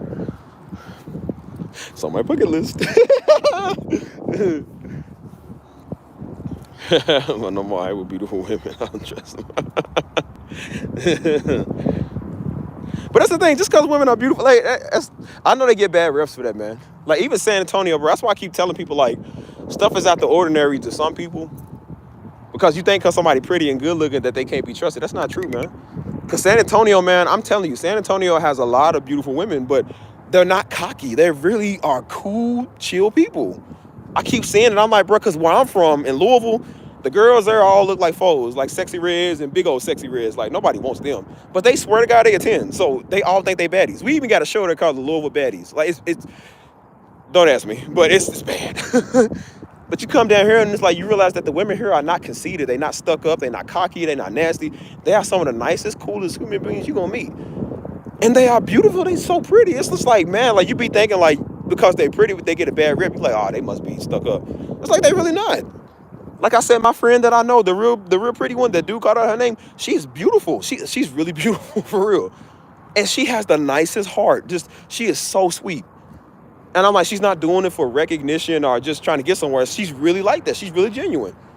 And so that's why I said I like being around people because they just so nice.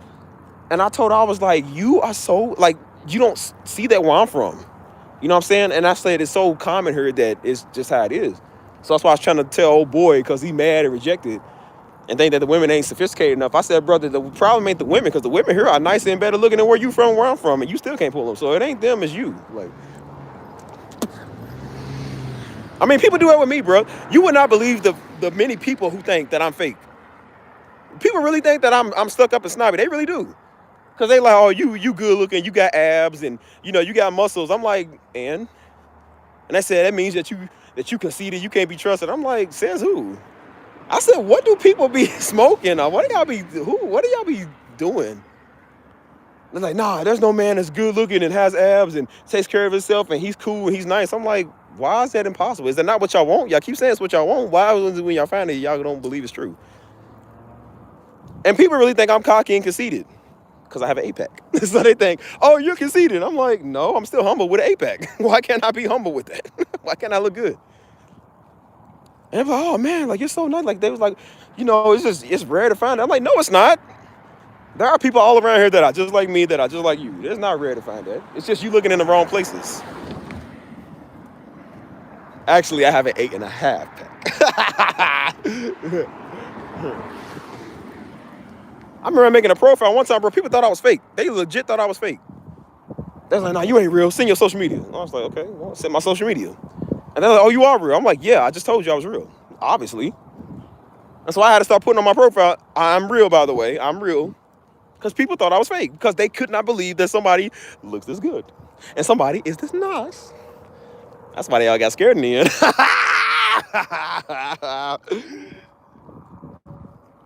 They were scared that I was going to leave them. I wasn't scared they was going to leave me. They were scared I was going to leave them. There was only one, like I said, there was only one that I was just like, oh, man, she's better than me. I got to make sure I'm on my A game. And I said, I don't want her to know she's better than me. Nobody's better than Steve, except the Lord. I was like, I got to make sure she don't know she's better than me.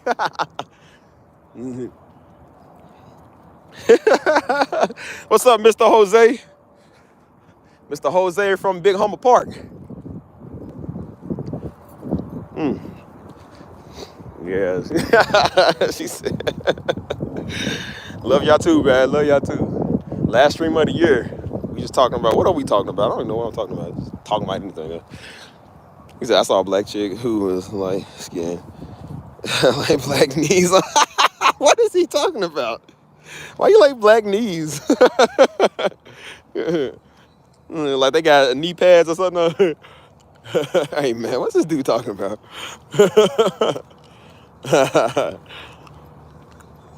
Nah, but I'll tell everybody, I'm like, bro, that's all type of somebody out here for you, man. Whatever race you prefer, whatever, you know, like I said, man, I mean, you prefer him love God. I do. That's what I look for. I'm like, I look for a woman that do love the Lord. But also I look for a woman, like I said, she good looking too. She take care of herself. She ain't using those to just get points with you. Your own personal relationship with Christ is your personal relationship. Because if you get with somebody based off of that and then y'all break up, and you was only doing it to get to them, you ain't gonna pray no more. You ain't gonna love God. You was only doing it because you was trying to impress them. I don't want to use that to impress nobody. Like I said, you shouldn't just get points because you live on your own and pay your bills. You're supposed to live on your own and pay your bills. I think everybody should do that. So, you know, I love the fact that women are independent, but I think everybody need to be independent. I mean, it's just how it goes. You don't get points for being a grown-up. We grown-ups.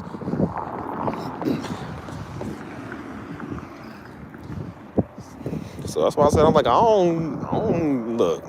Stevie done been around the world. Stevie know a lot of people. Why people try to limit you to what you can and can't do. I said, bro, I knew somebody that was in Turkey. Somebody I used to know in Istanbul, dude. Like, and they are beautiful. And you know, Istanbul was where the capital of the Constantinople. I think it was one of the first Christian civilizations, the Byzantine Empire, one of the first Christian civilizations over there. And she was like, they still got a lot of that over there. And I was like, man, I want to see that. And so I was about to schedule a trip to go to Turkey. I remember that back in like 2015, 16. I was going to go to Turkey just to see that. And she was beautiful. I was like, There are a lot of people around the world that love our Lord of all colors. So I said, miss me with all that stuff. You got you stuck with a person in Louisville. Man, please. Experience the world, people. I always tell her, I tell everybody, I tell black women that, I said, look, there are black men out here that love you. He might not necessarily be in your city, but there's a black man out here that love you, that look good and love the Lord and will take care of you. Don't settle for less. And if you can't find a black brother to do it, go find a white dude. Go find a Hispanic. Go find somebody that's your type. There's good-looking people of all races. They're going to do you just as good. I know for black women, it's a little bit different because I know they do kind of like to stay more within, like, you know, maybe it's just more of their preference. Most dudes don't care. We don't care. So I don't care. You look good to me. I love you. You can be green as that grass. I'll be the first man with a green woman. A She-Hulk, if you will. Hold on. It says, sure. Yeah, I'm coming to Chi-Town, man. I need to go to, I ain't been to Chicago since 2015. Because the last girl I knew, she was from Chicago. So we was going to go over, I was going to go back to Louisville. And I was going to take her with me. And we was going to go up to Chicago. It's like 5 hours away from Louisville. And so, hey, Jose, do y'all know about Louisville? Do y'all know about Louisville up in Chicago?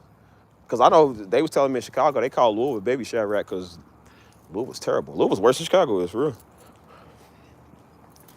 She said a green woman. I didn't know wrong with a green woman. She's still a woman. I'd rather be with a green woman than a black man. Anything that's a woman. If she's an alien, I'd rather be with an alien woman than be with a man. I know that much. Green women are people too. Green giant. I told you dudes don't care. Girl look like a character out the Star Wars saga. They'll still date it. She's pretty. They'll date it. Dad is from Chicago. I need to go to Chicago, man. I miss Chicago, man. Chicago, one of my favorite cities. I ain't gonna lie, bro. It's one of my favorite cities. But yeah, that's what I said, man. That's all type of I was even talking to my homeboy from New York. Because his girlfriend or his well, he married now to another one, but he was like, his baby mama was from New York. He was like, he said a lot of dudes in New York don't like girls in New York because everybody hard up there. And so they was like, yeah, a lot of the girls talk like the dudes, like they talk like the Bronx, you know what I'm saying? Like they talk like that. And so he was like, that's not attractive. He said, because we talk like that. And so I was even talking to a girl from the Bronx, man. Like she came to Louisville one time. And she was talking about how she's from the Bronx. I mean, this girl, she was basically talking about, she talked like she was ready to square up. Like she talk hard. Like she talk hard. And I told her, I said, so you from Brooklyn? I meant to say the Bronx, but I keep mixing up Brooklyn and the Bronx. She was like, don't ever do that. She's like, yo, we don't like that. And she's like, no, son, get that right, man. I ain't from Brooklyn. I'm from the Bronx, man. I was like, okay, well, my bad. I mean, she probably fight me. This girl, she talk hard too, bro. She said, nah, I tell so many fools get it right.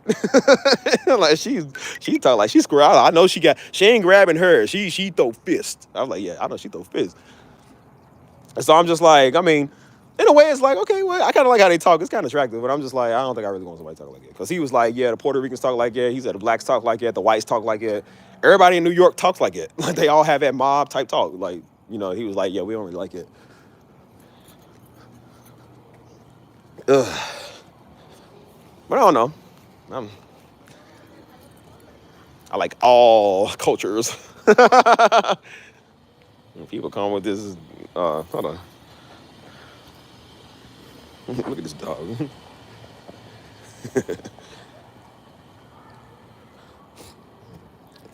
Yeah, I love the Ricans, man. I love the Puerto Ricans. I said Puerto Ricans is cool, man. They cool. And so I told my other homeboy that's from New York, he's from the Bronx too. And so I said, bro, you might know this dude, because one Puerto Rican, one black. And I said, you might know this dude. And so he was like, he said, man, what's his name? I told him, I said his name. He didn't even know he was Puerto Rican. I said his name is Paul. He said, is he Puerto Rican? I said, yep. He said, because most Puerto Ricans, their first name is Paul. I said, yeah, how'd you know? He said, yeah, because most Puerto Ricans' name is Paul. He said, what do you look like? I said, look, I want to make sure you ain't got no bad blood with each other before I introduce y'all. Cause I'm like, I don't know what sets y'all from, if y'all from some sets, but cause I know the black dude, he was affiliated before. He was with some Crip set. And then the Puerto Rican was affiliated with like a blood set up there. And I was like, at that time they ain't no more. But I was like, let me make sure y'all ain't got no, cause I don't want to bring y'all together thinking I'm bringing the brothers together and y'all over here, I done caused the massacre. So let me make sure y'all, and I showed him a picture. He's like, y'all don't know him. And I was like, because the other dude, the dude, he was like, yeah, he said, I had some funny dudes talking, man. They moved away. He said, they was talking real funny. He talked with that New York. He said, they was talking real funny. He said, I want to make sure I know this dude. He said, because if I see this dude, I'm going to break his face, man. And I was like, all right, let me show you who he looked like. And I showed him, he's like, yeah, I don't know him. I was like, just make sure. If I introduce y'all, I don't want y'all, because they both can fight. I said, I don't want y'all ever fighting. I said, I know you from one set over here, you from the other. I'm like, make sure y'all cool. Y'all don't got no bad blood. So I don't know why, but I can see you with a Rican woman or a white woman. No, why you say that? You gonna have some people mad over here. Don't say that. That's how he done went up to that white girl. I mean, I used to talk, bro. I used to talk to hold on. Yeah, I gotta go to Humble. I even told the old girl I knew, the Puerto Rican. I said, you gotta take me to Humble Park. And she was like, I ain't been there in so many years. I said, bro, we going. You take me to Humble Park. I'm definitely seeing that. It's a street up there called Wasbania. You know what I'm talking about, dude? It's a street called Wasbania and something. I can't remember what the corner of it was, but I don't know if that's considered Humble Park or not. But yeah, that's why I said, like, I used to talk to white girls, man. I talked to white girls before. They cool. They not bad people, man. They not bad people. It's just they not really necessarily my preference, but they cool just like everybody else. I'm like, they ain't bothering nobody. They super nice. They super humble, super polite. They not, people put this negative stereotype on them because they don't like white people or white girls. Like, they don't all act like that. The same way all black women don't act like that. It's just you got a handful of people that do some stupid stuff. I've never experienced it. So, and even the nasty black girls, like, I've never experienced them because I don't talk to just anybody. So they've never done it to me. So I like I said, I don't say everybody's like it because I don't deal with it. So that's just people's preference. Like I said, I don't care, man. Like, whatever color you is, man, I don't necessarily prefer, somebody white. I mean, I've always kind of liked somebody darker than melanated color. Like I said, more like Hispanic or black or Caribbean or whatever, which is still black, but, somebody else might think differently. Black folks from Chicago are really from the South. They really are, though. The blocks over, watch people. Yeah, I know, man. That's nuts up there, dude. Like, I be praying for my Chicago folk in New York because they act the same. I pray for the Louisville folk, man. They be the ones crazy. I know one thing. I never dated a girl from Louisville. Ever. I had to tell one girl that before because I'm like, we really did like each other. I ain't gonna lie. She was a white girl. Like, she was cool. She was really cool. I'm not even gonna lie to you, bro. She was really cool. She was very humble. She had the same mindset as me. Like, she was super, super cool, man. She never did that stuff. And so I was kind of like, man, like, I don't really mess with white girls like that. But I was like, she was cool enough that I was kind of like, okay, well, let's see what's up. And then I talked to her right before I moved to San Antonio. I was talking to her. I was like, hey, well, how's this going to work? And we couldn't really make it work. And she was scared. And like, they all get scared and get mental. And it's like they all do that stuff. And I don't got time for that. And so I was just like, I mean, I'm glad it didn't work because I didn't want to date nobody from Louisville anyway. That's the whole reason I moved. I was like, I don't mess with nobody from Louisville. I don't deal. But I was like, she was actually a good candidate. I was like, wow, I'm actually surprised I like this person that much. Like, I was willing to talk to her. And so that's why I said, I'm like, bro, there's people of all races, that's cool, man. I ain't never had a problem with no white, no black, no nothing. Like, so what? I knew black Colombians, man. I know black Colombians. I know somebody from Africa, man. I think they watched the ministry. They hit me up before. Like, there's beautiful people all over the place, man. They ain't just on no one color, man. It ain't just black women. It ain't just white girls. It's anybody who's look good. They look good. I be telling women that too. I'm like, bro, don't feel like you got to be miserable with somebody that you ain't happy with. Like, you got to stay stuck because we got to date within our race. Or you got to date somebody because we all are Christian. Like, bro, if you like somebody of whatever color, man, go do that. If you got a type, okay, find the type that you got. Like, don't complain about it. Don't listen to people because people ain't happy. That's why they on your page talking. That's why they on my page talking, messing with me because they not happy. Hold on. And that's fine. That's why I said, like, I know some girls, man. I know some girls that just, they don't like white guys, and there's nothing wrong with that. I know some girls that don't like black guys. There's nothing wrong with that. They don't have to. Like, bro, if you don't feel that, then that's fine. Because I know some black girls that don't, I know black girls that don't even date black dudes. They don't even like black dudes. I'm not offended. And like, well, see, that's offensive. You got them, like, bro, they can do whatever they want. They grown. I don't care because I don't want you anyways. And if I did, I'll just go find somebody else that want me. Who cares? Everybody's so daggone rejected nowadays that if you say something about it, it's, oh, you're racist. Oh, so you know, like, bro, you don't have to like white people. You ain't got to like black people if you don't want to date them. Like, date whoever you want to. Ain't nobody business.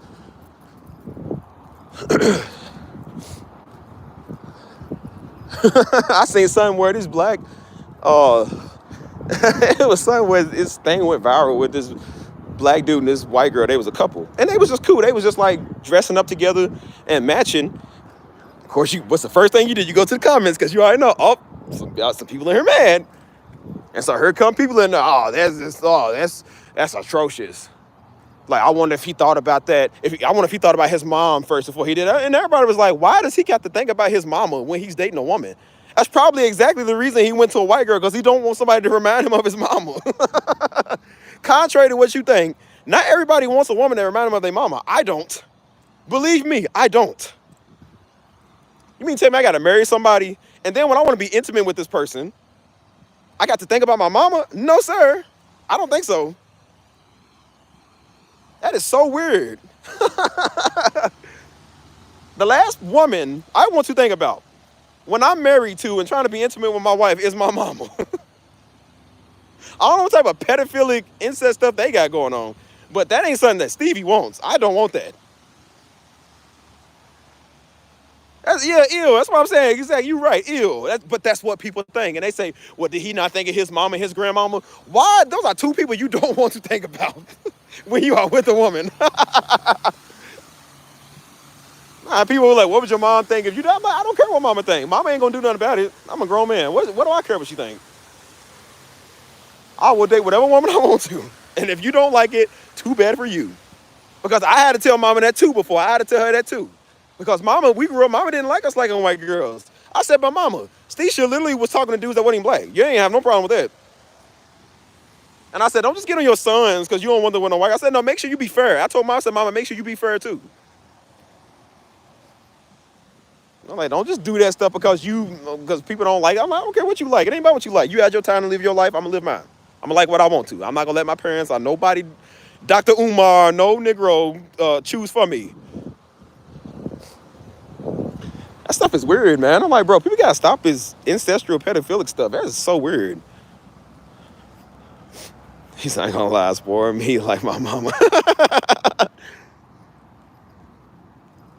Like I said, when you with your woman, she your woman. But I'm like, I don't want my woman to be like my mama. I want her to be my woman, and I don't really want her to baby me, man. Like I said, I mean, we take care of each other. We like, oh, baby, come here. Like, that's my baby. But I'm like, don't baby me like my mama do. I got a mama. I don't need you to be my mama. That's so weird. And I said, that's probably why a lot of dudes, bro, that's probably why some of them are going to different colors, because they don't want to think of their mama, man. They tired of feeling like they got to think of their mama when they with a woman. That's so weird.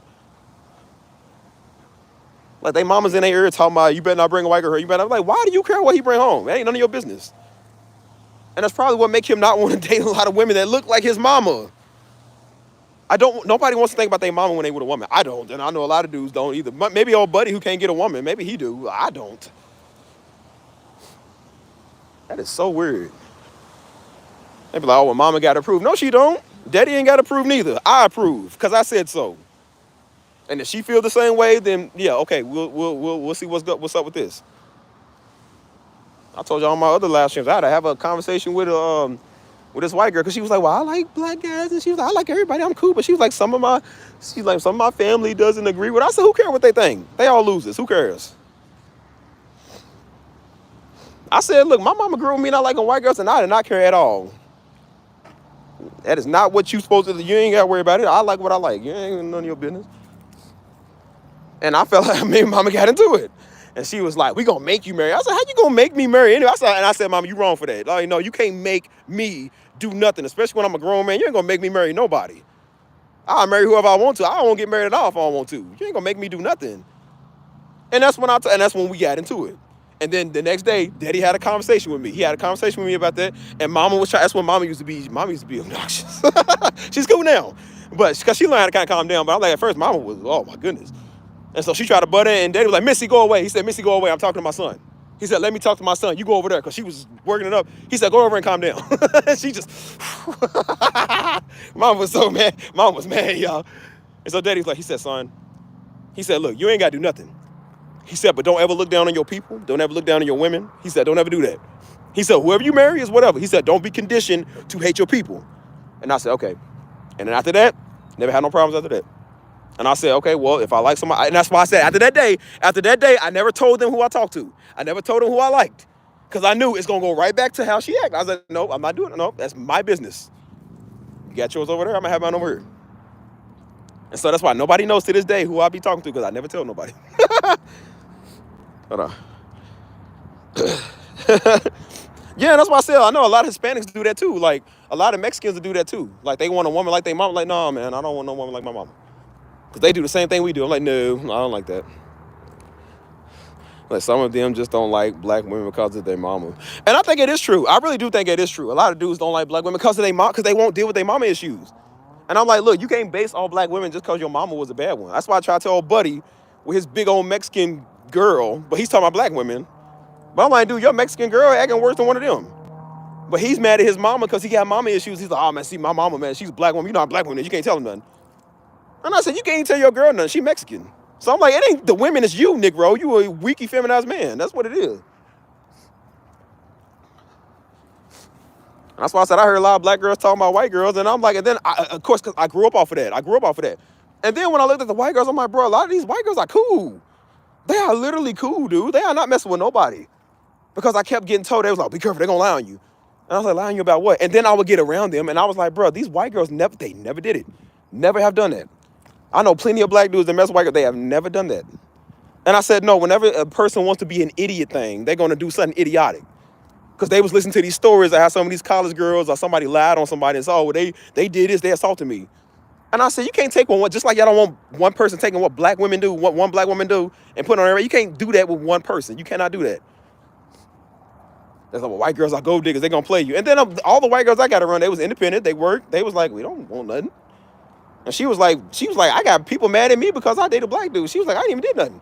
And she was like, they be giving me the dirtiest look. She was like, what did I do? And she was like, do you know what that is? She's like, I don't understand what that is. She was like, why do they do that? I said, a lot of people are inferior because they feel like, how dare you get the man that I want? He didn't choose me, so I'm mad he chose you. Like, that's pretty much what it is. Like, me and my friend back from the city, Kat, one of my best friends, she was like, we went to go get something to eat. And we not together, we just cool. We just went to get food together. And she was like, I couldn't help but notice these group of women was just, she said, they gave me the dirtiest look. She was like, why? She's like, why did they look at me like that? And I said, you know what it was? Because she was with me. And they thought we were together. And I said, a lot of them, when they see that, for some reason, people get inferior. They get jealous. And I'm like, well, it's okay because I don't want you anyways because you're from Louisville. I don't know what they was jealous over. You would never have a chance with me anyways. Believe me, you're not my type. And I said they was mad because a lot of them would see that and be like, oh, well, see, no, white girls are stealing our men. I was like, no, they don't. Again, ain't no white girl ever bust down no door and stole a nigga. Every white girl I talked to because I wanted to. Every white girl to talk to me because we wanted to. We both had a mutual thing. Wasn't nobody forced to do nothing. That's why I said stop all this. That's what people say to handicap themselves because they can't get one. Like old buddy, when he says women ain't sophisticated enough because he can't get one, I said that's what a lot of black women will say when they can't get one. So now he don't like black women. No, that ain't true. That ain't true. He just don't want you. Because I know plenty of black women he will snatch up in a minute. I ain't never seen a beautiful, intelligent black woman single because she can't get one. She's single by choice. She ain't single because she can't get one. Everybody wants one of them. Those are the rarest things walking the earth. It's hard to find a single one because they always with a white dude or somebody else. They ain't never single unless they want to be, unless they shadow ban themselves or something. People just say whatever because they reject it because they can never get nothing. That's what it is.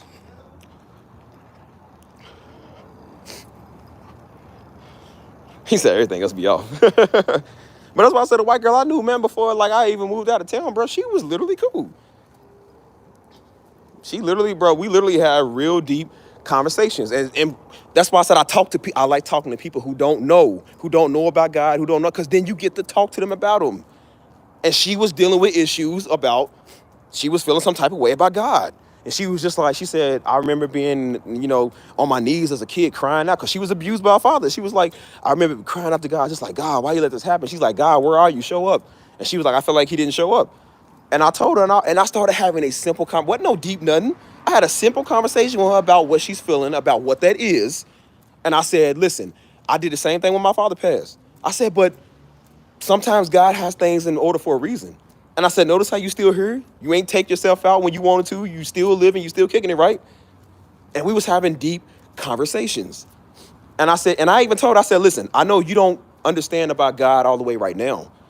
And I told her, I said, that's okay. I'm not here because I don't force stuff on people. I'm not forcing Christianity on you. I'm not telling you you're going to hell and you ain't Hebrew. I'm telling them, listen, God loves you. I know you don't want to hear that right now. But I said, just let's have a mutual understanding. I said, as long as you're around me, I said, you ain't got to agree with the big man upstairs right now. I said, but as long as you're around me, don't be blasphemous. Do not use the name of the Lord in vain. Do not curse his name in front of me. Do not say nothing blasphemous in front of me. And we had an agreement. She was like, okay. And I was like, okay. And I could work with that because I knew she's hurting. She's hurting. I don't expect everybody, like I said, people be mad at God because they don't understand. I'm not like, oh, how could they dare? I'm like, you understand, people don't know. They don't know nothing. They already mad at God. You're not going to reach them by telling them they're going to hell. They just going to hate you and God even more. And I said, let me show them the love of God. Let me show them the love of a man too. Just talk to him. And she was like, I've never talked to anybody as much as people say that with me. They have never talked to anybody as much as they've ever talked to me. So those conversations meant something. So that's why I said when we didn't work out, you know what I'm saying? Like, it's upsetting. Because you're like, oh, man, we had something deep. But I'm like, you know, she was cool, though. Just because she was white didn't mean she was bad, bro. Like, we had a good conversation. And I wasn't really into white girls at the time like that. Like I said, I don't really care that much no more. But she would have made a good candidate. So, you know, I talk to women of all races, man. They cool. They cool. Like I said, Steve, if you could have 13 wives like we did in the Bible days, we ain't no Hebrew Israelites. We don't do that old stuff no more. We ain't Solomon. All right, Dev, man. Happy New Year to you, man. We're going to see you in 2025, man. Yo, 2025 going to be one of the greatest years of your life, brother. I promise you. Keep hope alive, brother. And stay warm on the other side. Hold on.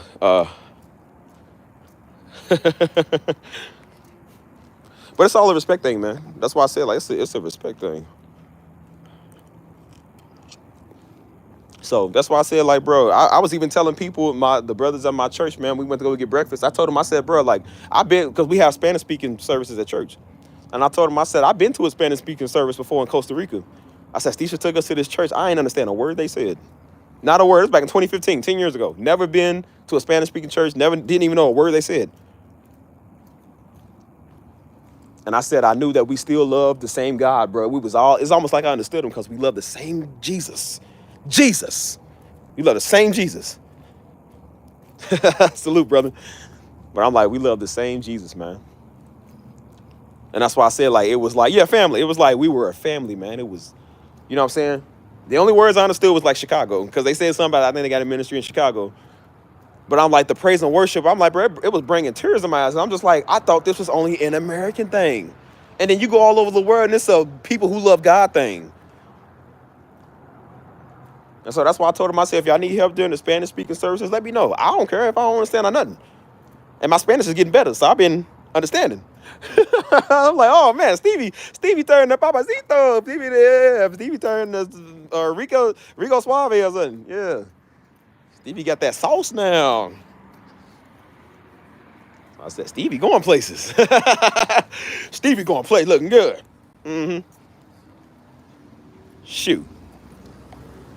That's why I tell everybody, miss me with that color stuff, man. Shoot. Like I said, you don't get no points for loving God. You're supposed to. But if a woman do love God and she's whatever color, okay, what's up? That's what's up. I said, Stevie, you'll be on the first plane to Brazil. Good night, ice cold. Ice, baby. Good night. I tell everybody, that's a big word I heard. I was telling people, man, I remember I was even talking to Deja the other day. And I was like, I said, man, that was a time, man, because I look all over the world, dude. I look all over the world, and I'm just like, bro, the world's a huge place. And I'm over here, bro, I'm just choked up. I'm over praying like, God, before the world ends, let me see that. Let me see that. I've always wanted to go to India, dude. Like, I've always wanted to go to even Russia. I want to go see a lot of those Ukrainian spots, like stuff you see on TV. Just call us.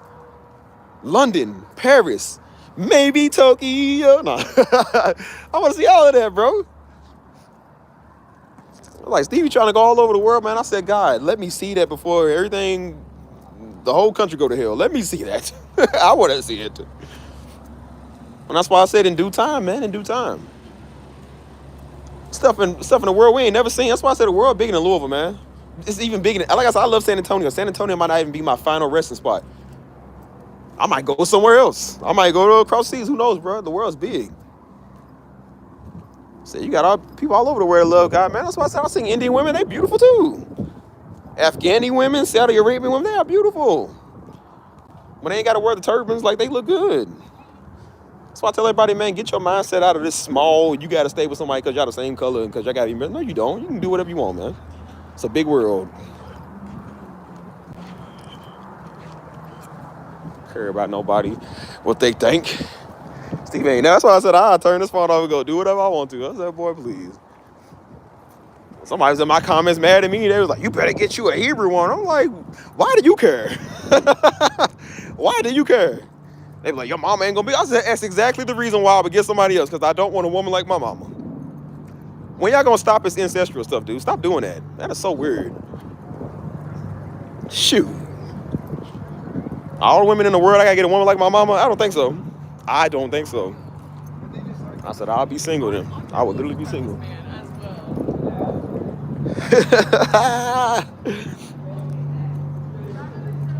Shoot, Paris, Peru, Iraq, Iran, Eurasia, yes sir. And that's why I said I seen those Iranian people, because you know Iranian people, they Persian. I guess they're the modern day Persian, but back in the day, I think those was the Babylonians, I believe. I mean, I'm sure they're not the original people over there. I don't know, but they beautiful people. That's what I said, and it's not all what you see off TV, man. That's why a lot of them was saying, they said our country gets such a bad rep because the United States keeps making like everybody's a terrorist and bad. And they said they don't show you the other sides. They was like, it's not all suicide bombers. They said, and I even talked to the girl over in Turkey because, like I said, a lot of them are Muslims over, and I told her, I was like, I said, so why do y'all believe in, blowing people up? And she said, those are not Muslims. She said, those are extremists. She said, those people are not Muslim. They are extremists who take it too far. And I said, I know, because every religion got people that take it too far. Like Christians, like the Negro, Hebrew Israelite weird Negroes coming here messing with me. They take it too far. And she said, those people are not Islam. They are extremists. We don't claim them. She said, we don't like them. We don't kill people like that. We don't do that. And I said, I always wondered, because I was like, how could you be in a religion where it tells you to blow yourself up? And she was like, no, those are extremists that do that. We don't do that.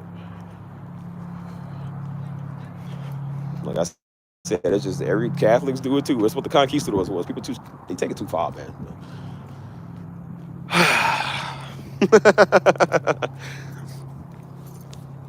He said, Miss Missy on the highest level honor, bro. Bro, I'm trying to tell you, man, I don't know a woman stronger than mama do. I'm trying to tell you, bro. I don't. When Negroes talk about women, boy, you do not know. There's women stronger than men. I believe it now. I believe it now. I didn't realize all throughout the years what mama had to deal with, dude. I did not know that. Because like I said, Daddy wasn't always an easy man, bro. Sometimes Daddy had his ways, too. Sometimes Daddy hard-headed. And mama got to talk to him because he's hard-headed.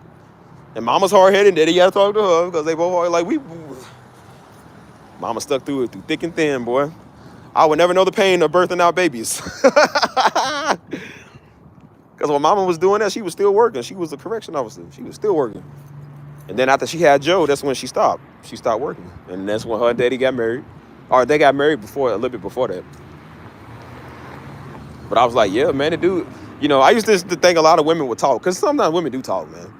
And so I'm like, oh, they act like being a mother's so hard. I'm like, no, it is. It really is. You got to give up your life, man, to be a mother. You have to give up, because mama had to stop doing her career and doing what she was doing to be a family woman. And she had to take care of us and take care of Daddy. And those are not easy tasks at all. And she said, sometimes I run my bubble bath and just cry. She said, sometimes, you just get in there and cry and just relax. She said, I had to do what I had to do. And I'm like, no, sometimes being a real woman, that's being a real woman right there. That's not an easy task. Definitely not.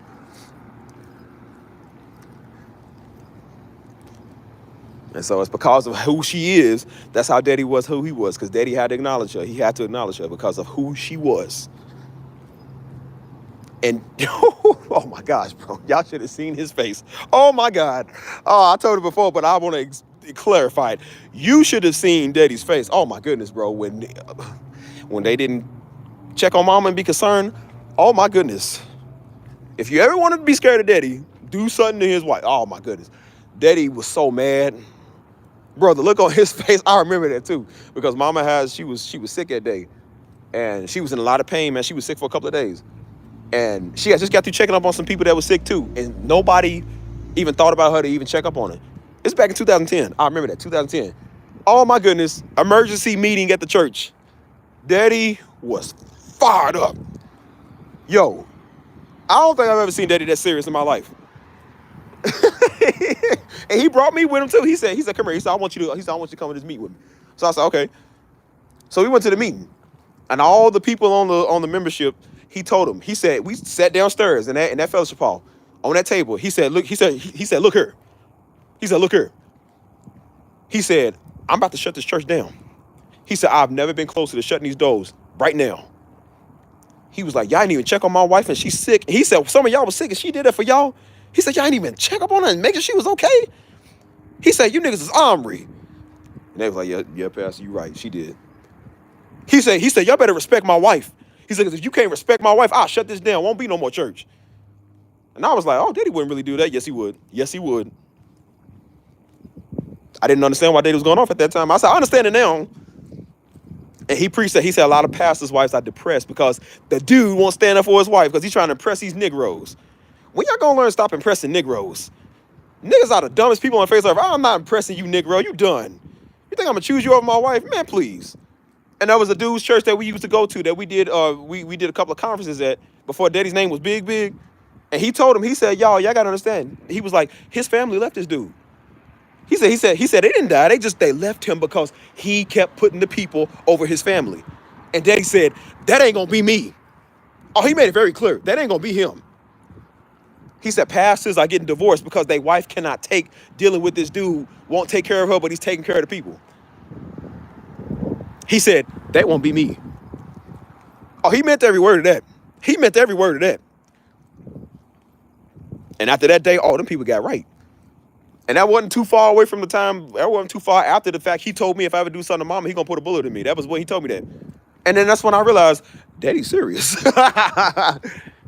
And then you realize all the stuff mama had to do behind the scenes. Of course he would take up for that woman. Of course he would. That's his strength. And so now that's why I'm the same way with mama. And I swear to God, I wish a Negro would come here and do something. I wish you would. You wouldn't live to see tomorrow. You wouldn't make it out there. I don't even want to think of that scenario because I'm just like, ain't gonna be nothing good. Steve ain't gonna be a free man no more. So I'm just gonna tell you that now.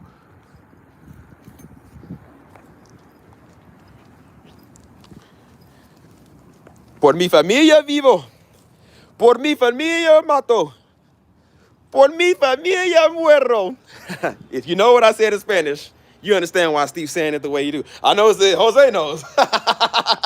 Translate him in English, Jose, for them that knows what that means. Translate it for them so they know.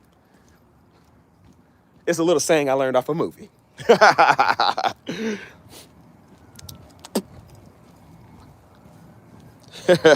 said, I won't. Pretty much what it means in Spanish. I'll translate it, Jose, don't worry. Pretty much what it means in Spanish. It says, for my family I live, for my family I kill, and for my family I die. And I mean all those words. I mean all those words. I don't care about a Negro. Please, I would take your last breath if you ever do something to my family. I mean that. And I mean everything I say. I don't care. I don't got a reputation to uphold. That's why I said I know the day's coming where one of these weird Negroes gonna get in my face. I know the day's coming, and I'm gonna be ready for it. You ain't gonna even see me take off. You're gonna be sitting there with a cracked cranium because you talking crazy. I'll wait on the day you do. That's why people say, man, do you fear somebody stalking the ministry? God, I wish they would. They wouldn't stalk anybody ever in their life ever again. I said, what people think we just loving, we don't care? Man, please.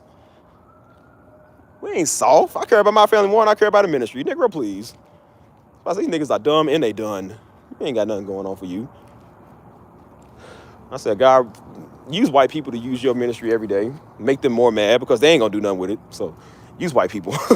Use Hispanics and Indians and everybody else that want to be used. Use the rocks to cry out to you because them Negroes ain't. I said, use good black folk that want to do your word. Use your real Hebrew and your real Judah. Don't use these Negroes because you ain't gonna use them anyway. Them niggas are stupid. So how do you respond to people who won't understand that there are people? No, I need a better explanation of that question. So that man can be the best car in the world, but his wife is the guest. Exactly. Exactly. So we're gonna understand, man. That's why I said, like, bro, we need people, man. Like I said, a man needs his wife, man. That's why I said they said good. It ain't good that man should be alone, bro. Adam needed Eve, even though it was all Eve's fault that she ate the apple, and now we have sin because of her. So,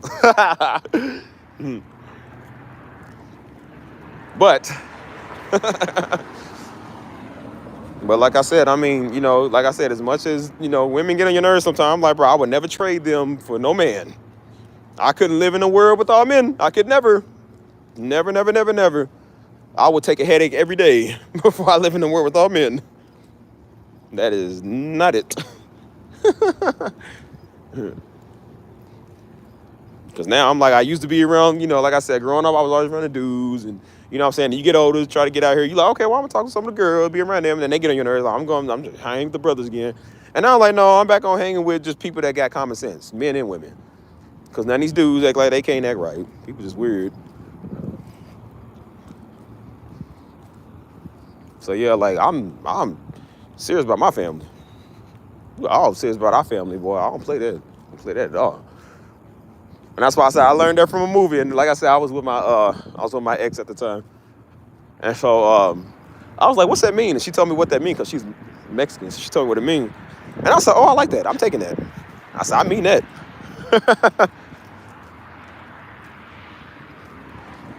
So I let people know. Daddy was like, that's why I said, I think Daddy's sweet, man. Daddy was not sweet, dude. Daddy was ready to catch somebody over there. Like, and he said, when I marry off my daughter, he said, I'm going to sit this dude down. He said, I'm going to put that Glock on the table. He said, I'm going to sit down and tell you, if you ever do something to my daughter, that Glock's coming for you, boy.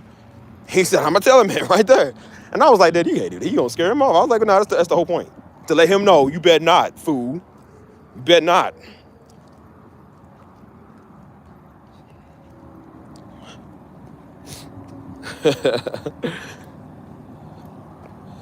Yeah, dudes, we get dudes. Sometimes. We understand each other. No, you good, you good. Some dudes get dudes a little too much. Like, oh, buddy. He's like, oh, yeah, he calls us the woo niggas. You know the woo, right? Pop Smoke and them, the woo.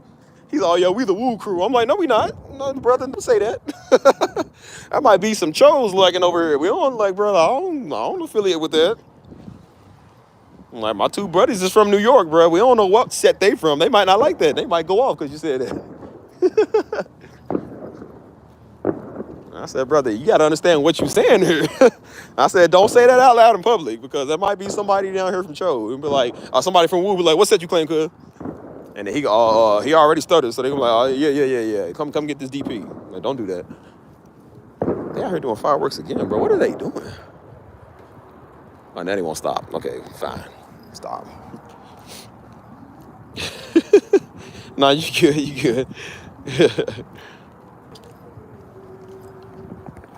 He's like, oh, y'all want to hang with the bros. Like, yeah, I bet you would want to hang with the bros, wouldn't you?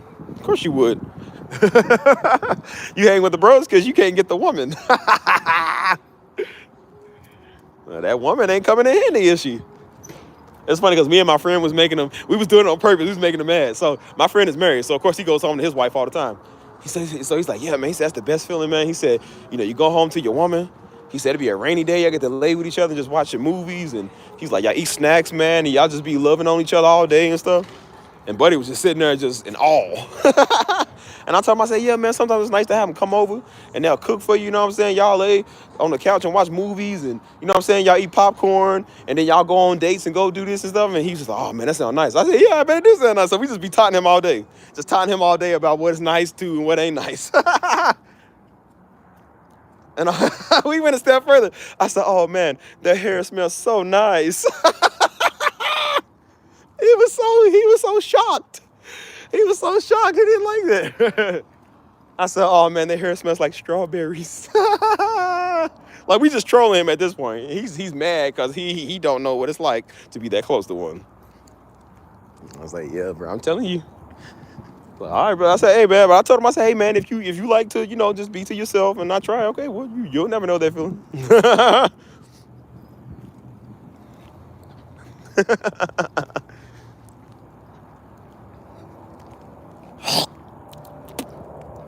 I said, their hair's so soft. The hair smells good. I said, they wear this like the mango lotion. I like, they wear the perfume. I said, it smells so nice.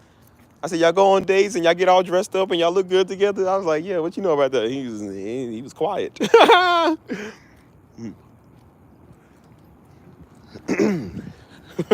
I said, when they give you hugs, I said, it just feels so affectionate. It's so nice. He said, oh, yeah, is it for real? I was like, yeah, it really is, brother. It really is. I said, brother, I wish you too could know what this is like. We throw it in his face on purpose. We sure do. Yeah, we sure is. Because that's going to make him move. Yeah, hey, tell him, Dap. That mango lotion is the nectar. We like that. And that's why I told him, I said, it's going to piss him off enough to make him want what we talking about. I told him, I'm not enabling him no more. I'm not enabling him. Like, no, bro, I'm not going to get you a girl and, oh, hey, it's okay, man. Like, no, it's not okay. You missing out, brother. You missing out on the love of a woman. You missing out. I said, trade mommy's love for another woman's love, brother. You'll be okay.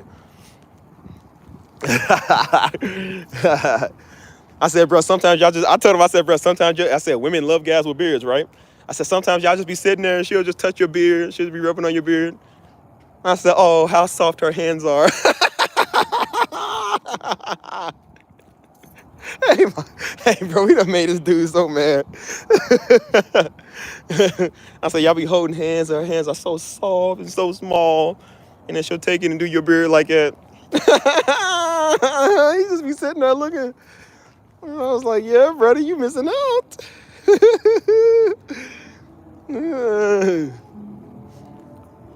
I said, sometimes they'll affirm you and be like, oh, thanks, baby. You're such the nicest person ever. It's like, you make me feel so safe. It's like, thanks for dinner. I said, they want to be all over you, all up on you. I said, do you know what that's like, brother? I said, well, I tried to tell you the easy way. You didn't want to hear, so now I got to tell you what you missing out on. Because I told him, I said, brother, do you not feel a type of way because you by yourself? And he threw his hands up, man, yeah, it sucks, man. I said, well, it only sucks because you won't try. I said, bro, that mango lotion with them soft hands, oh, man, you missing out. They make you feel nice and special. I said, when they text you that good night, be like, okay, I'm going to bed, good night. See you later tomorrow, babe. I'm like, oh, see you tomorrow, babe. I said, yeah, it feels great, don't it? And so my other friend, he taunts him all the time because he always throwing it in my face like, man, oh, look at me, look at the girls. I'm like, why are you mad because another man taunting you, dude? We not 5th grade girls. We don't do that stuff, man. Yeah, he just don't know. Oh, I have so fun with this dude. You know, we can't even tell you to tell him, bro, we can't. I told him everything. Mike, that's what I told him, Mike. I told him everything, dude. Like, there's nothing else to tell the nigga. I told him how to do it. He don't want to do it. I told him I'm trying to tell him what he's missing out on because I'm like, sometimes men need to know what they miss out on to make them be like, okay, well, let me see what's up. Like if somebody was telling me for years to get your money up and then you realize people with money are doing this, you're like, okay, well, let me get my money up so I can do better. I don't know about you. I had to have that talk before. Like I said, I had to have a woman kind of square me up and tell me what was up with me when I was younger. And it made me grow up into a man and start doing man things. I ain't sitting right there crying, oh, man, it sucks. I'm like, okay, well, what can I do? I said, it's something I'm doing wrong. When I was young, I was like, okay, what am I doing wrong? And I started looking at myself and I was like, okay, well, maybe it's the way I do this. Maybe it's the way I say it like this. And I was like, okay, let me figure out what I'm doing. And then when I started to work on those things, I started to understand what it was. And then I got better at it. And then it got natural to where I'm like, okay, well, I'm more confident to the point where you ain't even looking for it no more. Like, you don't even care about it. I'm like, I told myself, bro, after a while, like, when you know what you're doing, you don't even care. Like, it just comes to you. It does. And I told him, I said, luckily for me, they've all came to me before. I don't have to do anything. He's like, oh, it must be nice. I'm like, yes, it is nice. It is nice. I said, because, brother, I've been in your shoes before. We all been there, man. Everybody been there. Everybody insecure and go through that relationship, stupid stuff, man. We all get insecure. But I'm like, brother, you got to do something about it. I didn't wait till I was 28 to do something. He said, man, it sucks, man. I can't stand it. He's like, that's all I can stand, and I can't stand no more. I'm like, well, brother, until you keep doing it, well, you keep doing it. No matter how sophisticated they are, you'll never feel the sophisticated soft touch.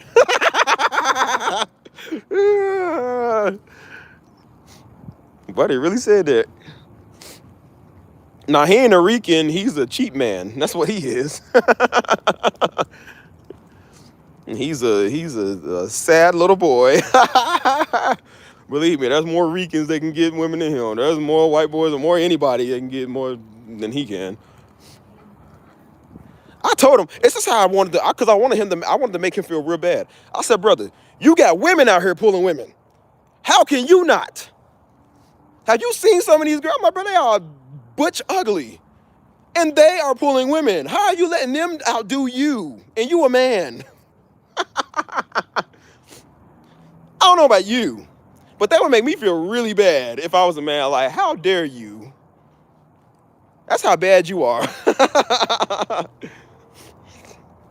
I said, oh, buddy, you got the game messed up. I told him, I said, brother, there are dudes in high school that are pulling girls, and you can't. Oh, when the Saints go marching in. Oh, silly. Oh, spin top head boy. Like, come on, man.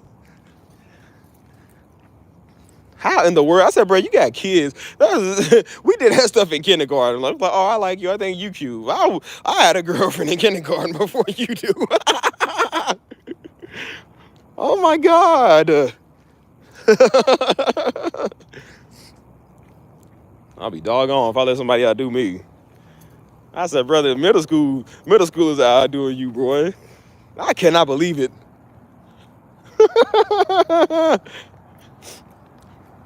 He said, you might be careful. Y'all might drive the son crazy. He can try it if he want to. And I told him, I said, buddy, you know he gonna get first when he go crazy. I said, he gonna get you because the other dude throws it in his face all the time. I would just joke around with him. I don't care about his feelings. I'm like, but I don't care what he do. You can't get mad. I'm like, and I told him, I said, you act like one of them little incel white boy to go write a manifesto on why he did something horrific because no girl wanted to dance with him. No girl wanted to sleep with him. I said, dude, I don't care because you're having a hard time. Women, get real, dude. Everybody has a hard time dating.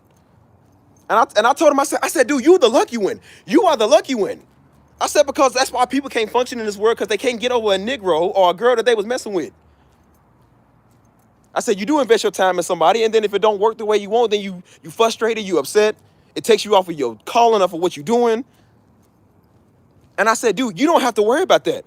I said, you are in a perfect place now to build your life, build your career, build what you need. Get out there on your own, make it work for you, get your money, and then when you are ready to talk around, then you will have that there. You already a man, got your stuff taken care of, live on your own. And then when you successful, talk to somebody. If it don't work out, you're frustrated, but at least you got something going on for you. Ain't no need in being frustrated and broke, because that just makes it even worse. I'll be frustrated all I want to. If I got 50 grand, I'm going to sleep on my bed made of money.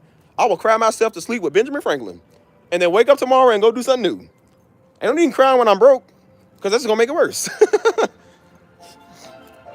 I said, bro, this is your time to get up and do something about it. And you refuse to. I said, bro, at least you ain't like these weird dudes that can't take nothing. Well, you weird. But I'm like, at least you ain't one of them extreme weird dudes that can't take that it's over and they showing up to people's doorstep and doing some crazy stuff. I said, bro, at least you ain't took it that far. You don't know what that's like. Don't ever know what that's like. Focus on yourself, dude. I said, instead of talking about a woman, talk about moving out your mama crib and go get your own. And then do what you got to do to make it work for you. And then when you do, then you can go talk about a woman. You trying too hard to prove stuff to us and prove to some woman. Like, bro, you need to prove something to yourself. That's who you need to do it first. So I don't care about his snapping points. I told you, I don't feel sympathy for nobody no more. If you ain't worth being sympathized for, I don't. Because I'm like, people do it to themselves. To people who ain't got no control over it, I feel bad for them. But I'm like, as far as people who get themselves in a situation like that, who don't want to try and want to blame women, I don't feel sorry for him. You cannot blame women for why you are not getting none. You know, some of these girls out here are slow. They some of the easiest people to get with. He can't even do that. And I'm like, bro, it's not them, it's you. Don't take out your anger on us. He one of them dudes that's like, that's why a lot of them white dudes hate black dudes, because they like, oh, the black guys, they're taking our women. And the white women don't want to talk to us. It's like, it ain't our fault because a woman finds us attractive. We just got a lot of class and pizzazz about ourselves. It ain't like we trying to take them on purpose. They come to us. I told you, women come to me. I don't try to take them. They come to me. That ain't my fault that I got something natural that you don't have. Do the steps. I'm telling you, idiot. I'm telling you how to do it right. I even told dude, because I said, hold on, bro, be careful. You bragging too much. He don't like it. And we all start laughing. And he learns to laugh too, but I'm just like, I said, brother, you need to understand this is serious. Because he was like, yeah, you right. Because he told me, he said, bro, you right. He said, I'm trying to get my confidence up, man. I said, bro, it's not that hard. It's not that hard, dude. That is the reason I don't have to do anything. They just say, oh, I was dreaming of a beautiful black man just came out of the air. A man that can sweep me off my feet, a man of my dreams. Yep. That's what they all say to me when they see me. I just knew you were God sent when I seen you. I said, oh, baby, you can't handle me. I first warned him, I'm like, look, I'm gonna let you know you can't handle me. I said, you sure you want to go down this road? Because when they all go down that road, they all end up crying. I don't know why. They all end up crying. And even though I'd be upset for a little bit, I'm like, bro, they was upset first. They all do it. They all end up crying. I'm like, why are y'all crying? They're just like, I don't know. These are people that never cry. I'm like, what is wrong with you? I'm like, what do I be doing to people? I said, no, it ain't me. I ain't gonna put that. It ain't me. It's people that won't do what they like. That's what it is. They won't do what they like. And they make a big scene out of nothing. Like, bro, we could have talked about it. Like, it was literally nothing we couldn't talk about, but they start freaking out. And then it's like, okay, well, once a woman make up her mind, you ain't reaching her. Like, it don't matter. Jesus Christ himself can talk to him. He ain't gonna reach him, because once they make up their mind, even the other girl told me that. She said, look, I'm sorry, but she was like, usually when I make up my mind, she's like, because ever since her first relationship, ever since her daddy issues, she was like, usually since that, she said, I usually put all my life in one thing. And she said, everything comes out at once. She said, once I make up my mind, there's no talking to me. She was like, there's no changing it. I tried. I mean, I really did. I tried. I was like, well, because I'm good at talking to people. I said, I'm good at getting through to them. And it was working for a little bit, but it didn't work. Because once they're done, they're done. And I was like, okay, I tried. And I was like, it was just something we could have talked about. It was simple as that. But she already had in her mind, because she had a strong one in her mind, she was done. So I was like, okay, well, you can't reach him. You cannot reach him. So I ain't gonna waste time.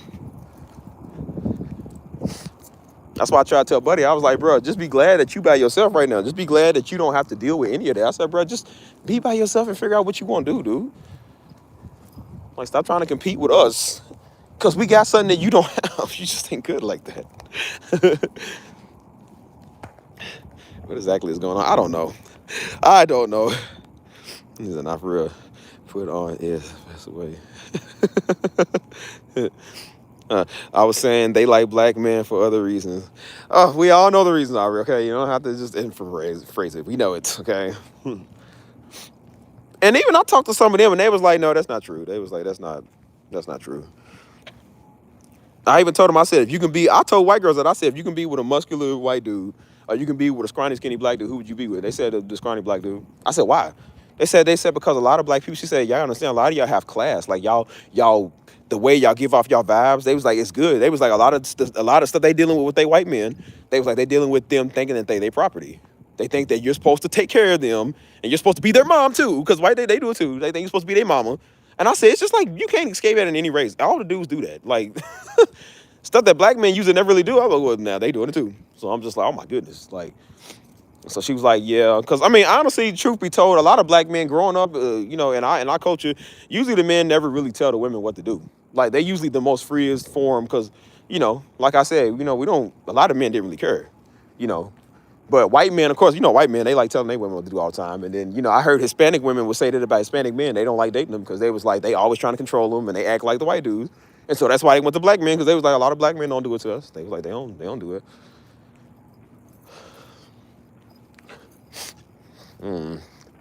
Like I said, all the women that came to me, they like me because of me. Yeah, support me. I appreciate support, man. Support me. Feed me attention. Feed me likes.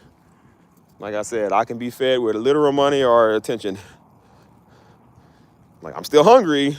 Like, you're so handsome. I'm full. Thank you. Hold on. Ricans in my family controlled by the women. But Ricans are cool, man. That's why I said, oh, girl, even her peoples, I'm cool with them. Like, her cousin's Puerto Rican.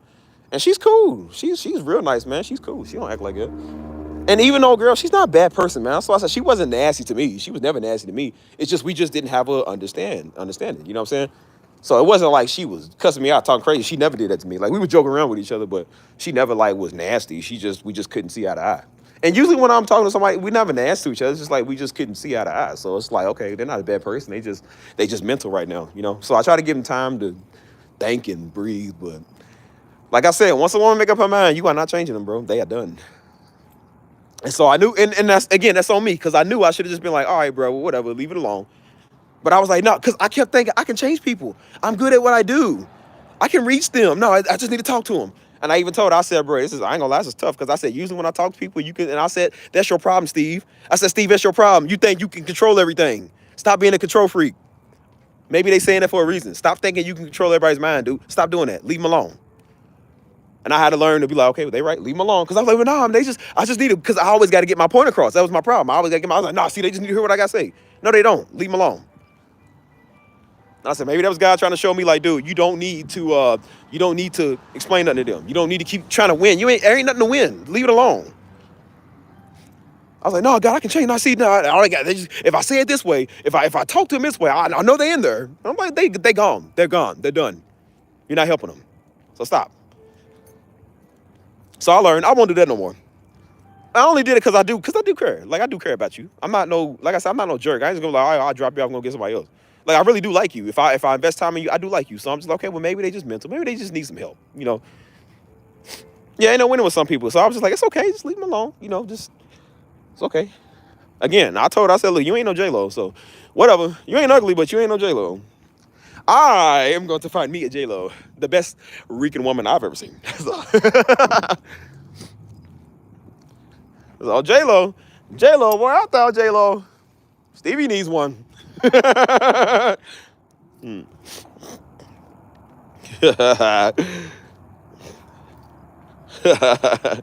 said Napoleon Dynamite. Look at this. She's lame. Yeah, that's why I said you can influence them and all, but it ain't gonna change.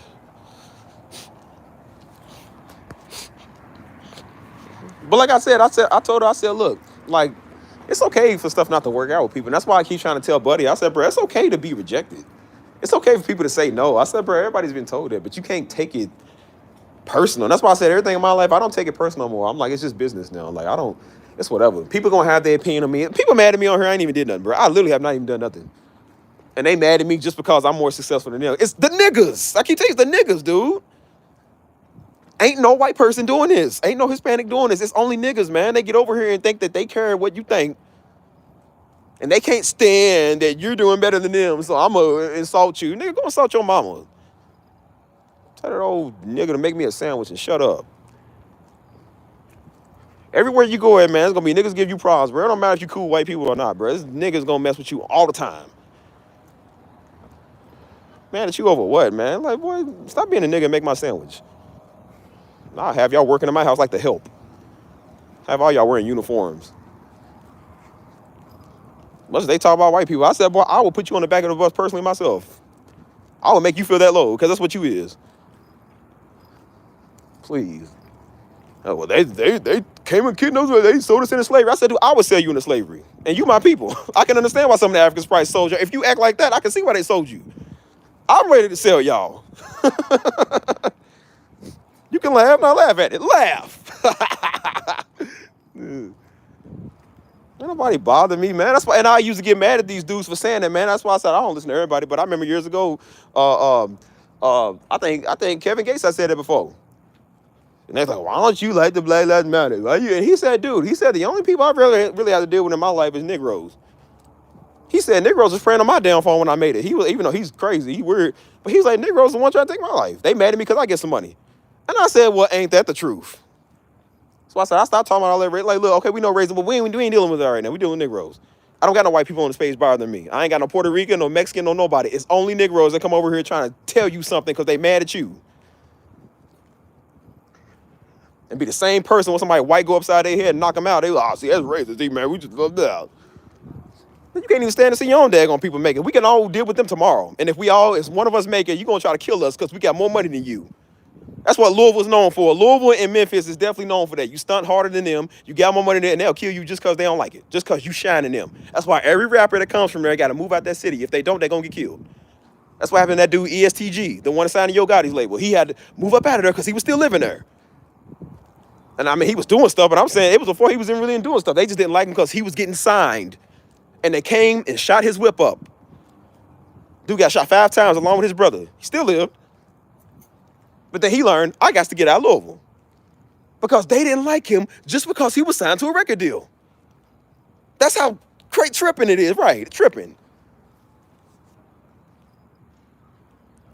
You ain't got to worry about no white people trying to take out a rapper. They don't care about you.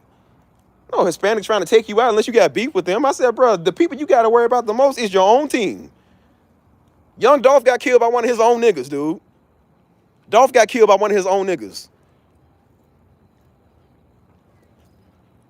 I don't even know why the dude was even back in the city like that, moving around like that. Like, dude, you in Memphis. They will gun you down just because of who you were, so they can have a reputation for their name. To say, oh, I got such and such. Talk about white people all you want to. You ain't got to worry about none of them. Them country boys gonna stay in the country. They are not coming to your house mess with you. They are not gonna put a hit on you because they ain't worried about you. Negroes is.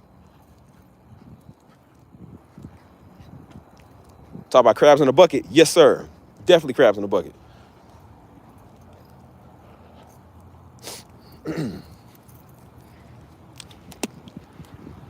That's why I said this channel for everybody, man. This ain't no Hebrew Israelite channel. This ain't no Judah Yah channel for only black people. Nigga, it's a channel for everybody. I made it purposely for everybody. It was supposed to be.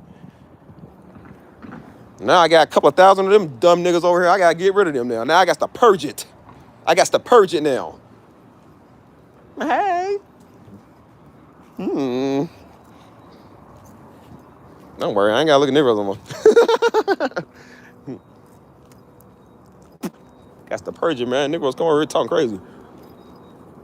They really thought this was a channel for them. I said, no, sir. No, sir. It won't be for long. That's why I said start next year. Yeah, memberships. Niggas ain't got a membership to done. That's why I said I was reaching white. I got people I work with. They all type of races. Was watching my video. Didn't even know they was even watching. Didn't even know they was watching. When I first started the channel, my best friend, one of my best friends back home, the cat girl that being her cat, the white girl. Like, she's super cool, man. And she was watching. I didn't even know she was even watching. I didn't know people that I knew was watching because I didn't really tell them about it. I would post something about it, didn't think nobody was watching, and people was hitting me up there like, hey, man, I watched your vlog. That was good. And you got Negroes over here thought it was for them. And they come over here, yeah, we're the people. Oh, man, shut up. Shush. We don't care if we the people. Who cares? That's not what we doing over here. We're not doing that. Shush. It's mad annoying. I wish people didn't know they was people. I wish they knew they was African American because they just, super obnoxious, boy. They was better when they thought they was descendants from Africa or something. Hey, man, just mad annoying. It's like, dude, shush. That's why I said I don't care about them coming over trying to preach to me. The channel wasn't even for these niggas, man. That wasn't for you. It was for everybody. I had good Negroes in here, man. Good young. That's why I think the youngest person I got in this chat is like 15. The youngest person I think watching me is 15. Them is the ones I'm trying to reach. Those are the ones that I'm trying to reach, the young ones, the ones who are, and they in here asking questions. They're asking questions about, hey, man, how do you do this? What do you think about this? Hey, I'm trying to do this. What do you think about life? I'm asking them that. Those are the ones I'm trying to reach. I ain't trying to reach no old spiritual Negro. The dumbest niggas in the world. I ain't like, y'all done. Nobody trying to talk to you Negroes. Y'all done. Idiot.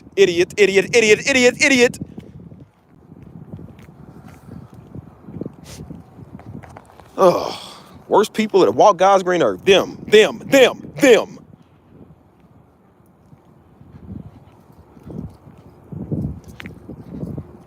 I saw it today, man. I woke up on Facebook, dude. It's this girl I actually knew back in the city, man. I actually knew her because she was like I said, they was looking for music. People know me that do music. They looking for beats and whatever. And I met her one time. She seemed like a real cool person. That's why I said I was actually gonna she does like R&B. She was trying to do some R&B music or whatever. Are they, people look for beats for they stuff. They, like they doing promos and whatever. And I don't know her like that, but I remember she sent me a friend request on Facebook, so I accepted it. We've been friends on there for a while. And then I seen this morning she died. The girl died because she was dealing with demons nobody knew about. Because didn't nobody even care. I was like, dang, bro. Those are the people I'm trying to reach. I was hoping when she followed me, she seen, because I post a lot of my vlogs and stuff. Hopefully she watched something. I was hoping that, most people that see me watch that. Remember how I told y'all this channel was for people that don't think they can live for another tomorrow? Them is the ones I'm trying to reach. Them. Trying to reach a nigga. Remember what I look like? Oh, dumb boy in my chat talking about God going, man, shut.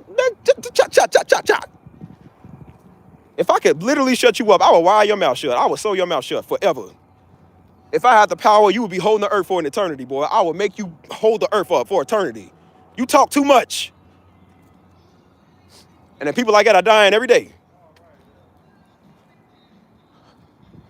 That's why I said, don't be fooled. Don't be fooled because you see people smiling. That girl was always smiling, and nobody knew what she was dealing with. Don't know exactly how nobody really knows exactly how she passed, but she did. You know how people be dealing with stuff, man. I'm trying to reach that's why I said that's what the channel was for, Negro. It was for them. And now you niggas that came over here and tainted my channel. Channel tainted with 10,000 silly dumb niggas over here that I gotta root out now. I gotta root them out. You dumb, silly, slow, dumb, idiot, illiterate Negroes. I never liked y'all, never will. Y'all never be nothing great in God. You'll never be nothing great in life as long as you live. Till you take your last breath, you ain't gonna never be nothing. And I mean that. You dumb idiots. I'm trying to reach them, dude. Young people out here dying at a fast rate. You think I'm gonna argue with you over the word of God? Boy, please. Go polish my shoes and shut up. Oh, tree climber, spirit chucker. Oh, jigaboo wannabe deep Negro. Shut up. Put you in the Africa and let you be cat food to them. I'll let them eat you. Can't never stand them, boy. The dumbest people that ever walked the face of the earth, dude. Dumbest people ever in the face of the earth. You. Why people mad at the time I always see, oh, when Trump get elected, he gonna do that. I'm like, well, you know what? Maybe if he do good, get them first. Get them first. I beg you. I beg you. Please get them. I don't care what white people do. If you do it, please, I beg you to God, get them first so we can all live in a peaceful utopia and then get us the next 3 weeks. I don't even care no more. As long as you get them, I don't care how we all go out. Just get them. Take them. Take them. Most idiot people that ever walked the face of the earth, man. Y'all are just so useless. I would trade you for every soul we ever lost. I would trade you for everybody that overdosed on fentanyl. I would trade you for everybody that ever killed themselves. I know I'm probably going to demonetize. Who cares? I would trade you for everybody in hell right now. I would.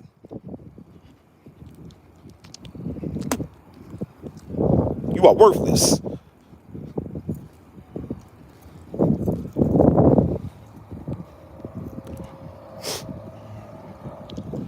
You got people over here, and that's why they doing what they doing, because they feel like don't nobody care. You think people got to argue about the color of Jesus? Are you stupid?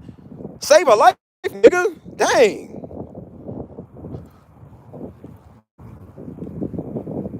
Just like, bro, if we could trade them, bro, we would trade all them. Care about these niggas.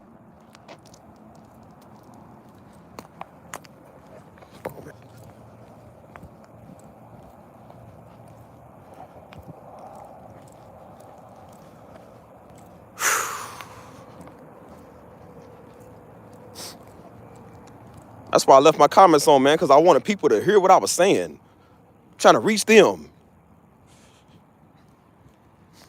And you got these dumb idiots over here trying to talk about everybody. Daggone trying to be spiritual all the time, and they ain't saved nobody from killing themselves yet. Whole family on their way to hell on a motorboat, and they sitting here talking to me. Everybody they've ever known, ever lost is burning in hell right now, and they sitting here trying to talk to me. Negro, please.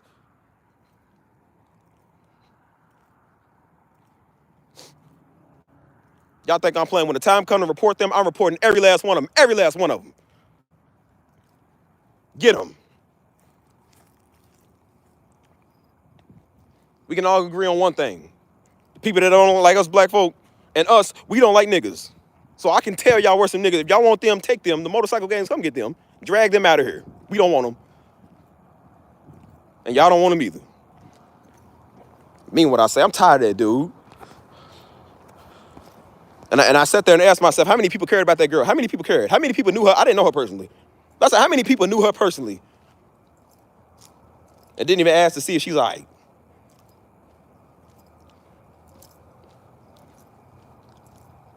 And you got these Negroes, everybody going to hell because they ain't black. Man, please, you end up in hell with all the other black people there who thought that they were special. Nigga, shut up. That's why I say I turn off my comments because I'm like, if I got to hear one more of you niggas, I'm going to cave y'all face in. I mean it. I mean what I say. I pray the day I run into one of you niggas. It's going to happen. It's going to happen one day. It's going to happen one day. Mark my words when I tell y'all, it's going to happen one day.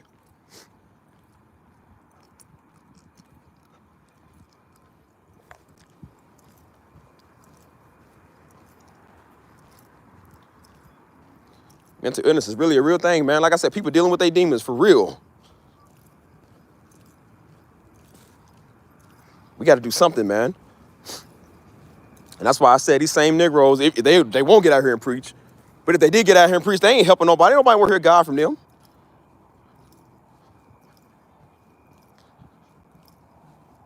Please, our community's in shambles.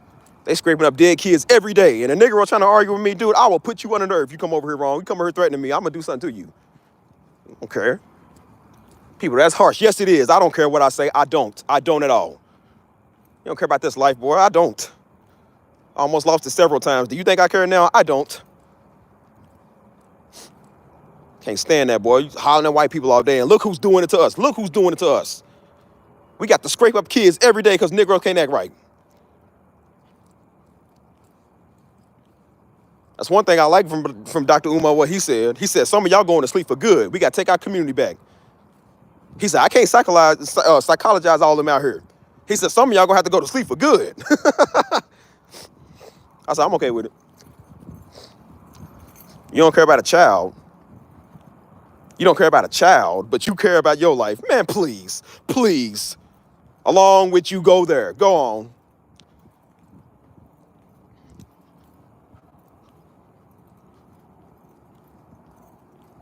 Stuff pisses me off, man. And then people ask why I be angry. That's why I be angry. That's why right there. Thinking of another life you could have saved. Another soul you could save. And while you arguing with me, that's 5 souls you could have been winning, idiot. Can't stand it, dude. Go and charge my phone up. I'm pissed off. Oh, stupid, slow Negro. I hope they come swoop you up. I'm telling on you. I'm just letting you know that I'm reporting everybody like that. I mean it.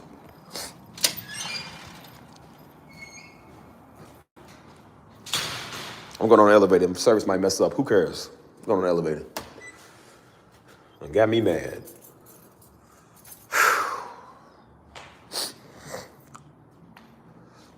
Oh, silly, slow, no good Negroes. Hope they ran all y'all up and take y'all. I really do. I hope they ran all y'all up and take y'all, because we don't want you.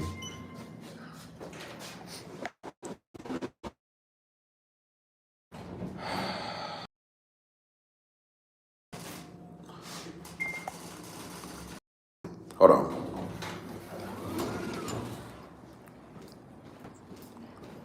He said, Pastor Stephen Darby. I know it's buffering. I'm going back to hotel. Going back to the apartment. I'm really pissed off now, dude. I'm pissed off.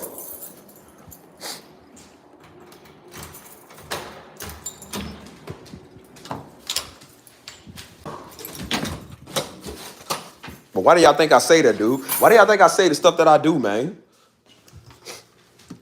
When I get so mad, when y'all do see me angry, when I am angry, why do y'all think I'm so angry? Because of that right there, dude. We could have been saving lives out here.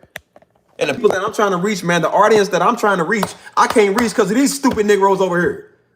YouTube won't push my videos out to people that need to see it because I got these dumb Negroes over here.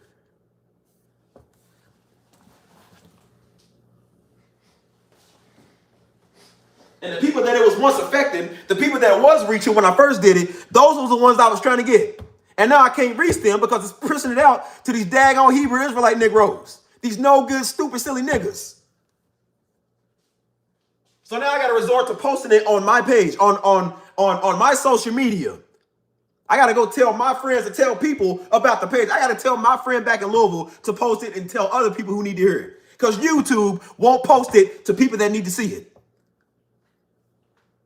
So why do you think I keep saying I got the wrong audience over here? What do you think I mean by that? It means I can't reach the audience I'm trying to reach. Because these Negroes over here.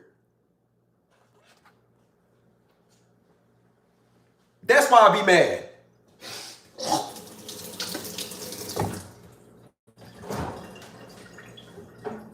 Who wouldn't be? Trying to reach people, man, so they don't take their life, man. That's all I wanted to do was help, man. That's all I want to do is help people. God ain't using me to reach these dumb Negroes. He's using me to reach them. I got teenagers watching me. You understand that? Teenagers that don't listen to nobody, they was listening to me. They were listening to me. And now I can't even reach them because I got these old, silly, dumb idiots over here. I'll have them Negroes and their mama scrubbing my flows. Oh, useless Negroes.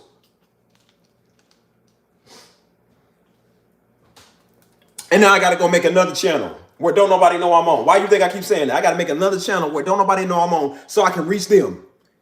Because I can't reach them with this one. This channel done. I can't reach them on here.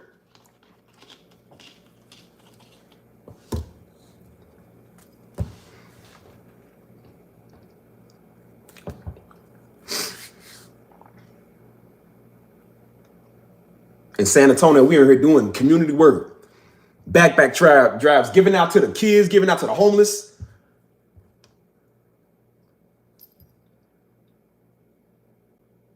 In Louisville, we in the hood, reaching out, giving to the kids, giving to the homeless. Black, Mexican, whatever color, we giving it out to everybody.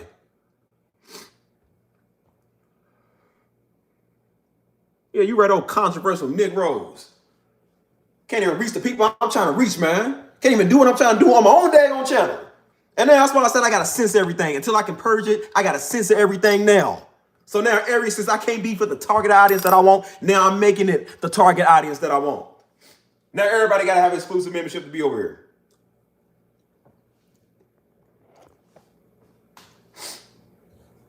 Negroes done tainted my channel.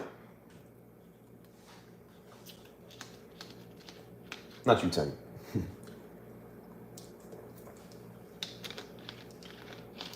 Messed everything up.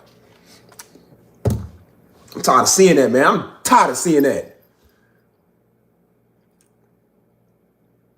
Sitting here talking to one of my friends. She done lost 6 people. 6 people in a year. Do you understand that? 6 people in 1 year. And it's so normal to them. It's like they normal. It's normal. I'm done with that, man. I'm done with that. Negroes over, I ain't trying to worry about these Negroes, man.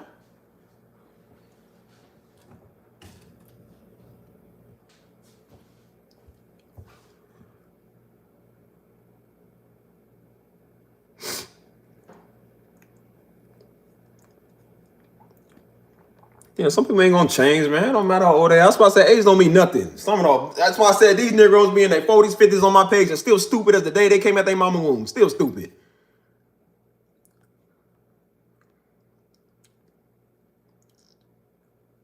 People can afford it. They can afford it. I ain't charging no $39.99 over here, man. It don't matter if it was $1. Negroes ain't gonna pay $1 for nothing. For nothing.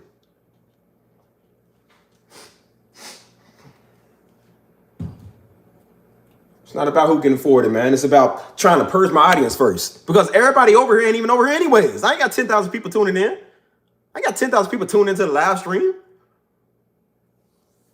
I got these trolls and these weirdos and these sensitive Negroes and these idiot Negroes that I got to purge now. So now I got to do something, take every precaution that I got to take now. While I go work on something in the background that they don't know nothing about. They ain't on it. They never will be. And I can have a platform. I can have a platform where I can reach people who need to be reached. That's why Daddy said he's done. That's why Daddy was done with Negroes. He was done with Louisville Negroes, at least. And that's why he started going to Dallas, and he started going to Florida, and he started going to Wisconsin and other places where people wanted to have him at, because a Louisville Negro would not change. Care about that afford or not. You know, they try to say the same thing to Daddy, right? You know, it's funny because we try to do stuff at church, trying to do stuff where we supporting people, right? He said, everybody bring a side dish. People, the finances ain't good this year. He said, brother, Kroger's got 89-cent pops. He said, dude, You and your wife go to Kroger and go get some Big K Pops. You are not too good, but you want to eat the food, though. It's not even you want to eat the food. You want to benefit from the harvest. But you don't want to put in with the harvest. He said, nah, brother, that ain't the way it works. He said, you got 89 cents to go get a pop.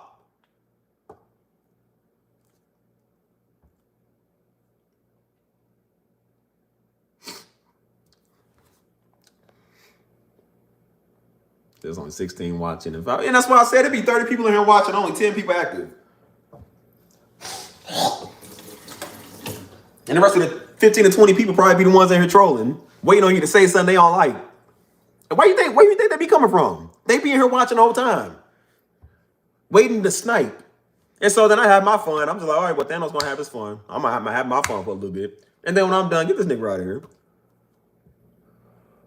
All they gonna do is talk. And that's why I said that's the problem with niggas, man. That's all they do is talk. I'm done talking about white people, dude. I'm done talking about Negroes. I'm done talking about the system. I'm done talking about racism. I want to change something myself. I'm not going to let that stuff hinder me from doing what I got to do. That ain't going to hinder me from doing the things of God. It's not going to hinder me from doing the right thing.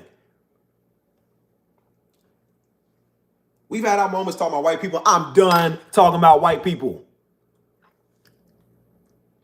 Let's talk about, not talk. Let's do something to change our situation. I'm done throwing my fist up. That's not going to change nothing. What are we going to do to better our community and our people? What are we going to do?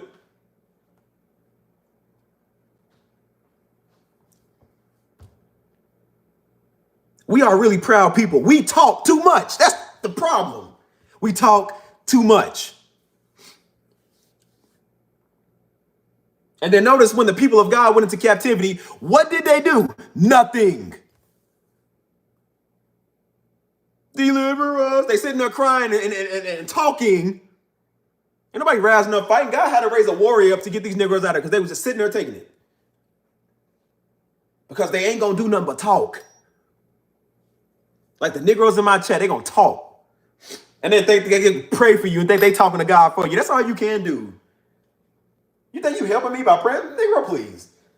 Pick up the trash in the community, boy.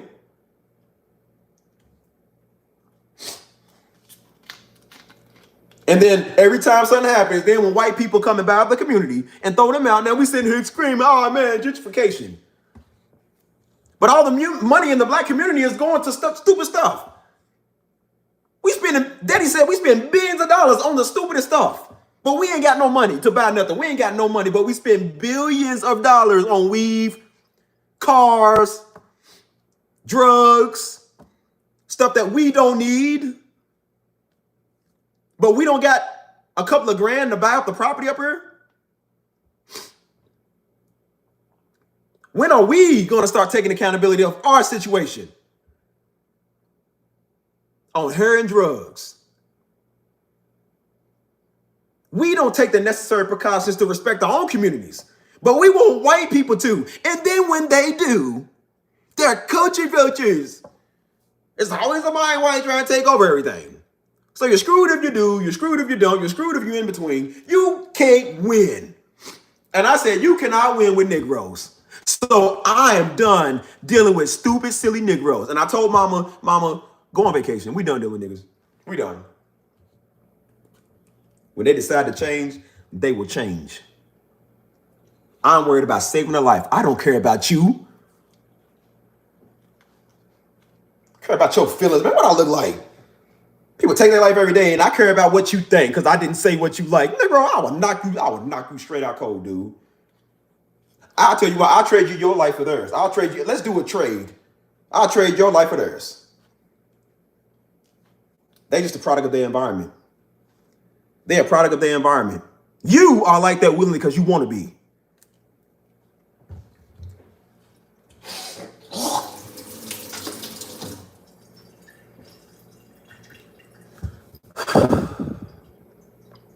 You're right. Save lives is the thing. Save a life, man. People dying going to hell don't even know God, man. People dying without even knowing there's somebody that love them. You don't even know them. That's why I don't even know people, and I would stop them from jumping off a building. I got enough love for you not to see you splat all over the ground. I got enough love to give you CPR. If you need CPR, I ain't gonna sit right there and record you dying. That's why when I seen that car fly off the highway, everybody go right to their camera phones and record. I was in the car and took out of the car and start running. I forgot I could drive down there. I start taking off running. I felt bad because there wasn't much I could do. That was still nothing I could do, but Lord knows I tried. Oh, I tried. Son, it's like something out of a movie. Son, I ain't never seen do it. Never. Worst accident I've ever seen. Car literally flipped off the. I ain't never seen nothing like it. It's like some Mission Impossible type of stuff. One lived, two dead. And the first words that came out of my mouth was blood of Jesus. I tried. I said blood. That's literally the first word I said, blood of Jesus. And I was sitting there. I was like, people, can we do? Is there anything we can do? Can we do something? And we couldn't do nothing. Those people died.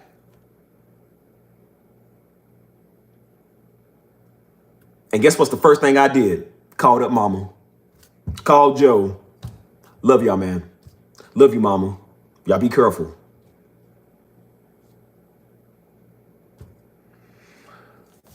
So now I got to tell everybody when they drive, please be careful. Please let me know when you make it home. Please don't do something stupid. Don't drink and drive. Don't be out here doing foolishness. For dumb idiots won't be in my chat talking about I'm prideful. I care about saving lives, man. I don't care about your word of God, boy. Your word of God sucks. I know the word of God. I don't need yours. Because your word of God ain't even the word of God. It's the word of an idiot. And that's why I don't ever get nowhere. Oh, idiot. That's why I said it's time to purge. Time to do a purging of life, do a purging off my channel. I said, I already know this channel's corrupt. It ain't gonna really get to where it need to get to because these niggas is over here. So I said, I'm just gonna start doing stuff my way. The whole goal is to make it to where people don't like it. It's to make it to where people don't like it. I piss people off for fun so they can leave. And it works. And now I said the most powerful thing you can do, you can take away their voice because that's all they got. And I turned off all the comments. And now they don't have a right to say anything else. Oh, that feels nice. Oh, that feels really good. And I said, hey, that's just the tip of the iceberg. We're doing more stuff over here that's going to be exclusive to where they can't be a part of it. And now you don't get to be a part of something that it really wasn't supposed to be like this anyways. I don't want them a part of it because you ain't even going to support it. You ain't supporting nothing. You trying to argue about birthdays and the letter J and New Year's don't exist and Christmas is pagan and people out here killing themselves around Christmas and you ain't doing nothing to help. I would trade you for them. I would trade 5 of y'all for one person. I mean it. People don't know God every day, and I'm sitting here like, bro, pisses me off, dude.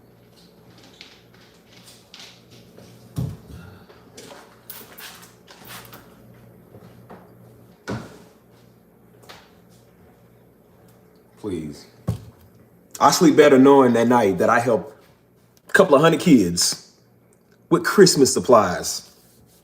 Because we did a Christmas backpack drive. Who cares if it's pagan? So what? At least them kids got supplies, man. It's more than what you was going to give.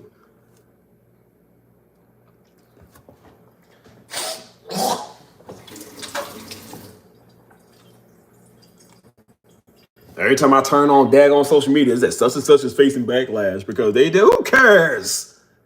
Because a person has their own opinion and say what they want to.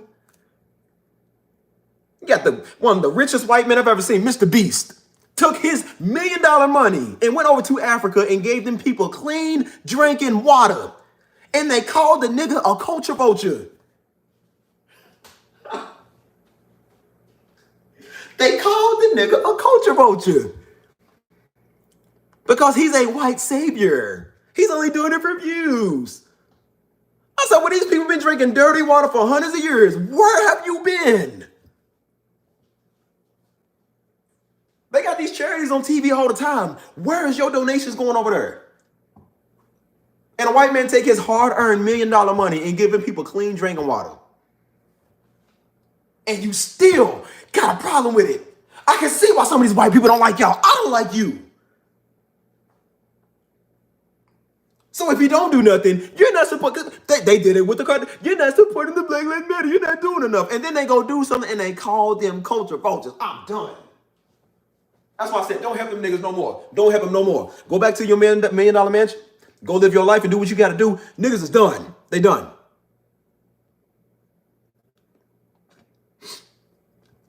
That's why I said, whether he did it for views or not, they still got the water. You're missing the point. I said, bro, they are missing the point. They still got water. More than what you were going to give them. They mad at celebrities because they in the hood giving out backpacks. They only doing it for a tax write-off. What? At least everybody wins again. Everybody wins. If they found out the money they can get from doing it for a tax write-off, they would do the same thing.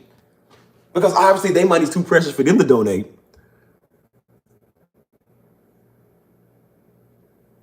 You run your mouth and you ain't doing nothing about it. Again, talking.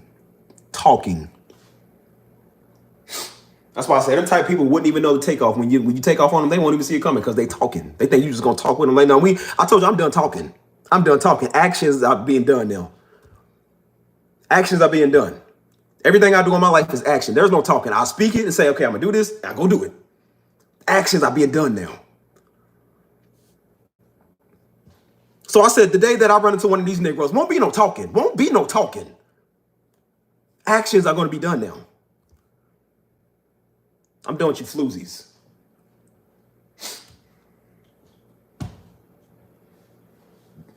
Been in the black community my whole life, man. We always had to take care of it. We the only ones on the block taking care of it. That's why I said, God, if these white people want to come and buy something up, let them buy it up. If the Indians want to come and buy it up, I don't care. Let them buy it up. I throw all of them out. I don't care. I don't care at all. I don't. Because you keep showing time and time again, you don't care about where you live at.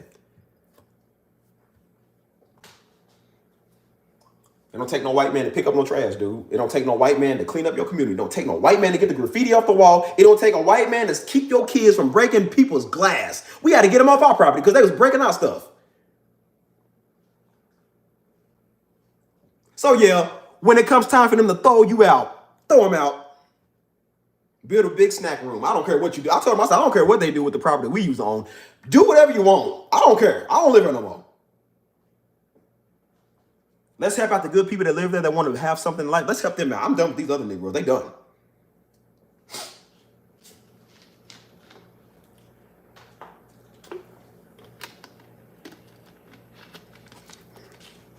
If the outside is trash, what's the inside look like?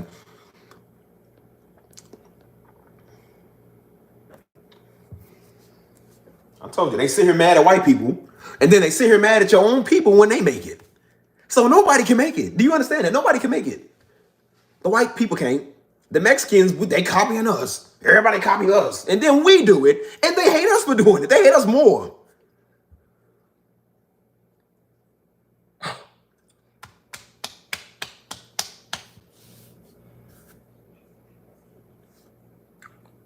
And every day people dying, dude. Every day people dying, man.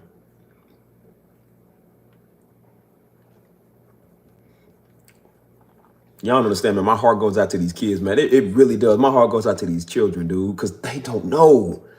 They can't help where they at. And they got two idiot parents who can't do nothing. They don't care about doing nothing. That's why I said I did start to see a lot of younger people coming over here. There's a lot of young people coming over. And I said, that's cool. I like them. I want them over here. It was supposed to be for them. They even got me here at the church I go to. They marketed up with some people. And this guy, the white dude, he came to me. He said, we do a lot with the youth. I haven't had time to do it because of work, but he was like, we do a lot with the youth. He was like, we reach the inner city youth that are less unfortunate. And I'm like, well, I know all about that because that's what we did our whole life. We know about that. And they just like, man, you always willing to do? I said, yeah, if I had the time, I would. I really would. Because I don't mind being a service. Because I'm like, bro, my heart goes out to these. Because they are the next generation. The devil attacking them left and right, just getting them all the time. Like, you see what they going through now. We didn't deal with this when we went to school. The devil got these kids, and we trying to reach them. And I got a Negro in here arguing me about the letter J. I'll curb stomp you so bad because I don't even like you, dude. I don't like you. You are worthless. You are worthless. Save the children. 2025. Save the young folk. 2025. Dump the Negro and dump anybody that's idiots. Dump him. We done.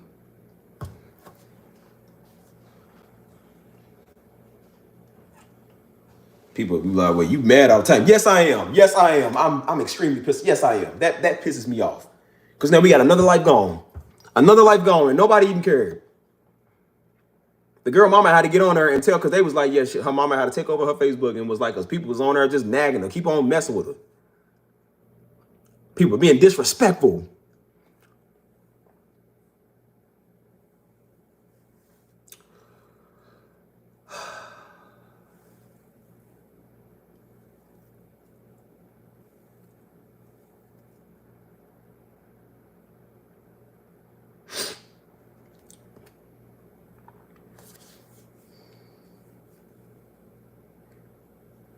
I think I know now why Jesus was like it. When the kids was trying to come up and touch him and, that was Jesus, and they was trying to stop him, he said, man, move. He said, move. Theirs is the kingdom of heaven, Negro, move. Because it's always the older Negroes always want to block out everybody else's blessings. Always the older Negroes want to be in the spotlight. Like, nigga, you done, move. We trying to reach them. Jesus wasn't trying to reach them, dumb nigga. We trying to reach them. Because the kids needed to learn. Oh my goodness, man. Worst people on the face of the earth.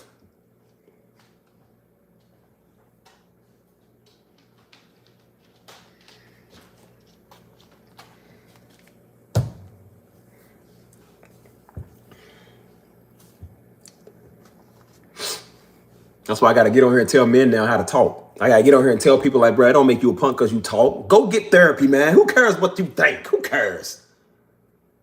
People, you Christian. So what? So you can go to therapy. You can go talk to somebody. What's wrong with you?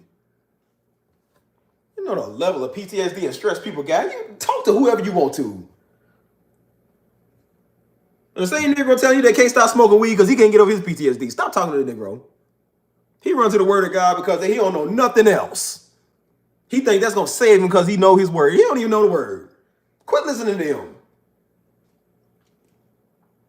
Care about what people say. Say it to my face when you see me. Say it to me when you see me. And if any of y'all watching like that, say it to me when you see me. I promise you, you won't. I don't live for this phone. I don't care, dude. I don't. I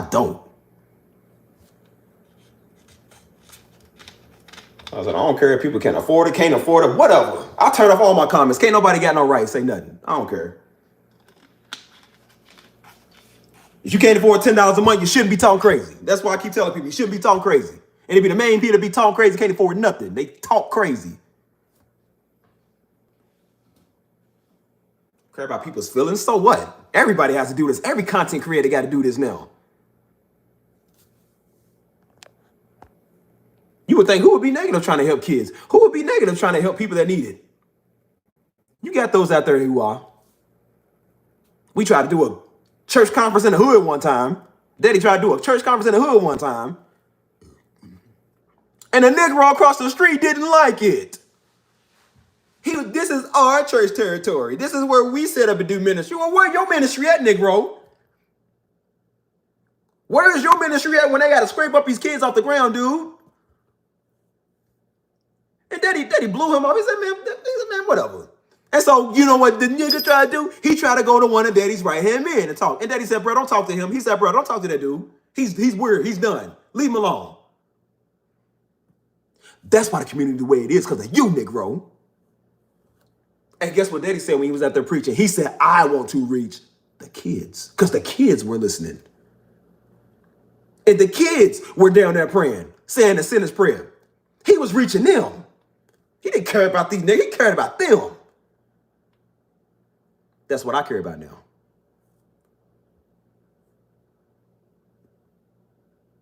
Those silly Negroes, man. Get them out of here.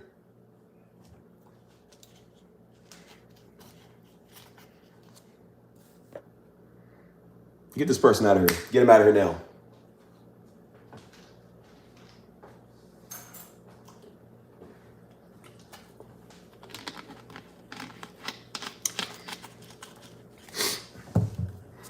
Oh, dumb idiots.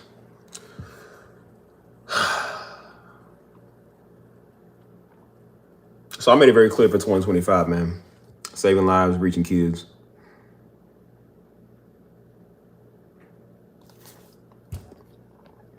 Whoever this Taria, whoever this is, get them out of here. I want them gone. Get them. It's on my Cash App. Get them.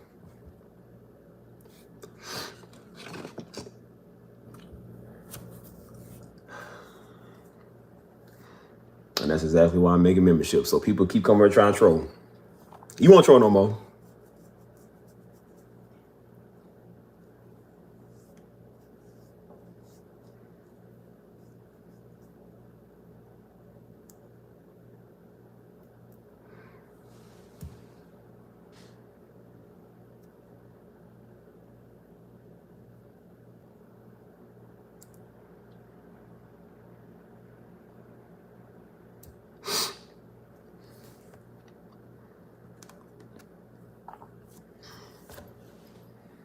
I don't even care no more, man. I just don't even care no more. I don't care. Sit here thinking every day, I'm just like, man, I'm just tired of it, man. I'm just tired of it. We gotta get rid of people. We gotta get rid of people off the channel. We gotta get people out of our lives, man. Like, and that's all I've been doing is just spring cleaning everything. I don't even care no more, man. I don't. I care about them, man.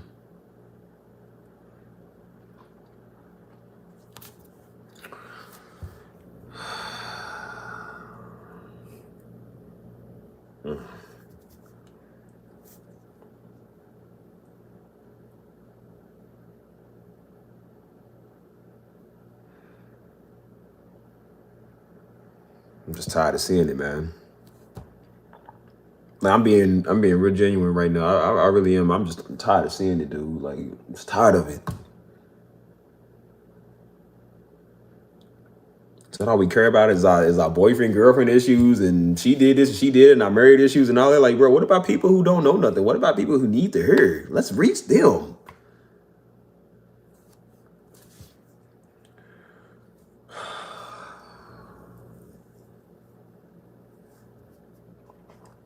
So I said, as much as I do like money, I do like getting money. I'm like, bro, I don't care about that all the time, man. I'm like, I didn't even do the channel trying to get money. That's the funny thing. I didn't even do that. I forget I even get paid for doing this. It's not about money. A lot of times I really do forget that I even get paid to do this. I like doing this because it's fun, because it's something I like to do. And then I realized with these weirdos in here, man, like they done corrupted my channel. I don't even like doing it that much no more.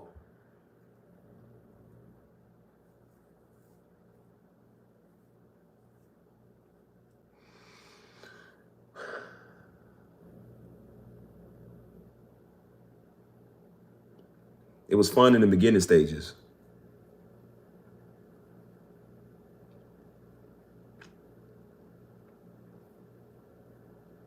My very first video, I remember that. It was fun.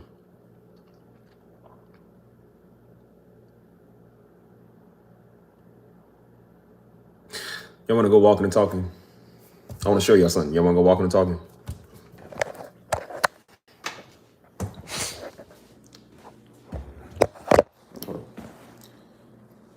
I'm going to show y'all something. Hopefully my internet don't mess up on the way there.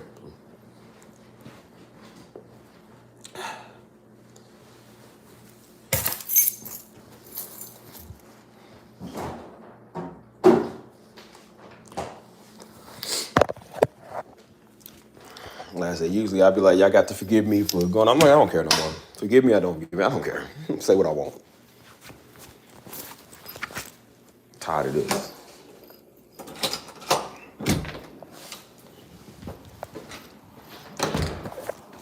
Hold on.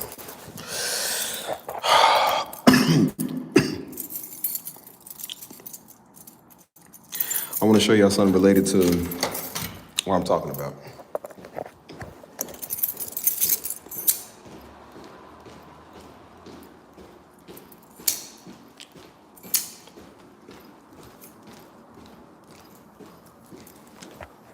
Hold on, I'm gonna buffer for a little bit. Hold on, y'all. Let me get down. I'll answer y'all when I get down. It's getting hot in that house. I'm gonna walk out.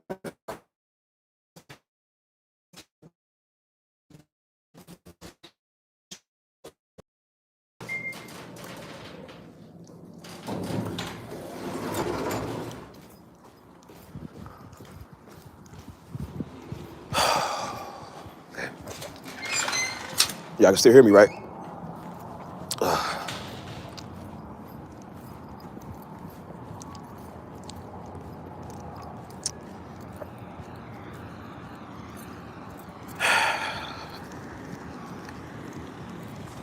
Okay, making sure. You know, I thought about this the other day. Hold on. Said nobody corrupted your channel. Look at this chat, which is true. It's true.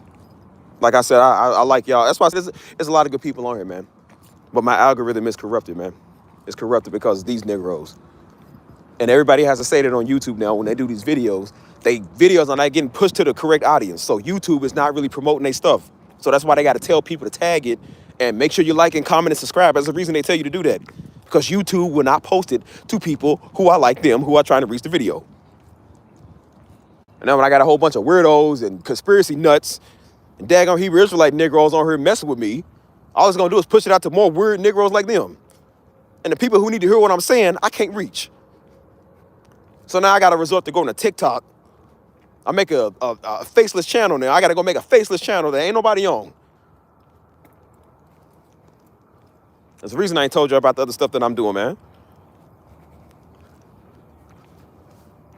You will never win. Which brings me back to what I'm saying. Let's just be, this is serious Steve for a minute. Steve gonna be serious right now. You know, I thought about this the other day. Because this is when, I've been doing a lot of thinking, man. Like I said, technically it's the last day of the year, since it's past 12. And I said, man, I came a mighty long way this year. I did. And I was thinking about all the good, but I was mainly thinking about all the bad. And I thought about what I've been through. You know, I thought about how this really started. And I said, this channel that I'm doing now, that I'm on, wasn't even really supposed to be a channel. I was working on the A Steve channel, the music. The A Steve and the A Steve Keys. Those were the only two channels that I was really working on. And I didn't even see myself really doing anything like this. As much as y'all love me, before I even had this channel, years before, people always told me I should do this. They always told me I should do this.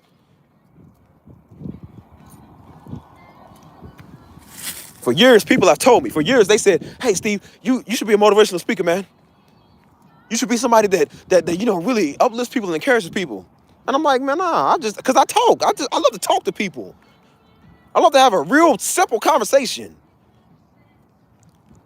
And people can see God through me by me doing that. Not because I got to say God said. I ain't got to give them no word.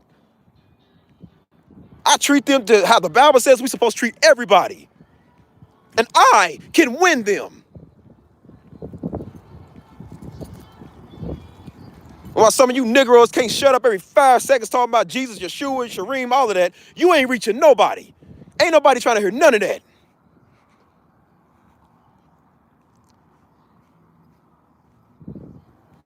I'm going to take you over here and show you something. Because I thought about this the other day. This is where it started.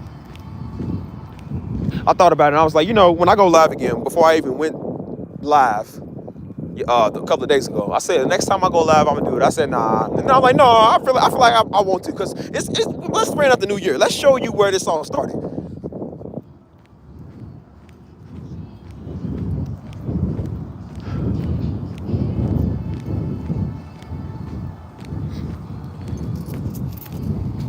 Hold on.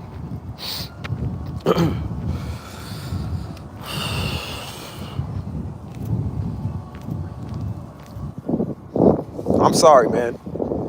To anybody out there dealing with depression, man, I'm sorry to hear that. I am.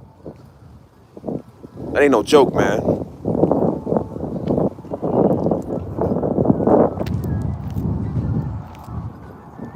That's why I said I want to reach people like that, man, because people are doing the craziest stuff we ain't never seen. People ODing. Oh, bro, it used to be back in our day when we had dirt, it was just weed, and probably the most was crack. And then you got stuff we ain't never seen before. Stuff is wiping people out like you ain't never seen. Because they ain't got nobody that can help them, nobody that can talk to them. That was why I started the channel, man.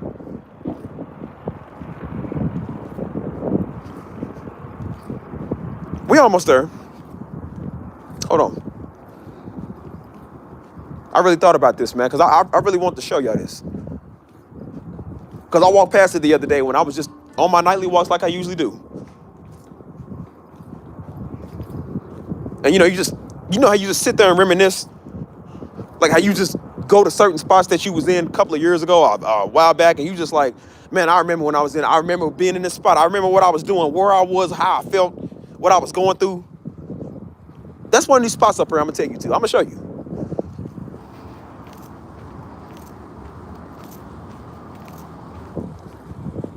Give me about 100 more steps. We almost there.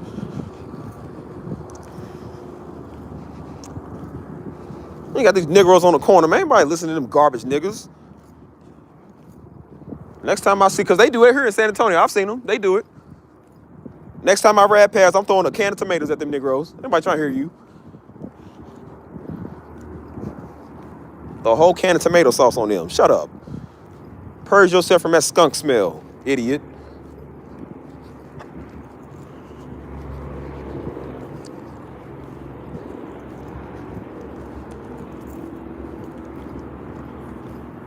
Bunch of Hebrews.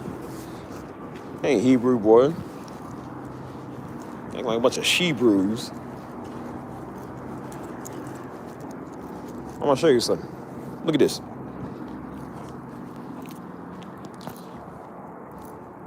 This spot right here. I'm gonna go to it. I'm gonna go around. Y'all don't understand how iconic this spot is right here. Right here. This ledge right here.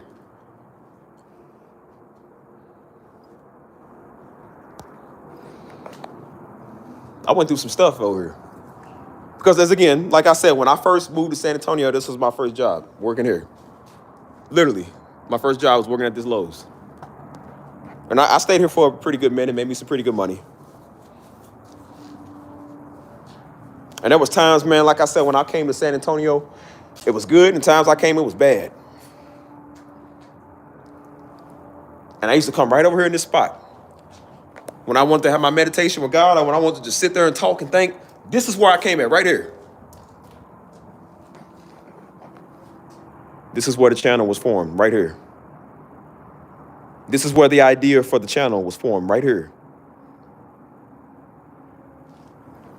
I came out here one day. And this is stuff that's why I said stuff as a man, stuff as a person, a human being, you can't tell nobody. It cut deep. And I had to sit right here, bro, and I'm sitting here just letting out everything mental, everything that was going on with me. I was letting it out. I'm talking about having a breakdown. Nobody could see it. Nobody could see it. Nobody knew. Nobody, I didn't tell nobody. I get away from everybody. I went away from everybody. It used to be something right here. It used to be where we had the fence pickets right here. We used to have fence pickets right here, like the little one section and then another section. So behind here, you couldn't see nothing. It was barricaded. It was barricaded. This wasn't no 2 years ago. This was half a year ago. Half a year ago. I was on my own personal walk with God, Nick Rose, since y'all won't talk. This is my personal walk. And everything that was within me was coming out, just pouring out. Dealing with stuff on the inside as a man that I couldn't tell nobody. Hurt, anger, bitterness, everything. And I came out here. Right there. Right over there. Sometimes I would sit behind the pickets right here. In my weak state, man. In my weak state.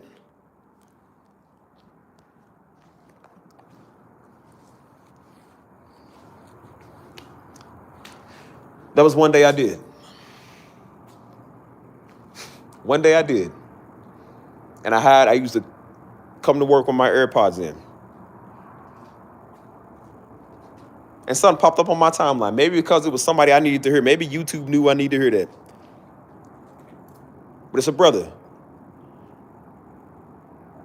He was doing a channel for, I think it was called for purpose-driven men. I think that's what it was, for purpose-driven men. And it was a channel for uplifting men. He's a black dude. It was definitely uplifting black men, especially black men that was going through it, that was feeling a type of way, that was needing to hear encouragement, that was needing to hear, hey, man, you good. Hey, man, you great. God love. He was like, God love you. God gonna take care of you. I didn't know how much I needed to hear that. I didn't at the time because I'm like, nah, I'm a man. I don't need to hear that. That's for sissies. I don't need that. And I'm like, no, you need to hear that. You need to hear another man tell you that. It's good. It's okay to be a human being and feel, man. It's okay to be a human being. No, God got you.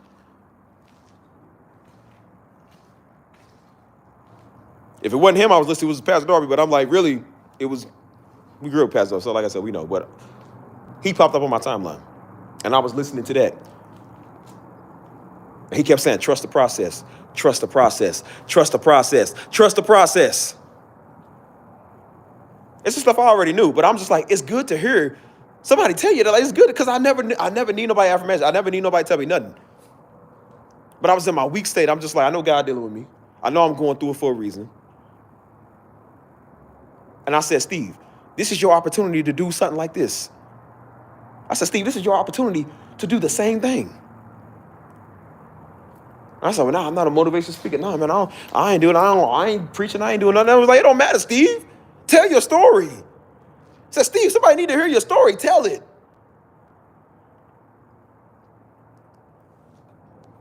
I said, right over there. I remember. I remember clear as day. Because I try to get as far away from everybody. And I sit as closest to the wood as I can. And I was sitting right here, bro. And just pouring, man. And just rocking back and forth and just pouring and just feeling how I'm feeling. And that was the day I realized that I wanted to make a change. I said, I want to help people who went through the same thing I did. People who's going through worse than me. And that's when I decided, let's do a channel for the men.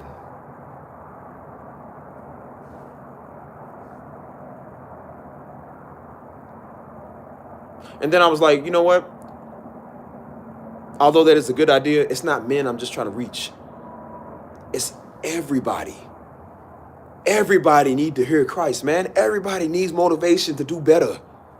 Everybody needs the love of God. Everybody needs to hear what I'm saying. Because I did talk to women who knew what it was like too. And I was able to reach them the same way that I can reach the dudes. Especially now, right? Especially now. And I sat right here. And I remember wiping my face.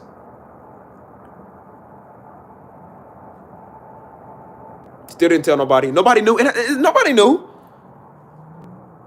Wasn't no Snapchat. Wasn't no posting my feelings and y'all, it's hard. No, I wasn't on Snapchat for months. I wasn't on social media for months. And I told God, I said, God, I forgive. I said, God, I forgive everybody. I said, God, I let it go. God, I'm done being mad. I'm done being angry. I still dealt with it. It didn't just go away because I said that. I still dealt with it. But I said, God, I'm going to do something great. I know you're going to help me do something great. And I sat right there and wiped my face and nobody knew. And whenever people asked me what was going on, I said, I'm fine. I'm good.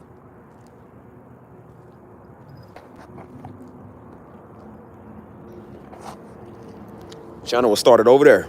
Right over there.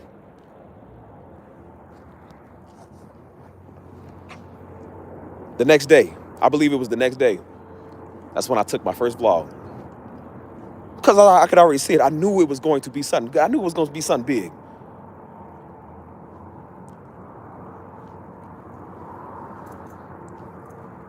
And it started growing. I was getting subscribers that day. Because people was hearing what I had to say. As I told you, Iyanna was one of the first people. She's one of the first original main people over here. She was watching a lot of my stuff. She watched a lot of my stuff. And she was commenting. She was like, hey, she was like, she said something in one of the videos. She said, okay, that's good. And so she was like, hey, do a video about this. Like, hey, I want to hear about this. And so I was like, okay, yeah, I got that planned out. And I had people in here that were young, people in here that was reaching. It was the targeted audience of people I was reaching. And so I wasn't just telling people like, oh, it's just the universe. I said, bro, it's God. I said, God gonna use you, God gonna, and it was reaching people. I had to add that dude. This dude is big now. He's big time now, the guy that I was watching.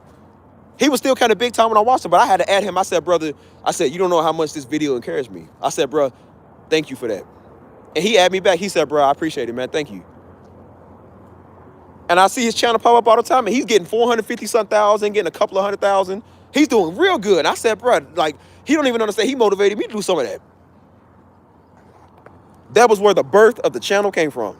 Because I said, no, I'm a musician, man. I'm not a talker. I said, well, yes, you are. You talk to everybody. You talk to everybody you know. I've saved lives before. I've helped people before. This is what you can do. And then after that, I was doing a vlog every day. I had a joy to do it. I did a vlog every single day. Going to the workout park and do it. That's where the video about Pastor Darby came from. I was in the workout park and didn't even know I was even going to do the daggone video. And I was like, what am I going to talk about today? And I said, well, that'll be something to talk about. It's life. It's life. Let's do it. And it just came out. Didn't even know it was going to come out that way. Wasn't no retakes, no reshots, no nothing. It was just came out right there.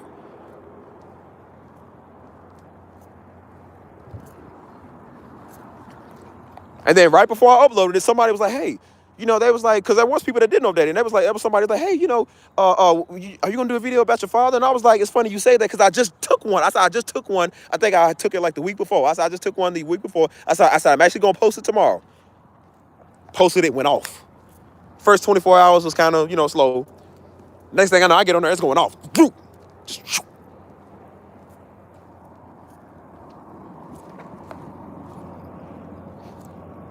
and although that was a good thing, it really wasn't. Because the targeted audience of people that I wanted to stay over here, I don't have. And these type of Negroes done tainted my channel to where I'm like, okay, well, I know how to build another one. I'm just going to apply the same steps I did with this one on there.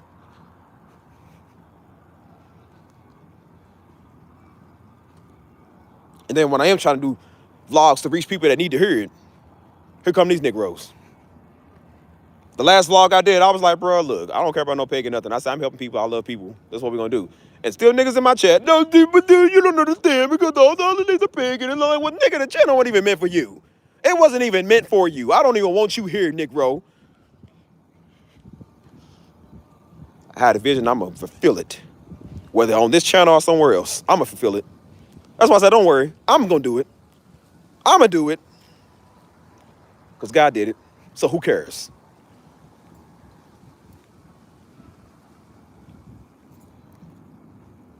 I wanted to show y'all that.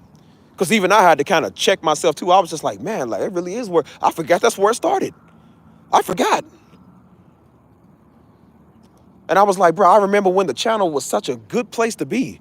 I remember when I loved doing this, when it was fun, when I was like, man, because I had a heart to reach these people. And I still do. And I'm like, I can't even do that no more on this channel now. Because the majority of the people that I'm reaching are not them. And now Negroes think they called to subscribe to your channel and preach to you. Dumb idiots. I said, it's okay. I'm going to find my audience. I already did. Don't worry about it. You'll never be a part of it. You'll never be on it.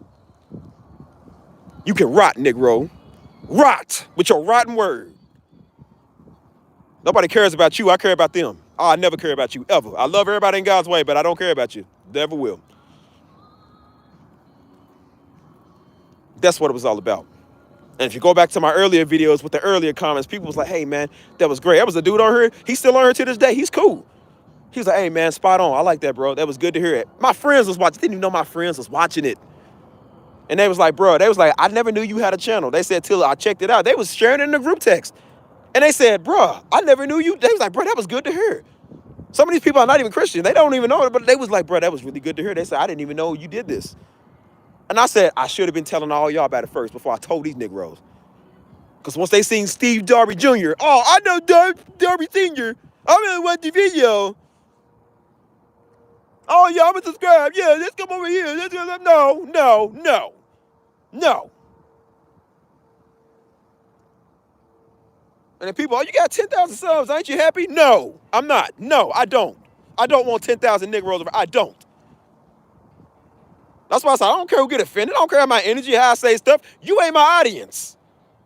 I don't want you here in the first place. So if I got to do stuff to make everybody go, I will. If you want to stay, that's cool. You my people. If not, go.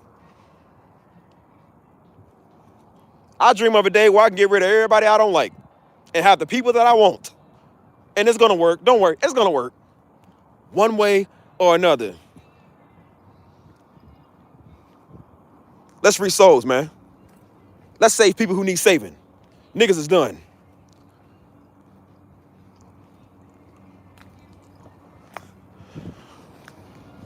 I ain't know I was gonna go over and do that, man.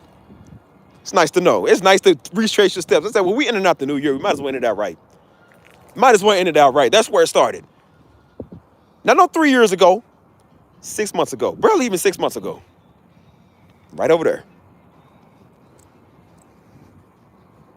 You know, every year on the last day of the year, I love retracing my steps. I love it. Every year I do that. I retrace my steps over the whole year.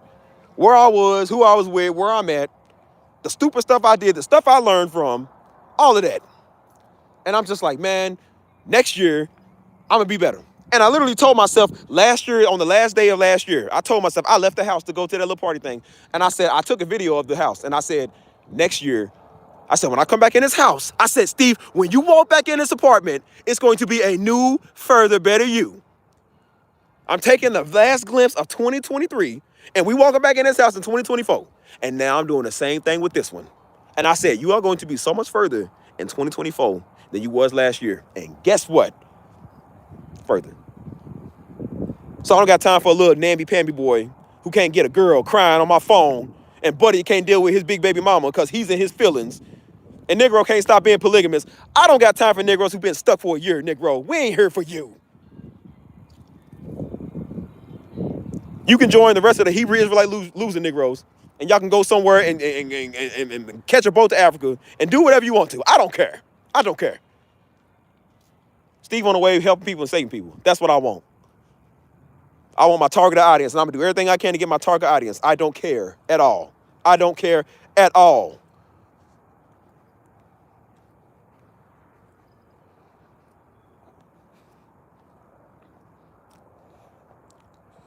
Exactly. 10,000 inactive people. They ain't even real people on here, man. I tell you, I got people I'm subscribed to that I forget I'm subscribed to. It's just how it goes. Everybody that you subscribe, it don't mean you're going to support them. It just means you forgot. And some people did forget, and then some people just on here meddling. That's all it is. People meddle because they watched Pastor Darby, and they thought, oh, I'm going to get a glimpse of what Darby Jr. doing. No, you ain't. Everything private now, and you won't get a glimpse of it. And I turned off all my my regular videos. I'm going to make that exclusive, too. You ain't going to be able to watch it and be a part of that either. I had to turn on my comments because daggone Negroes keep coming over every day. Every day people watch the video. Oh, man. Wow, I think this. I think Darby was murdered. I think, well, you know what? I think I'm going to knock you out when I see you. How about I turn your comment off? Because I said the next person come over here, Steve going to snap on them. So I said, let me just go ahead and turn it off.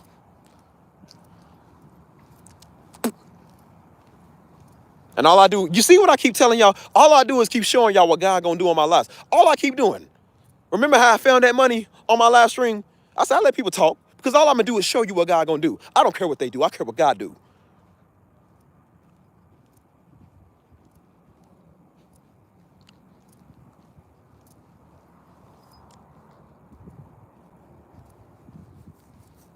So, yeah, I was pretty chill tonight until I started talking about that, bro, because that pissed me off. Because I'm just like, no, some stuff really does piss me off. I don't care if I get on here ranting.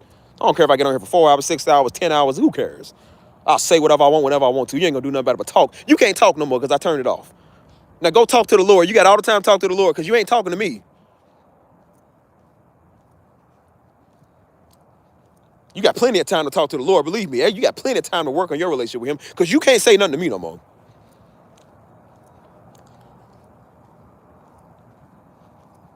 You can talk to the Lord about scrub my floors, whichever one. Whichever makes you more useful. All I know is you can shut up. That's what you can do. Got endless nights of my life, boy, just sitting there crying tears, boy. Crying tears because I'm like, I ain't just crying for me. I'm crying for these souls, man. I'm crying for people who will never know. People who we trying to get to know. Every day we turn on the TV, it's a tragedy, man. Another young one gone. Somebody else OD'd. Somebody else didn't make it. Somebody else didn't live to see another tomorrow. We literally about to be in the new year and people didn't even make it. 2 days short. And didn't even make it.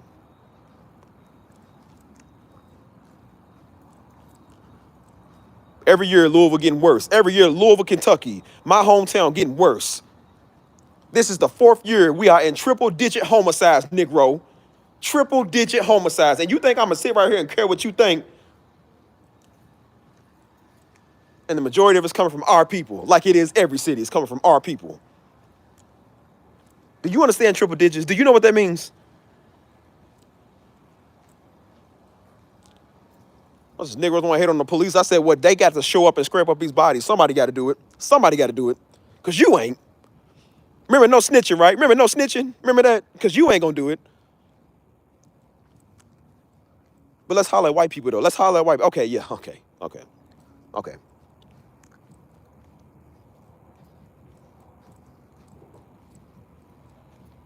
I ain't crying for you. I'm crying for your kids. I'm crying for the young ones.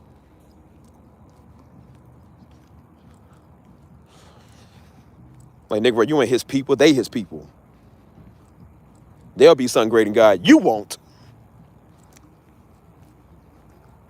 And that's why I hit him where it hurts. As long as you breathe, as long as you walk this earth and you wake up every single day and you keep acting like it, you will never, ever be nothing in God or for man as long as you live. You pathetic piece of trash. You pathetic nigga.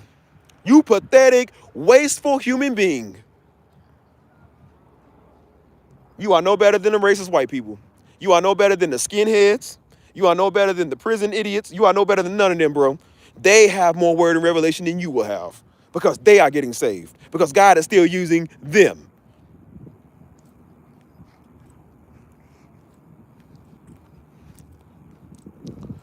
And I understand every day about that verse where God says even the Gentile can get in, because he is not going to take a dumb Negro like you who thinks you're better than everybody.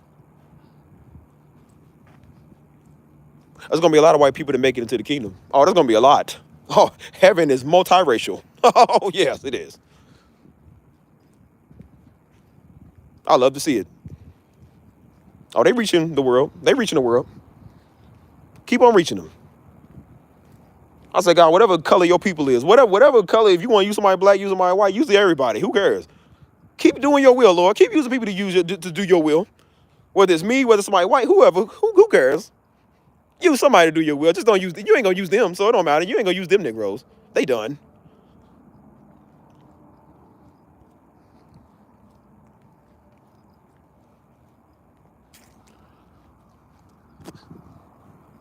If y'all around people like that, get away from them. Don't waste your life dealing with Negroes. Don't waste your life dealing with people. And when I say Negroes, I'm talking about anybody dumb, any color. It don't matter. Anybody who can't act right. Get away from them. Stop wasting your life and your time. They didn't get it past the Darby. They not gonna get it with you. Believe me.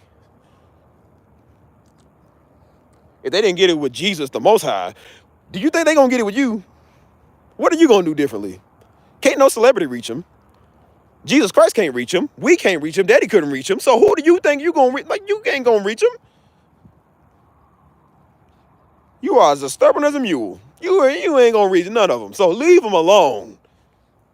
Let them be a pig that go to they slop. Let them go. Go to Tahiti and go have fun and travel the world while you still can. Because you keep dealing with them Negroes, you are going to be stuck. And you are going to be miserable. And you are going to be a loser just like them.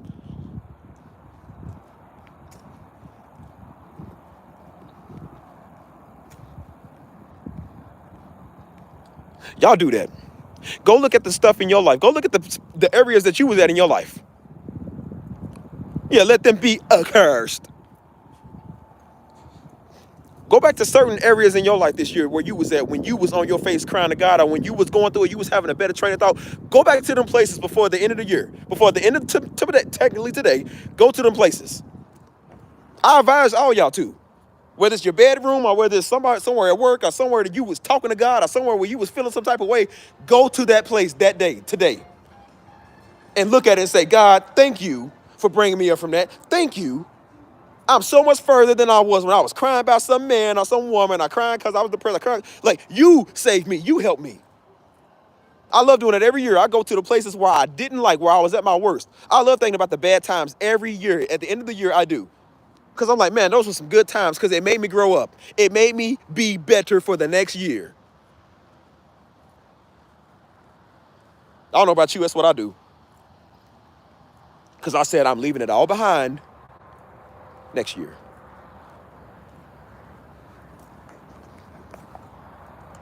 So yeah, there is a cleansing coming on this channel. I don't care what the fee is. It's a cleansing time. I don't care. I'm done. Oh, it feels good to take control. Oh, it feels good. Ain't no more free will on my channel. Ain't no more free will. You've had your chance. You've had your time to talk. Ain't no more. Give niggas too much free will. Look what they do. I'm taking it. Am I not the author of this channel? Oh, yes, I am. I'm taking it. Everybody, I'm taking it. Love my 2 moderators. I can trust y'all. Oh, you thought your opinion mattered, baby. You thought your opinion was free, baby. Oh, haha, yeah, okay. Not no more.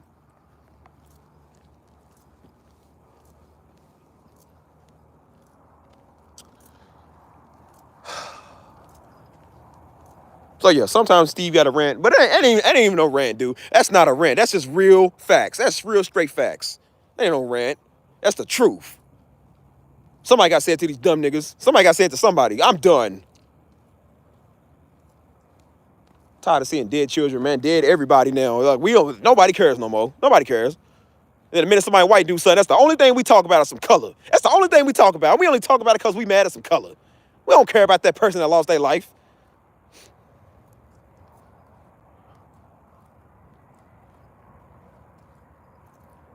Your boy wiping out 10 George Floyds, wiping out 10 Breonna Taylors. Nobody cares. Nobody cares. It's unfortunate. Oh, it's unfortunate the child got hit in the drive-by. That's unfortunate. They're a casualty of war, right? They're a casualty of war. Let that be a white officer that accidentally shot somebody. Let that be a white officer that accidentally hit some black baby. Poor black baby. Oh, my goodness. These white people just lose. Oh, man, I can't believe it. I said, oh, so our life only matter when it comes to some color, right? It only matter when somebody white do it. Okay, yeah, okay. All right. All right. You'll never get nowhere. You'll never get nowhere.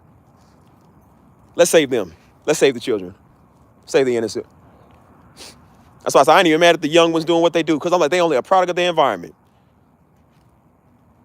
Had they been in a better environment, they wouldn't be like it. And Daddy always preached that. He said that first person get on the news crying to mama, oh, God damn. He was like, no, she knew where he hid his dope money. She knew where he hid his guns. She knew where the dope stove was in the house. She knew where that was.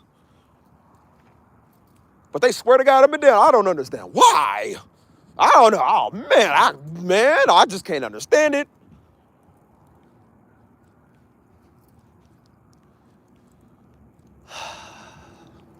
They mamas are done. Let's save the kids. They got a shot at redemption because they don't know. Sitting right like man, my Hebrew people, real Hebrew people are lost, man. That's why they didn't like Christianity, because they thought it was a white man religion.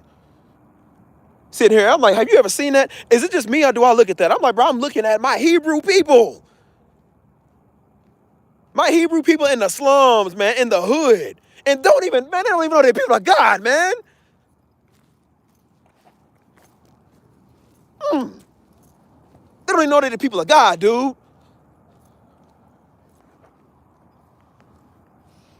And these niggas are supposed to be representing us, man. Supposed to be helping us. And they fighting you.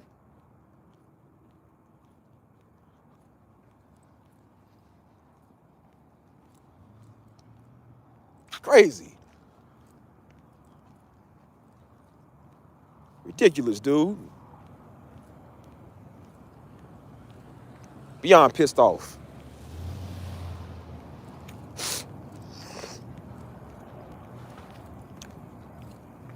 Sitting here looking like these people don't even know they the people of God. They don't even know they are the people of God. And ain't none of them Negroes on my page out here helping them. They ain't reaching them. People out here lost, running amok. And don't even know they are the people of God.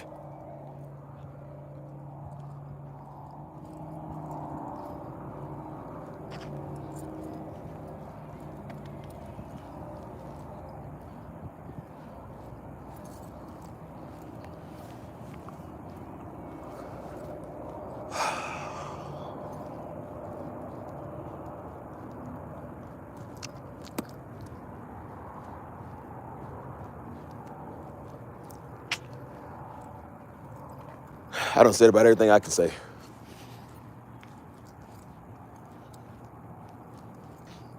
Pains me to see that. It literally pains me to see that. That our people sitting here lost don't even know it, man. Our real people are lost, don't even know it. How you doing, Adriana? It's good to see y'all. Thank you. I appreciate that. The kind of heart that he had, man, I feel like that's kind of the heart I got. Daddy cared about his community. Daddy cried for his people so many times, man. He cried for his people so many times. And Negro still won't sit here and do the will of God. They trying to argue with you over the name of God. Like, bro, who got time for that, man? Like, reach our people, y'all. Reach your people.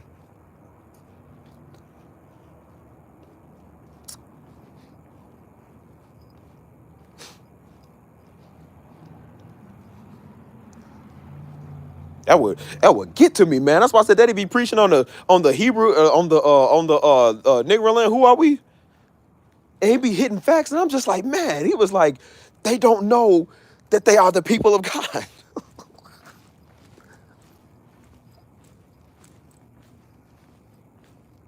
He said something so cold one time. I was like, bro, this is like years after, like I said, he had passed. And I was trying to just put him on so I can clean up the house, so I can listen to while I clean up the house. I stopped cleaning up the house. I stopped cleaning up and started getting in tune to the word like I wasn't there. I was there. I remember the message. But it was so good, I had to stop what I was doing. I was like, it's like I was hearing it for the first time.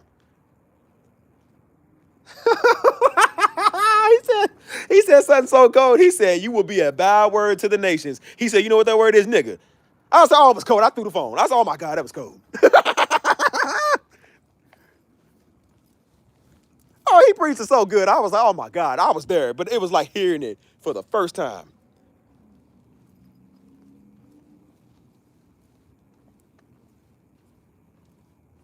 He always kept using that verse. He said, Pharaoh kept saying, let us deal wisely with these people. These people don't know they are the people of God. And we got the people of God sitting right here, don't even know it. They making God sound and don't even know they making God sound, man. They doing God's will. Some of them don't even know it. They don't even know they doing the things of God.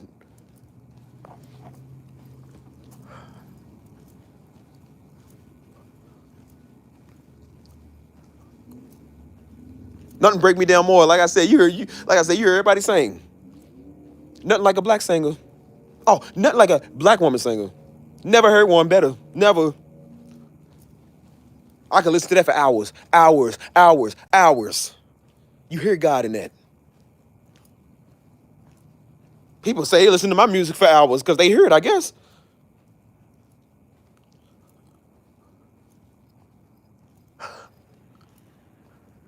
We sit here making the sound of God. We don't even know it.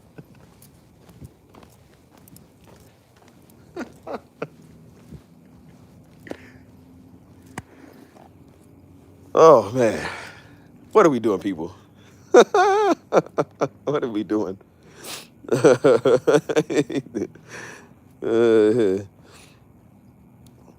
was definitely used by God. That's what I'm saying. We don't even know it, man.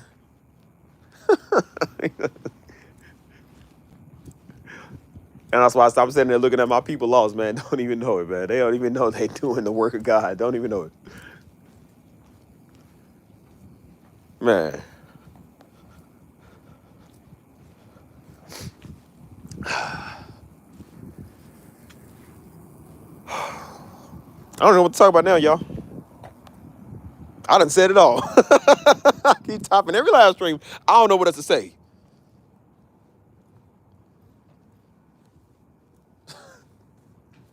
I'm turning around and go this way. That's why I say I hear it too. That's why I say that's that sound of Judah, man. You hear it. And all the music.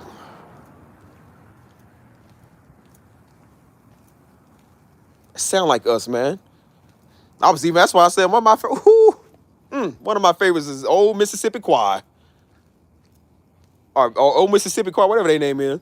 And that old time religion, oh man. I ain't even like music like that before because that used to be my granny music. Every time Granny come pick us up, she playing something like it in the car. Oh, you know your granny music? Yeah, that was that music. That's when God was real in the music. That's when God was really real in the music. Unlike nowadays, I don't know what they doing nowadays, but granny music was real. That old time Mississippi car, oh my goodness.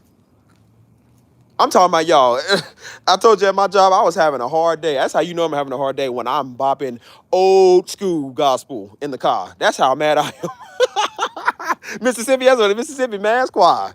Oh, you know Steve was having a bad day when I got to bump that. I'm in the car just, man. I listened to that song at least 10 times, bro. Put it on repeat, just 10 times. And I'm sitting here looking at the comments, and there's white people in there. They was like, bro, this is the, white people are saying this is the sound of heaven. They said, I believe heaven sounds like this when you get there. Yeah, people, somebody was in there, they was like, I'm atheist, but they was like, I love gospel music. People was like, that was people all over the world. I think it was somebody in China. They was like, they said, yo, they said, I've never been to a black church, but this is what makes me want to visit a black church.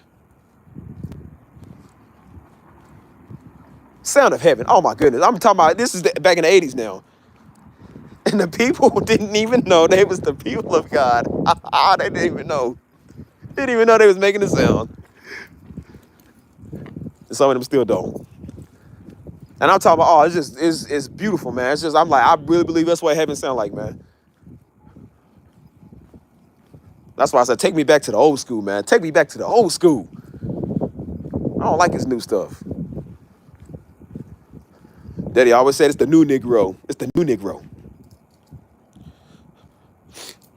But I would love to see them live, man. Man, shoot. They did something recently, or I think it was a while back, with another gospel singer on. Oh my goodness, she could sing under the table. Oh man, she was good. Everybody in the comments, like, they was like, yo, she disrespected this song so bad. They was like, she is so good. I'm talking about, she's one of them type of people, like, people scream singing. Like, when they screaming, they sing. Oh, she was one of them. She was good. And she made it look so easy. I was like, that's not easy.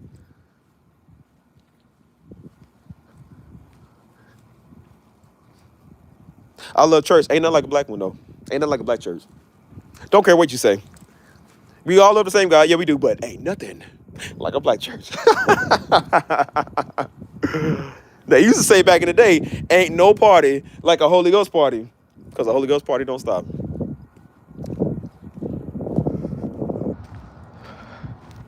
I know that song, too. Yeah, sometimes, I know that song. I think I know who that is, John P. Key.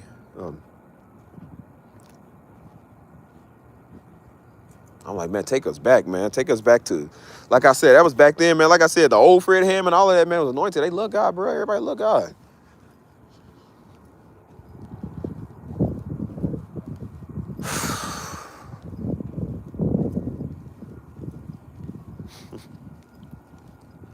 And I understand why Daddy talks so much on who we are as a people, man. It's like, because we do need to know.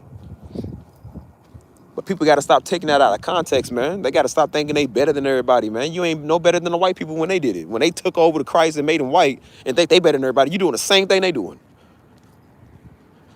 And don't even know that most of them are getting in on the kingdom more than you. They getting in on more of it than you are.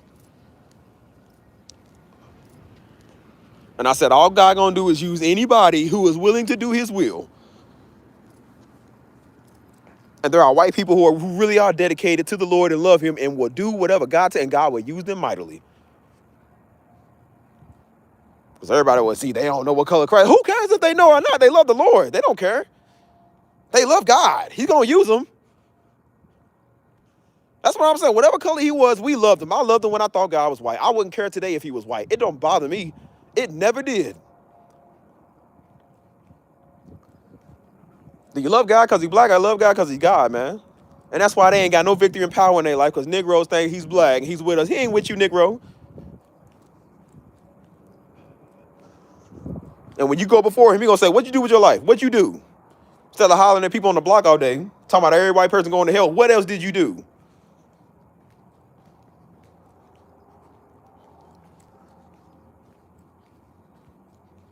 We told the racists that for years. We said, if you racist, don't go to heaven. You ain't going to heaven, because every race is there.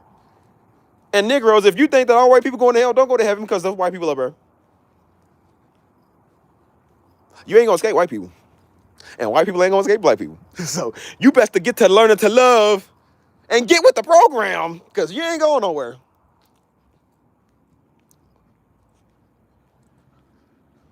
Keep telling Negroes, if you feel that way, go to Africa. And them Africans don't like you either. You know, it's mighty funny. Even the Africans don't like Negroes.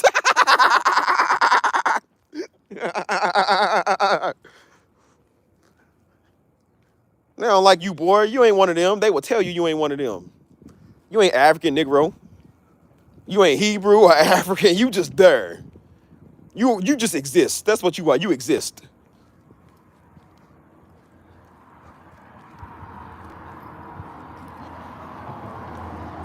Africans will tell you, you are not one of our tribes. You are not one of us. You are not like us.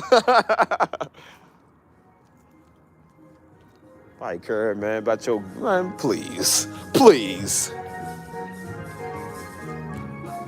I told y'all, man, don't think everybody because you're a Skippyite. Sure is. I told you, don't be fooled. Everybody watch Pastor Darby ain't no Hebrew. They don't watch Pastor Darby because they love the Word of God. A lot of people do. The majority of people do. They watch Pastor because they love the Word of God. They love us as a people. Most of them watch Pastor Darby because they're a loser who ain't never did nothing in life. They can never get nowhere, so they got to find the nearest thing as identity politics. Anybody that's going to tell them something to make them feel good, and that's why they adopted the man. That's why they think the man's their father.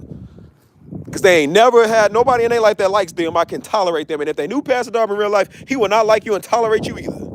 I'm telling you, I promise you, he did not like people like y'all think he did. He did not want to be in everybody's face. And them was the main people he did not want to deal with. You would have been a loser to him too, like you're a loser to me. So no, believe me when I tell you, you ain't nothing. Watching Pastor Darby don't make you no man, boy. It just makes you more of an idiot because you thought that some man was gonna take up on your side. Daddy wasn't on their side. He kept saying that. He is not he's not on Hebrew Israelite. He kept saying that. He wasn't for them. And that's why he regretted doing Negro Land, because it got a bunch of them over there. And that's why I regretted doing the video with him, because now I got a bunch of these Negroes over here that I gotta get rid of.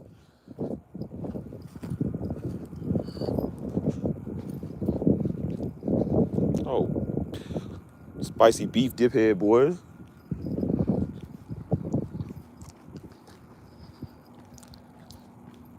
Show it's some pigs, man. Dudes already got mad cow disease over here messing with me. You gotta have mad cow disease to be messing with me, because you sure ain't in your same mind. They don't know who they talking to. You don't know who you talking to. You'll find out. You want to come over and find out. You'll find out.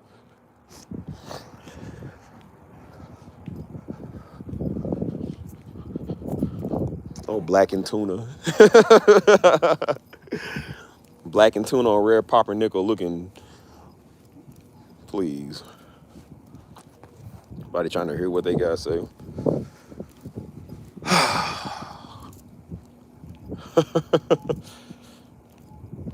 No, he didn't come right back home when he wasn't using his son. Exactly.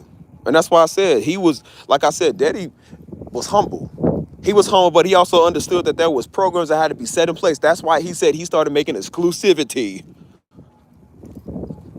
Because he knew when you make everything for free, Negroes like free information. He said they would never support, they would never help. So he had to start making stuff exclusive because people be on there meddling. He didn't do it for no money. He did it because that's just order. That's the way you do order. Everybody that has a platform has to do that now. Joel Osteen, all of them, they all have membership partnerships because they know they don't want everybody over there.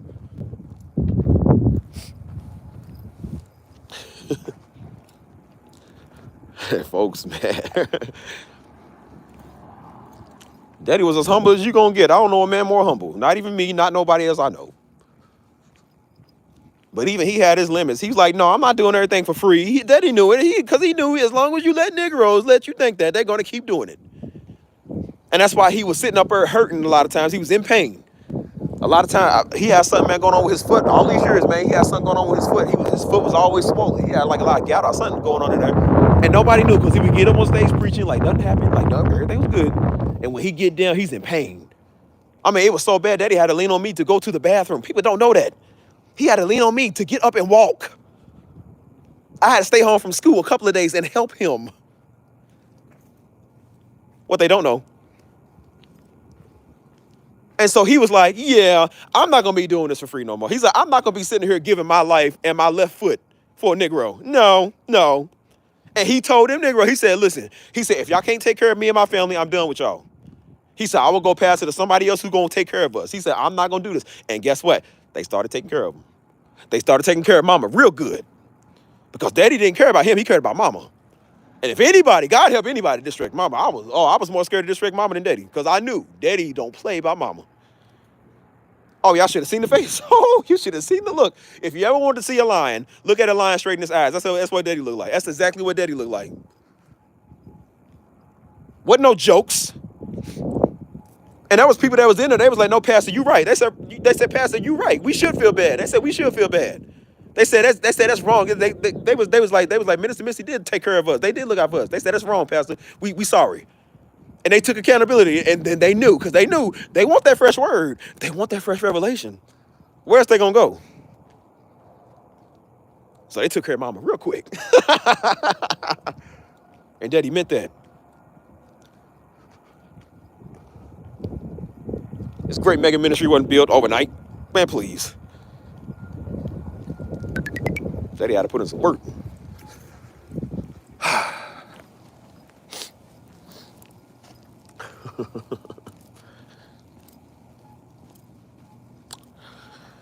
What are we talking about, people? I don't even remember what I was talking about.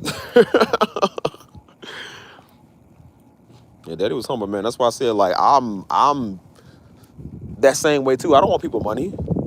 I don't get over here begging for nothing, man. I ain't never begged nobody for some money. I make jokes about Cash App all the time. I don't want your Cash App. If you want to give, okay, cool. I'm okay with it. I ain't gonna stop you from giving. But don't think because you give something, you're gonna run something, because it don't work like it. And that's exactly why I say I don't like taking people's handouts, because that's what people do.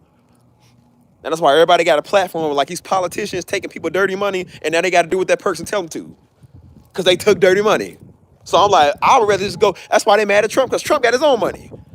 Hopefully, Trump got his own money. You can't control a person. They got their own bread. They don't need you for nothing, because they know if I give you something, it's gonna come with a catch. I'll make my own money. I don't want nobody else's stuff. That's why I ain't out here begging for Cash App or nothing. I'll make my own stuff. And everything I got in my life is because of me, not because my followers, not because my page, or because somebody donate nothing. It's because I did it. And that's why I said I made another channel on purpose that's doing relatively well. I didn't tell nobody about it, because I'm like, I want to make sure I can get stuff big off my name. After not even really use my name, off of my work. Because I don't want my name to be related to Daddy's to get it big. I don't want my name being tied to the Darby name just because people going to follow because they know Darby. No, I don't want people to know Darby. I want people to know me. I don't even know me. I just want people to know the page because it's for them. The For You page. That's what I want. And it worked. Thank God.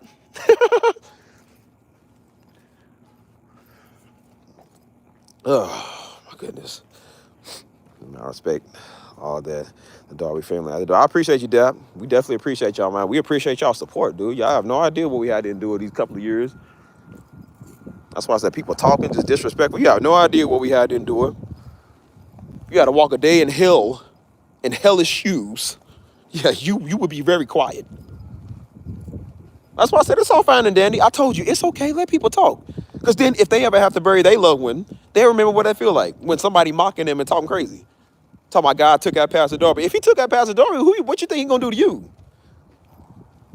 God's righteous man, if God took him out just because he didn't like him, what do you think he gonna do to all us?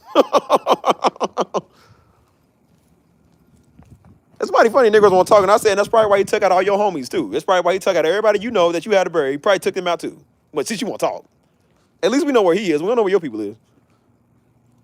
Think about that next time you go see your homie. Do that. Since you want to mock people's dead people. Okay, there you go. At least I know where my homie is. Where yours at? You don't know. Or do you?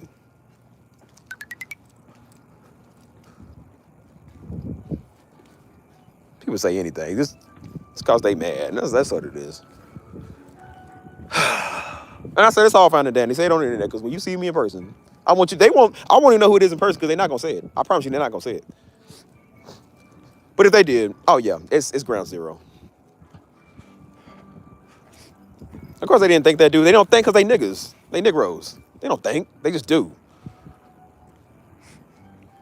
And so I don't know about you, but the era I come from, we used to give people pumpkin heads. There's such thing called a pumpkin head in the DP. Yeah, don't worry about it. You're going to experience it. We're going to bring it back. Bring it back.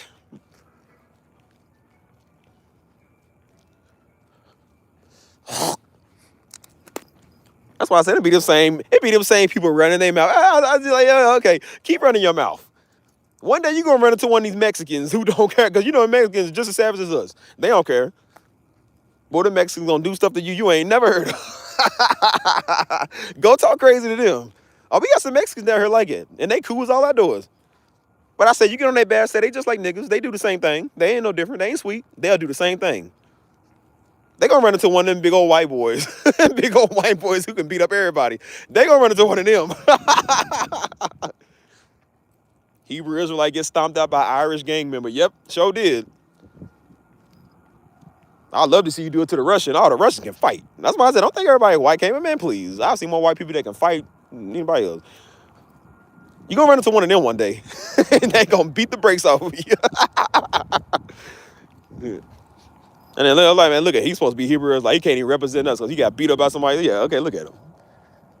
And how you the people, he got whooped by a white boy. That's probably why they do that too. They join that stuff because they inferior because some white boy beat them up in school. All of a sudden, white boy probably took their girl and then they all was, I see all white people to death. I bet he would be when he took your girl. I bet he would be. When you can't take care of her, but he can.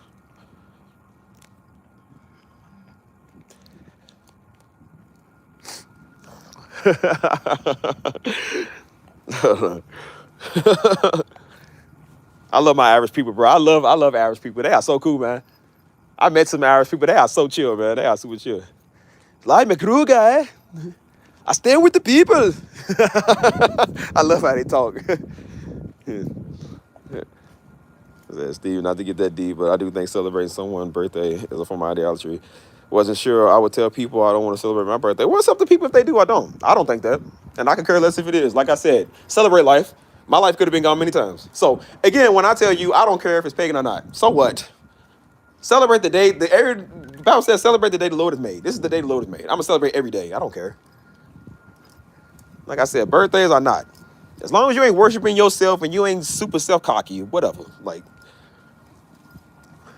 people try to say it to me on my birthday. They say it's not biblical to celebrate. But I said, well, I don't care. I'm going to celebrate mine anyways. I don't care. We ain't doing this stuff over here, Negro. It's like the channel for that anyways. I said, anyways, happy birthday to me. Anyways, tell your mama to bake my cake. And you go choose ice cream. Or else I'm going to slap you. I was adding people back. I'm like, man, please. I said, anyways, my cake better have extra frosting on it. Because if it don't, your mama's going to feel my wrath. And then it'd be the same idiots. You ask them, how old are you? I don't know. What day was you born? I don't know. I don't celebrate birthdays. Dudes be 45 thinking they 20. Like, they don't know how old they are because they niggas don't even celebrate birthdays. Oh, idiots. And I told you tomorrow, technically today is New Year's. They're going to do the same thing. It's not biblical to celebrate New Year's. Technically in the Bible, in the BC, man, you know what, dude? I will bury you under some mulch. Shut up. My God, bro. People can't be this dumb. I would really knock you out and shovel mulch on top of you and just leave you there. You're going to contaminate the mulch. Even the manure don't want you. Oh, dirty, dumb Negro. That's why I said, I'm like, you know, I used to be like, because, you know, sometimes you watch the Hodge twins, or you watch, like, I don't know if y'all know who Officer Tatum is. Like, sometimes people go too far with that but they'll do that sometimes to make Negroes mad with the white people. Because they mad, they be like, they call them a bunch of sellouts because they think a different way than everybody else do. And they say, well, you a sellout. And it's like, well, how am I a sellout because I don't agree with you? We all have rights to agree and not to agree. That's what makes us human, American, whatever you want to call it. It makes us who we are. We all can't think the same way. If we think the same way, that's called martial law. It's called critical mass thinking. That's how they get everybody to do the same thing. And I said they go use a bunch of you sensitive Negroes to go think the same way. Here we go. Can you hear me? Mr. Stevie was in Frozone land. I really hate this internet, y'all. Oh, y'all there. Can Can you hear me? Talk back to me, people. Say amen. That's what's up. That's what's up. Yeah, man, it's like it's always a dead zone or something over here. That's why I like going outside. It's like a dead zone all the time. Service always messes with me when I'm doing something right. It's a good thing it didn't go off on me when I was mad, because I'm like, when I was ranting and stuff, I would have really been mad. I would have been like, last stream over. Like last stream, my phone died at the end. And so that's why I was like, okay. And so I went in to charge it up, and then I was laying in bed, and then I got on YouTube to watch YouTube, and then I seen it said I was still live. I was like, am I still live? And so my YouTube on my TV said I was still live. So I was like, my phone been on for like an hour. Like, I ain't even been on this for like an hour. And so I was like, man, it's probably been recording everything I've been doing. It's probably been recording, like I'm cooking food and stuff. And then I checked my phone and it wasn't live. So I was like, well, what's the phone saying I'm still live for? Like, what's going on? And then it kept repeating itself in a loop. It kept doing that. And so I guess after a while, after an hour, I guess YouTube would just end it, whatever. So I was like, I don't know. I thought I was still live. People gonna get the whole live stream of me sleeping in there. Be the perfect time where these niggas come here and strike. Look at this idiot in her sleep. I'm like, yeah, he forgot to turn off live. Look at this idiot.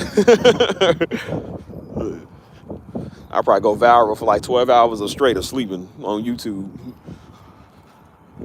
Oh well, at least I have my targeted audience over there. It won't be these Negroes. Oh my gosh, man. Every day I'm turning into Uncle Ruckus, bro. Every day I'm turning more into Stick Me than Uncle Ruckus.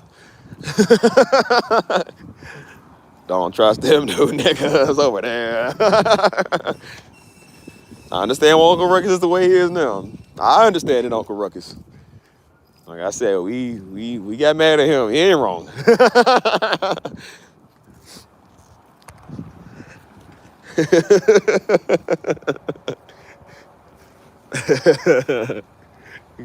That's the first thing Stick Meaner said when it was like, well, Stick Meaner, you blind as a kid. He said, you blind, you never see. He said, well, nigga, at least I ain't gotta look at you. Oh my gosh, bro. Oh my goodness. We're going back in the house because I'm on 5%. Hopefully it don't die on me. So, oh, he said, new shoes, new shoes.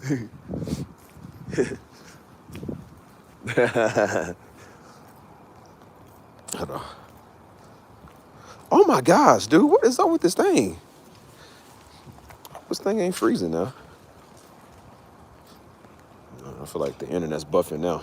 What do you say? He said, then you're gonna have to get Elon Musk.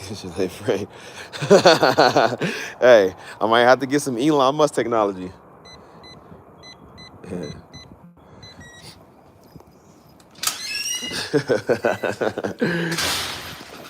Oh, let's go to the crib.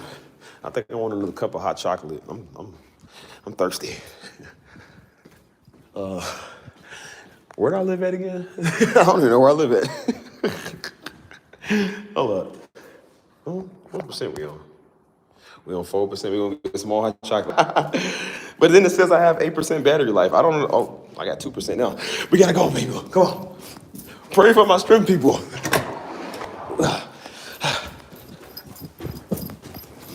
Oh, I live over here. Hold on.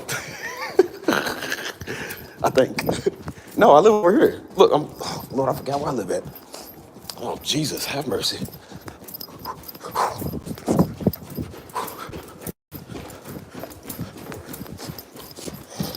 Gosh. Oh, man. What's happening here?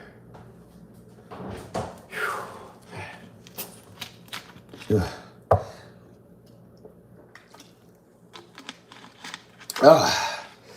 Oh, peoples. What time is it? What's 2:50? Oh, Jesus. But I didn't realize it was that late. Oh, man. Hold on. Still gotta run. Hold on, y'all. I was stopping to get some hot chocolate, and I was like, well, I don't got enough energy for that. I was like, my phone about to die. Oh, man, I'm so hungry. Whataburger's up in 24 hours. I'm hungry. What kind of businesses are you looking for? No, shush, not you. Hold on. It's hot in here, man. Dang, what temperature? Got 73 in here, man. It's hot. Says it's 54 outside, 73 in here. Oh, man, I'm lightheaded. I still want my hot chocolate, though. I'll get some in the morning, though. I don't care. I'm even more hungry now than I was at first.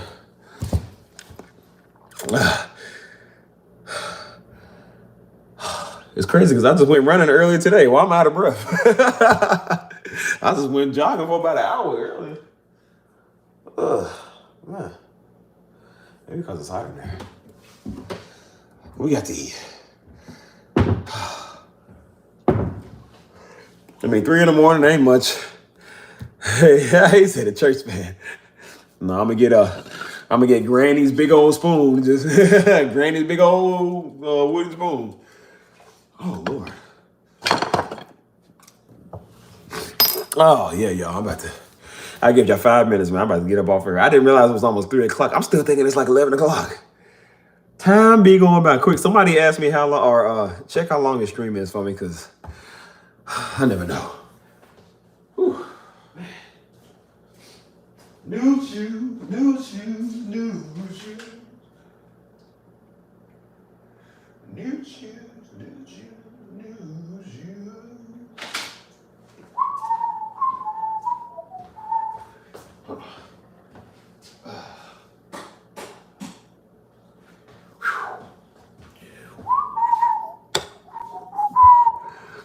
Oh yeah, 6 hours.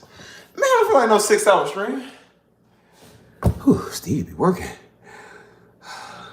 I will show y'all something real quick. Hold on. Which is why I love working with my programs, bro. New shoes, new shoes, new shoes. He said, "Oh yeah, I stepped on your shoe. What you gonna do,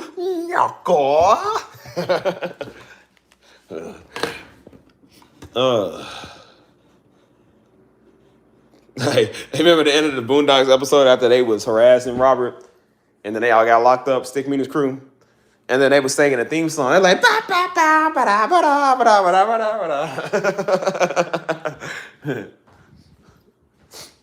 da. Hold on. He said, "That's why we drink Hennessy. That's why we smoke menthols, because we niggas." Hold on. Look at this though. I did this for my thumbnail, and so like I said, when I usually create my when I usually create, I just ask AI to make something for me. So I'm just like, I said, make happy black dude wearing what I'm wearing. See, wearing the same stuff. So I said, let him be surrounded by people, men and women, whatever. And so all I do is upgrade. You can upgrade the image to make it look more clear. Like it already looks real, but look. Like it looks so much realer. That's crazy though. Like look how real it looks. Like it takes it from that old like it still looks real, but when you put the they call it image enhancing it or whatever. So you can tell like look at all that. His face looks more real. Expressions look more real. Look the veins in his hand look way more real. Like that's crazy. So yeah, I just be on here playing with AI all the time, man. Like, and so I was like, man, I forgot I had this. Like, you can literally change stuff in there. So, hold on. Whew. Mm-hmm. See, this is how I be making a lot of my thumbnails for like my stuff. I usually make the image with my phone first, and then I'll upload it to this. But yeah, man, I really want to show y'all this too, man. Like I said, just showing y'all my stats real quick.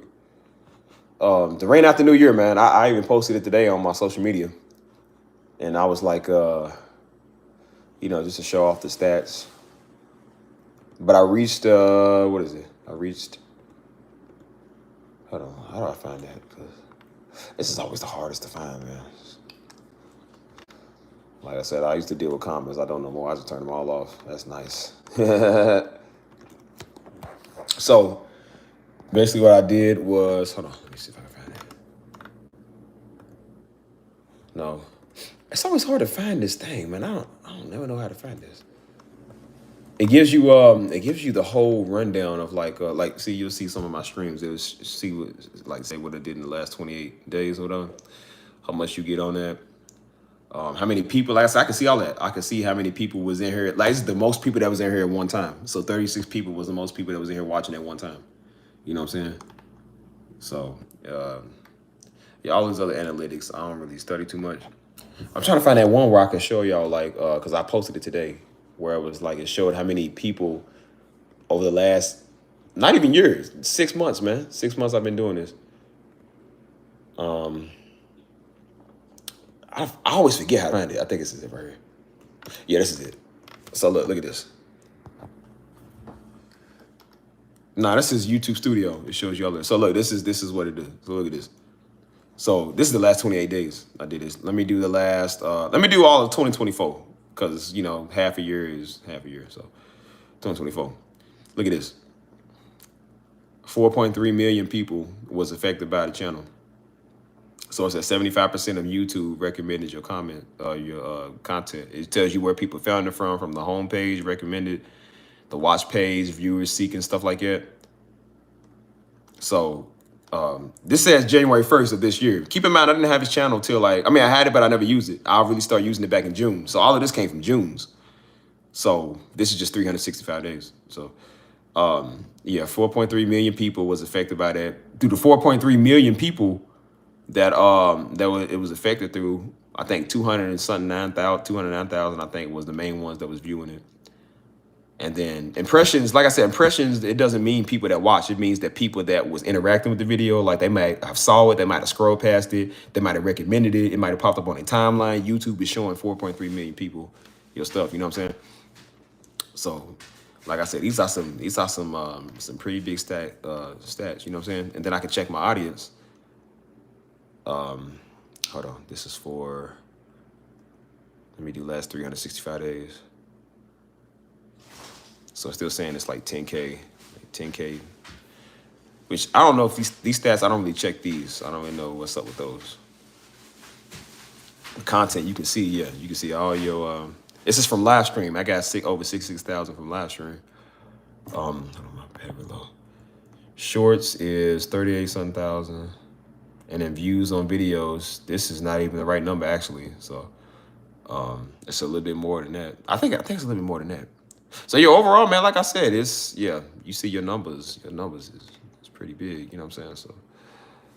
So yeah, and then it'll show you like what people did, like what they did with your videos, what they like, if people remixed it, which means they used it in something else. And so they might have took my sound, and you know what I'm saying? Like, so yeah, overall, man, it's some work. It's been a good year, bro. You know, it's definitely been a good year. As much as I don't want to lie to these people over here, like a lot of people over here are good people, you know what I'm saying? And they really do contribute to it, man. So, but this video, man, like I said, this video is always gonna be, this is always gonna be number one, honestly, dude. This one just, I didn't expect it to really take off, you know what I'm saying? And so you look at it, it's just like, it's still, like I said, it's still going up. It's still going up. People still viewing, you know what I'm saying? And so I'll come over here to where it says, like, it'll say like the last, how many people viewed in the last 48 hours. So 87 people watched it in the last 48 hours, 60 minutes. Like, people still watch the video, dude. They still watching it. But at first, it was literally like a couple thousand. It'll show you where they found it from. And like, you go here, I mean, look at the peak, dude. That's crazy. Like, literally in the first 3 days, because it was the first couple of days, it did start to take off a little bit more. And then it just shot up. I don't know what. Like, see, it was at 2,000 the first 3 days. And then if I go up a little bit more. And then 4 days, it's at 38,000. Like, how does that happen? It just jumps. And then it keeps going up, keep going up. Like, it literally keeps going, bro. Like, it never stops. And then here's 6,000 some Negroes came over here with that. Then I did the video about, let me see. I did the video, where's it at? I did this one. Uh-oh, wrong one. I did this one, and this one got 19,000. That one shot up faster than the one with Pops. That shot up way faster. Like, it didn't get as much views, but it shot up way faster. So the first day it already had 10,000. You know what I'm saying? And then here comes 737 of these Negroes that came over here. And again, most of these people, a lot of them are good people, but a lot of them are also a lot of Nick Jones people. They're a lot of the conspiracy weirdos and stuff. So I'm not too thrilled about that. Those are people I don't really want over here. So, you know, like I said, but yeah, everything else, like I said, all the other views, like I said, they doing pretty good. Doing pretty good. So, you know, I was like, let's rain out the new year with, you know, good and positivity and stuff. So yeah, what's this? Oh yeah, but that's just how it is. Definitely how it is, man. So. And then I do like too, like even with my community posts, like I'll post some of these, and like when I did the one for my birthday, that one really took like I got like 3,000 or so. Then like you know just post every now and then, but I was gonna turn my comments off and stop posting as much because Negro's weird. So.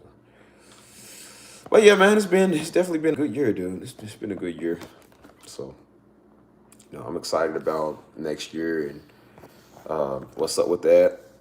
So, yeah, I definitely hope, man. Like I said, I definitely hope y'all New Year's is one to be remembered, man. It's definitely good. I know mine is gonna be, but I really want y'all's to be as well, man.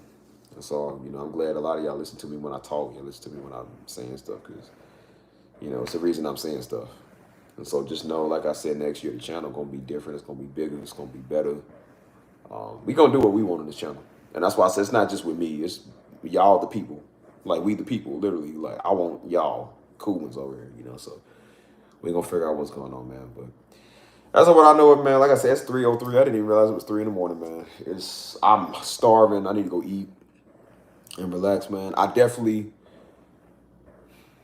want to appreciate a lot of y'all, man, for making this year good. We did some good things, some good big things, man. You know what I'm saying? For the community and this community too. And so this is the last live stream of the year. So I wanted it to be special, you know what I'm saying? So it really is. It is, man. So once again, man, this your boy, Stephen Darby Jr., man. Signing off for the last time of 2024. Love y'all, man. I'm going to catch y'all in the New Year's. Y'all be safe. Y'all be easy. Till then, see y'all next year, people. Love y'all.